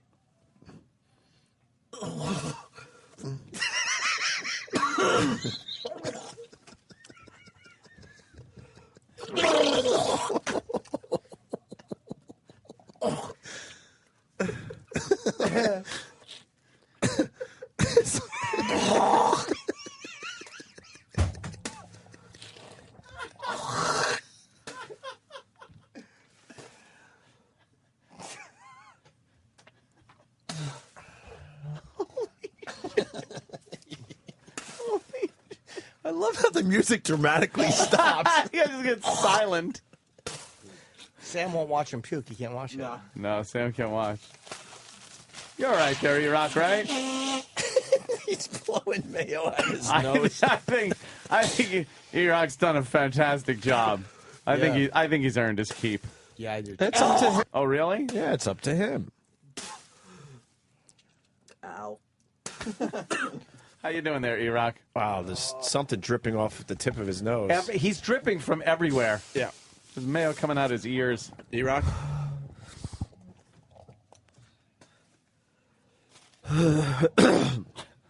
That hurt. He's collecting himself. The gurgling, Erock, what does that feel like coming up? Oh, it burns. Burns? I'm sure there's a lot of stomach acid mixed in with the Yeah, mayo. yeah. Vinegar in it. It's very thick. Interesting note on that last one. Yeah. I guess it was the big sounding one. It came out as a bubble. It just went. It popped as it left my mouth. It did sound very bubbly. Oh, he went back for the. Okay. He's just trying to spit it out. It's now lining his entire esophagus, I bet. Wow. That's tough. How much is left in there, by the way? He's kicking this jar's ass. Yeah, he really is just kicking the jar of mayonnaise ass. Is it up to the bottom I think of he's the hitting label bottom yet? with the spoon. We're right here. You're just about at the bottom of the, almost to the bottom of the label. And then there's about an inch or so of jar left beneath the label. I would guess about 10 spoonfuls left. He's done 2/3 of the bottle. Or the jar. The jar. I think he's done more than that even. Wow. Holy fuck, Erock is a trooper. Sam has never done anything even close to this. True. See, now Erock is actually getting kudos for this, and Sam is looking like the asshole. That he is. See how people turn? How many mouthfuls? Could you take one mouthful of mayo? No. Why? I would be gagging and throwing up after. I mean, I wouldn't even be able to hit my lips before I started gagging and throwing up. Oh. One mouthful of mayo? There's no way I could even hold it in my mouth. I'd be throwing up within a minute. Wow. For one mayo? Yeah. I can't even. Erock, are we done I'm officially? Let's talk to Erock. Is he done? He's controlling this bit. I'll try for some more, but oh my God. The next throw up, I'm done because this. The next throw up. I don't have. I think my voice is almost completely shot. All right. All right. Game on. Here we go. Cinco de Mayo. Boy, this has news all over it. Celebrating Cinco de Mayo. Yes. Right, Jimmy. You're right. God. Yeah. All right. Intestine dies. I love the music. Back again. Thank God. Yes. All right. This would be heaping spoonful number 21, I believe. 21. 20 was very difficult. Is this bad for you? No. He's puking it up. Or is He's it fine. okay? As long as you puke it up. Yeah. Basically, he hasn't taken in any calories yet. Number 21.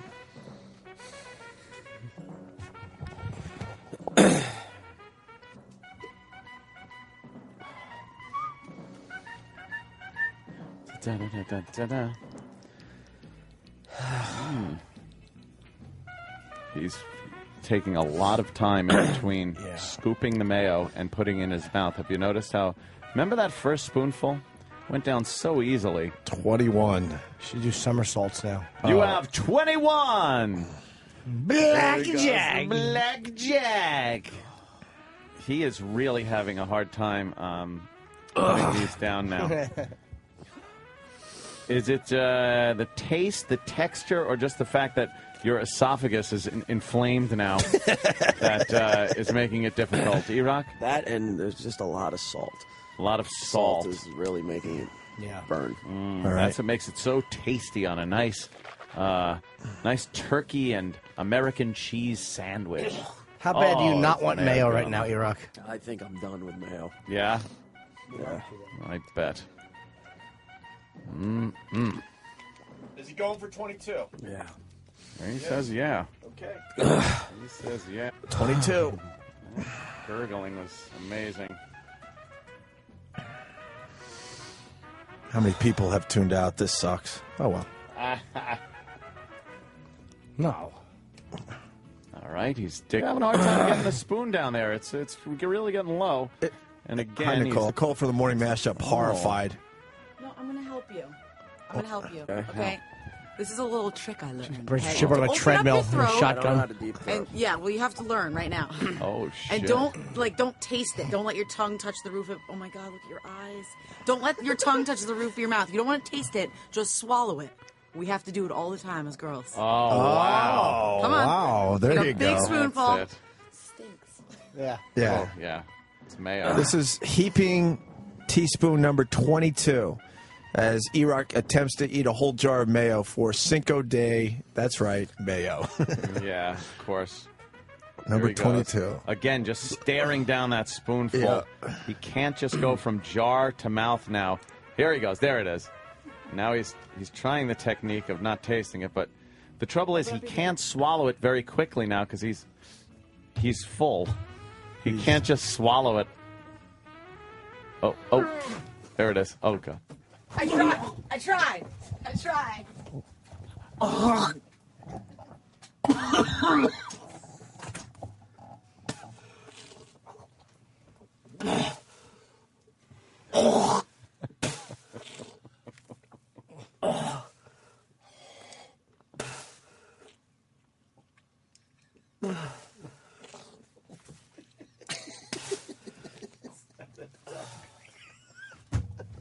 What happened? I'll show you. Okay. Slee stack. Oh, fuck. Wow, did that just...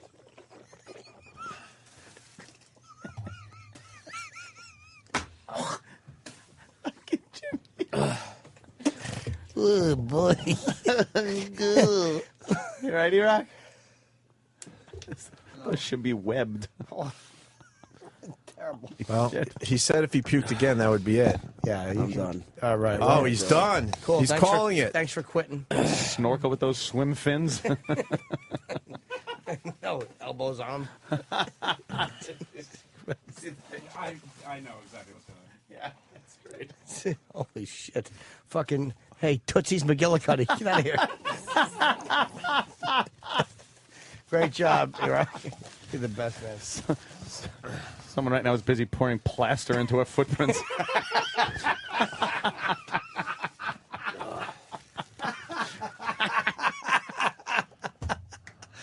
Oh.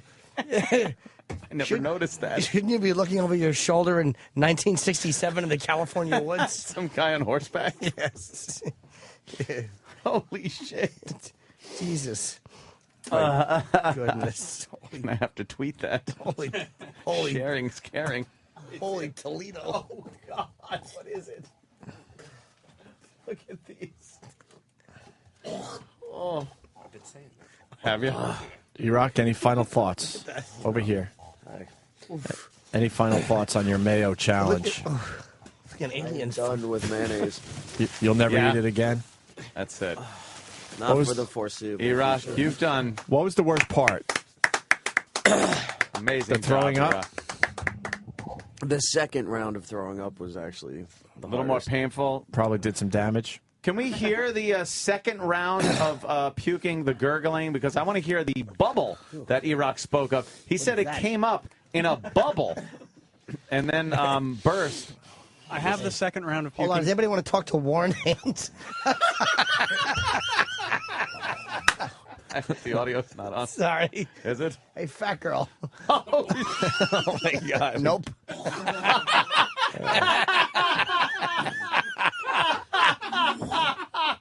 It's not. Oh, Jesus. Holy shit. We should get Erock out of here, right? Yeah. And any last thoughts? You good? Camo pants ain't working on that one. No. Jesus Christ. Exactly. If you want to camouflage yourself, it should be like space and small planets. Can't. It should be. If she wants to go outside, it should be bricks and a door. Stand against. Right, get it. We get it. Stand She's as against big as what? a building. Windows and pane, and we know. Oh, God. Jeez. I didn't think Meatloaf was swinging back through. Oh, it's awful. Is that? Oh, what does she look like? Oh, God. She looks like at least 3 different people from the WWE.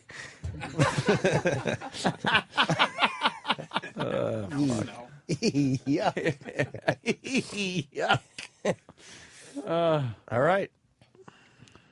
Yeah. Thanks, Erock. Erock. Good job. Fantastic. Claim your winnings. Take your booty. They're right over there, I guess. Get my 100 from over there. Opie's 100 is over there. Right there in the bear trap.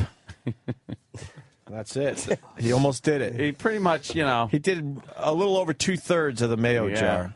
That's not bad. All right, Erock. Good job. Can we hear let's hear the second round of gurgling. I have the second round. I also have, if you want to go back in time to when it was all fun and games, I have his first bite when he was so excited. Oh, okay. Let's have the first bite and then the second round of puking. All right. And here it is, his first big. is about to begin. Heaping, helping a mayonnaise. For Cinco de Mayo. Oh, there he goes. Oh, my God. Ah, what do you my think, God. Erock? Your mouth looks like Steve. You want a napkin? Yes. How was that first heaping? First one, not That's bad. delicious. He went, that's delicious. You heard it. Very exciting. He was like, this is a breeze. That's delicious. Yeah, made a bag of shells. And then within a few minutes later, 15 there he goes. maybe. Oh, my God. Oh, no. He's okay. He's all right, Ant. He's all right.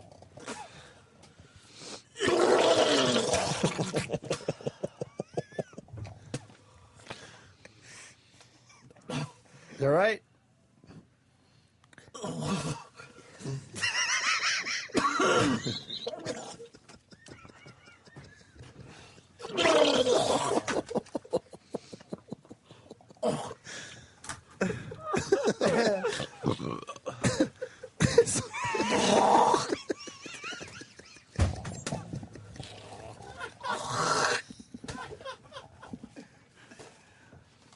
Was that Erock or was that girl's prom date? And he went to pick her up.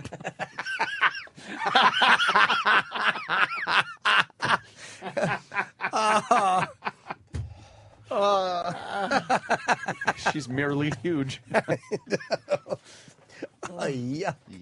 Carrie. Oh, not her without a forklift. Well, I hope Erock doesn't stand next to her. We won't be able to tell who's who. That was wonderful. All right. Is that mayonnaise I smell on your breath? It's like a mint to her. It's like Axe body spray. We should take a break. That was amazing. Yeah, absolutely. We'll have some video up later. I think I'm putting that up in real time. Yeah. Fuck it. It's fantastic. Just fuck it. Yeah. In sections in real time. That's great. All right, quick break, and we'll finish up the show next. Stay there.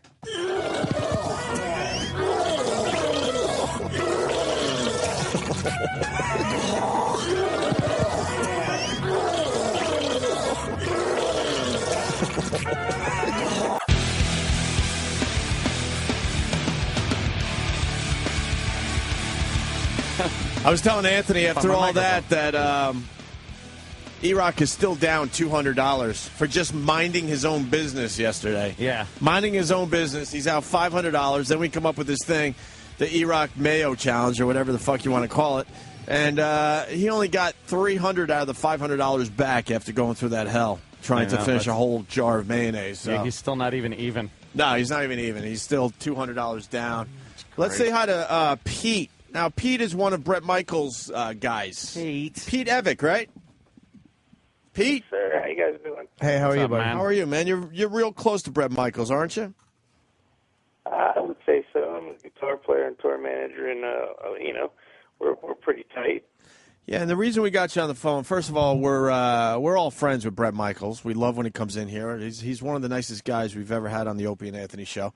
And everyone is saying that he's going to be making a full recovery from this brain hemorrhage that went down about 2 weeks ago.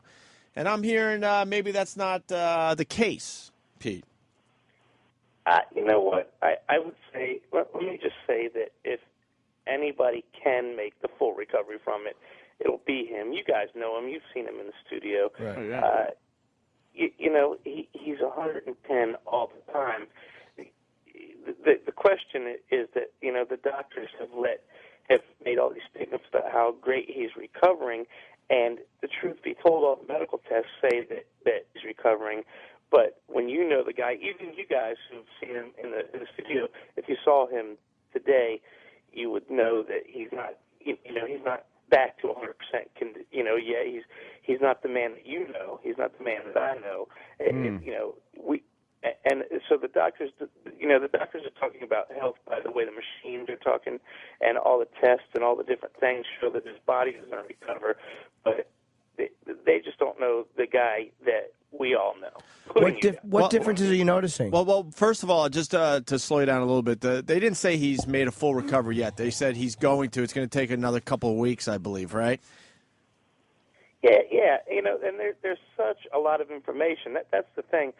None of us have said anything yet until they released all that information yesterday, the technical information, because there's so many things that you have to keep into consideration. I think everybody has already forgotten that 2 weeks ago he had an appendectomy, and he's still recovering from that. But that's a 4 to 6 weeks process. On top of that, he's a juvenile diabetic. Most people at 47 that's a juvenile diabetic have already lost their foot or lost their eyesight or something like that. So, his immune system's kicking in to fix his appendectomy, and now it's got to deal with this brain hemorrhage, too. There's a lot going on. Right. And now to Jimmy's question, which is a very good one. What are the changes you're obviously seeing in Bret Michaels right now? And like I said, he's 110%, 120%. When he comes to New York to see you guys, I've been with him a few times. I've been there and see you guys, and his full day is packed. He comes in, he'll talk to you guys. We'll wake up at 5 o'clock in the morning, and we'll be going till midnight when he's doing the late night TV shows and all these different things. And right now, it's really weird to see him have to just pace himself and do something. He'll talk for a few minutes, and then he'll just talking will exhaust him. Just saying something and just walking to the bathroom will wipe him out, and he has to rebuild his energy for a couple hours next thing. Is he speaking the same? Is his speech the same, or is he slowed down his talking a little bit? It's slow right now. It's more slow and thought out. There are moments where you get in the normal witty and quick spoken Bret Michaels, and then there are moments where you get a slower kind of just thinking about what's going on around him and not even sure that he heard what you said. How about the thought process? Have you? Do you think the thought process is the same, and the body's just a little tired, or have you does it seem to take longer to process thoughts? You know what? I don't know that. That's interesting that you say that. I believe that his brain is actually running inside 100%, like it always does, 110, 120%. And I believe, to be honest with you, that's why they let him go to a rehab center instead of keeping him in the hospital right now. I think it's the same scenario as like how the SeaWorlds has never been able to keep a great white shark in captivity. Even though you provide it with all the things you need, it just dies.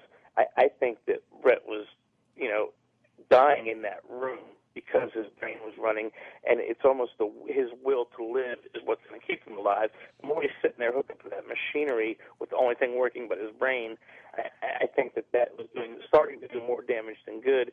And I also think that, let's be honest with you, I know for a fact that he went into a place that 95% of the people don't come out of, and he saw people that were there before him and after him not make it through, and that was really starting to affect his brain. I think that was, there's a moment in Bret's life, I believe, that happened where he kind of, I'm not going to say it was depression, but I believe he kind of went, geez, man, all these things have always happened to me in my life. Why am I the lucky one? Because there were people not making it around him. And I think that all that stuff was on his brain, and I think his brain's 110%, like always. Sure. But a lot of people are amazed that the doctor's saying he's going to make a full recovery. Do you believe he's going to make a full recovery, Pete?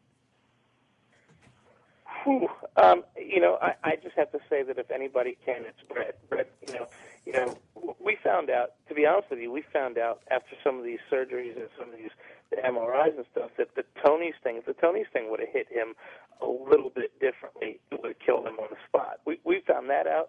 The appendectomy was a serious situation. We're starting to believe that he's a miracle man, because even his car crash in '94 and the Madison Square Garden accident, he's cheated death a whole lot of times that we don't think about, that we started to add up. And I believe that if anybody can, he can. I will tell you that the doctors were blown away at his health, especially for a juvenile diabetic, for 47-year-old man who's not a professional athlete. They said they've never seen anything like that. I heard them say that myself. Is what they're telling the public a little different than what you're seeing? I didn't see the full press conference yesterday, but I will say that I see my best friend hurting a lot right now. Yeah. A lot. I see, it's weird. He explains a headache that we're told can last from 3 to 6 months. No. Can you imagine having, and it's a migraine or more painful than a migraine type of headache. Can you imagine for 3 to 6 months just having that? Of course not. No. Jesus. My 3-year divorce. And then to be honest with you, the thing that we're describing, the reason nobody close to him talked yet is because the doctors are talking some crazy stuff that we've never, I can't even comprehend, but the blood that leaked now has to be re-ingested into his system, and it goes down his spine, and he has a pain in his back and his lower body that he says he's never felt anything like that in his entire life. And sometimes that pain oversees the headache pain. So that's his description of explains anything to you. Jesus. So it's going to be a while before he's out and about again. Yeah, but you know what? I'll be honest with you. He's determined. He is full on determined. Nobody's going to jeopardize his health. Not him, not us, his family.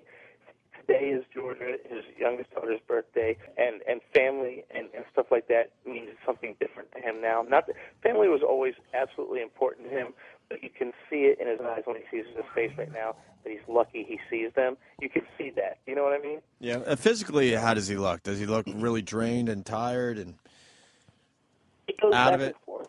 Yeah. That's what I'm saying. There are moments where he looks like he's ready to take on the world. It just lasts a very short time. It'll be like 5 or 10 minutes, and then all of a sudden he's back out. Right. And you never see that with him. That guy is up before everybody and in bed after everybody and going 110. But I'll tell you this. Again, nobody is going to pressure him to do anything but the right thing. Nobody is telling him to get back on tour. Nobody's doing anything. But Leonard Skinner is one of his favorite bands of all time, and we, with the solo band, are supposed to be going on tour with Skinner this summer. Sure. And I think that is going to drive him to recover. I just don't think that in his soul he can miss that. So you're thinking he's going to make the tour with Leonard Skinner this summer? That's pretty amazing. And he's in a tough spot because he won Celebrity Apprentice and he can't go out and promote that. Right. Now, we were right in the middle of a tour, and every show had been sold out, and he was happier than he'd ever been with the success of the solo stuff and the song with Miley Cyrus, and everything was just going absolutely wonderful. And that appendectomy hit Sure. down in Texas. And, is Donald Trump frustrated knowing that he won Celebrity Apprentice and he's not available for press?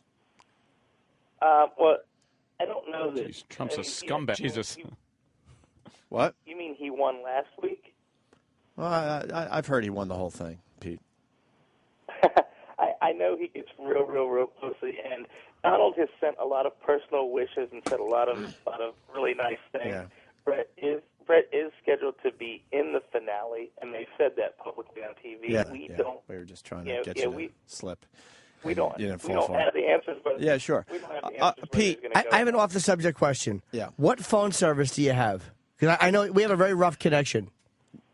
Oh, it's AT&T. Of course it is. I just figured. I heard a bad phone connection, and it must be that despicable AT&T. The most important phone call of the day for us, and it has to be AT&T. All right, listen, Pete. To summarize, a lot of Bret Michaels fans are very concerned. So why don't you speak to the fans right now? Something that could give them, I guess, a little hope or whatnot. Oh, well. No, you didn't. Look, I didn't even see. You know what? That could be. What? No, it's the fucking AT&T, like Jimmy was saying. Holy shit. I completely didn't see that coming. What? The phone, man. Fucking phone, man. AT&T. God, their service sucks. Oh, my God. Oh, my God. That was so fucking uncomfortable. Jimmy, did you say AT&T has bad fucking phone service? This is so fucking bad. So fucking bad. So fucking bad. Oh, wow. The whole time it's going in and out, I'm like, I guarantee he has an iPhone. Oh, really? Or an AT&T BlackBerry. Really? Can we... Well, that's I don't know. I don't know what to think of that. I know. Maybe they're painting a better picture. But again, if you know somebody, maybe the doctors see the physical and know he's going to recover, and this guy just knows him and in this process is seeing that he's not. Yeah. What am I? I'm saying nothing. His mouth is just opening and garbage is pouring out of it. Is there anything worse when you start something, you know you're saying nothing, but you know you got to at least You got to at least try to follow through on it. Right. At least maybe a good follow through will fix this. Nope. I like how Jimmy has brought to the show now just say, oh, holy shit, I'm saying nothing. I'm just saying nothing. Right. I like when I start saying something and I actually had a thought and then you just forget what you wanted to say, and you're trying to keep talking while you're trying to remember. To hold their attention, yeah. And you have nothing. Nothing. Yeah. Happens. Oh, Celebrity Apprentice, the finale is always live, so you don't even know. Oh, it's live. Going into it? Okay, I'm sorry. Assholes. All right. Yeah, let's... well, we wish nothing but the best for Bret Michaels. Sure, I got to be here till about 11:30 doing reads, so I guess we have to... take off. Yeah? Yeah, I would. Well, let's not forget, you're going to be on Hannity tonight. Hannity. Right. Yes, Steve. Oh. And Jimmy? Friday morning, July 2nd and 3rd, tickets to Borgata go on sale. 10 a.m., those shows sold out very quickly in January, and it's their busy weekend, so yeah, I'll be down at the Borgata Casino again. Yeah. I fucking love that gig, man. Yeah. I really do. That is a great place. Oh. I don't love the city, but I love the gig.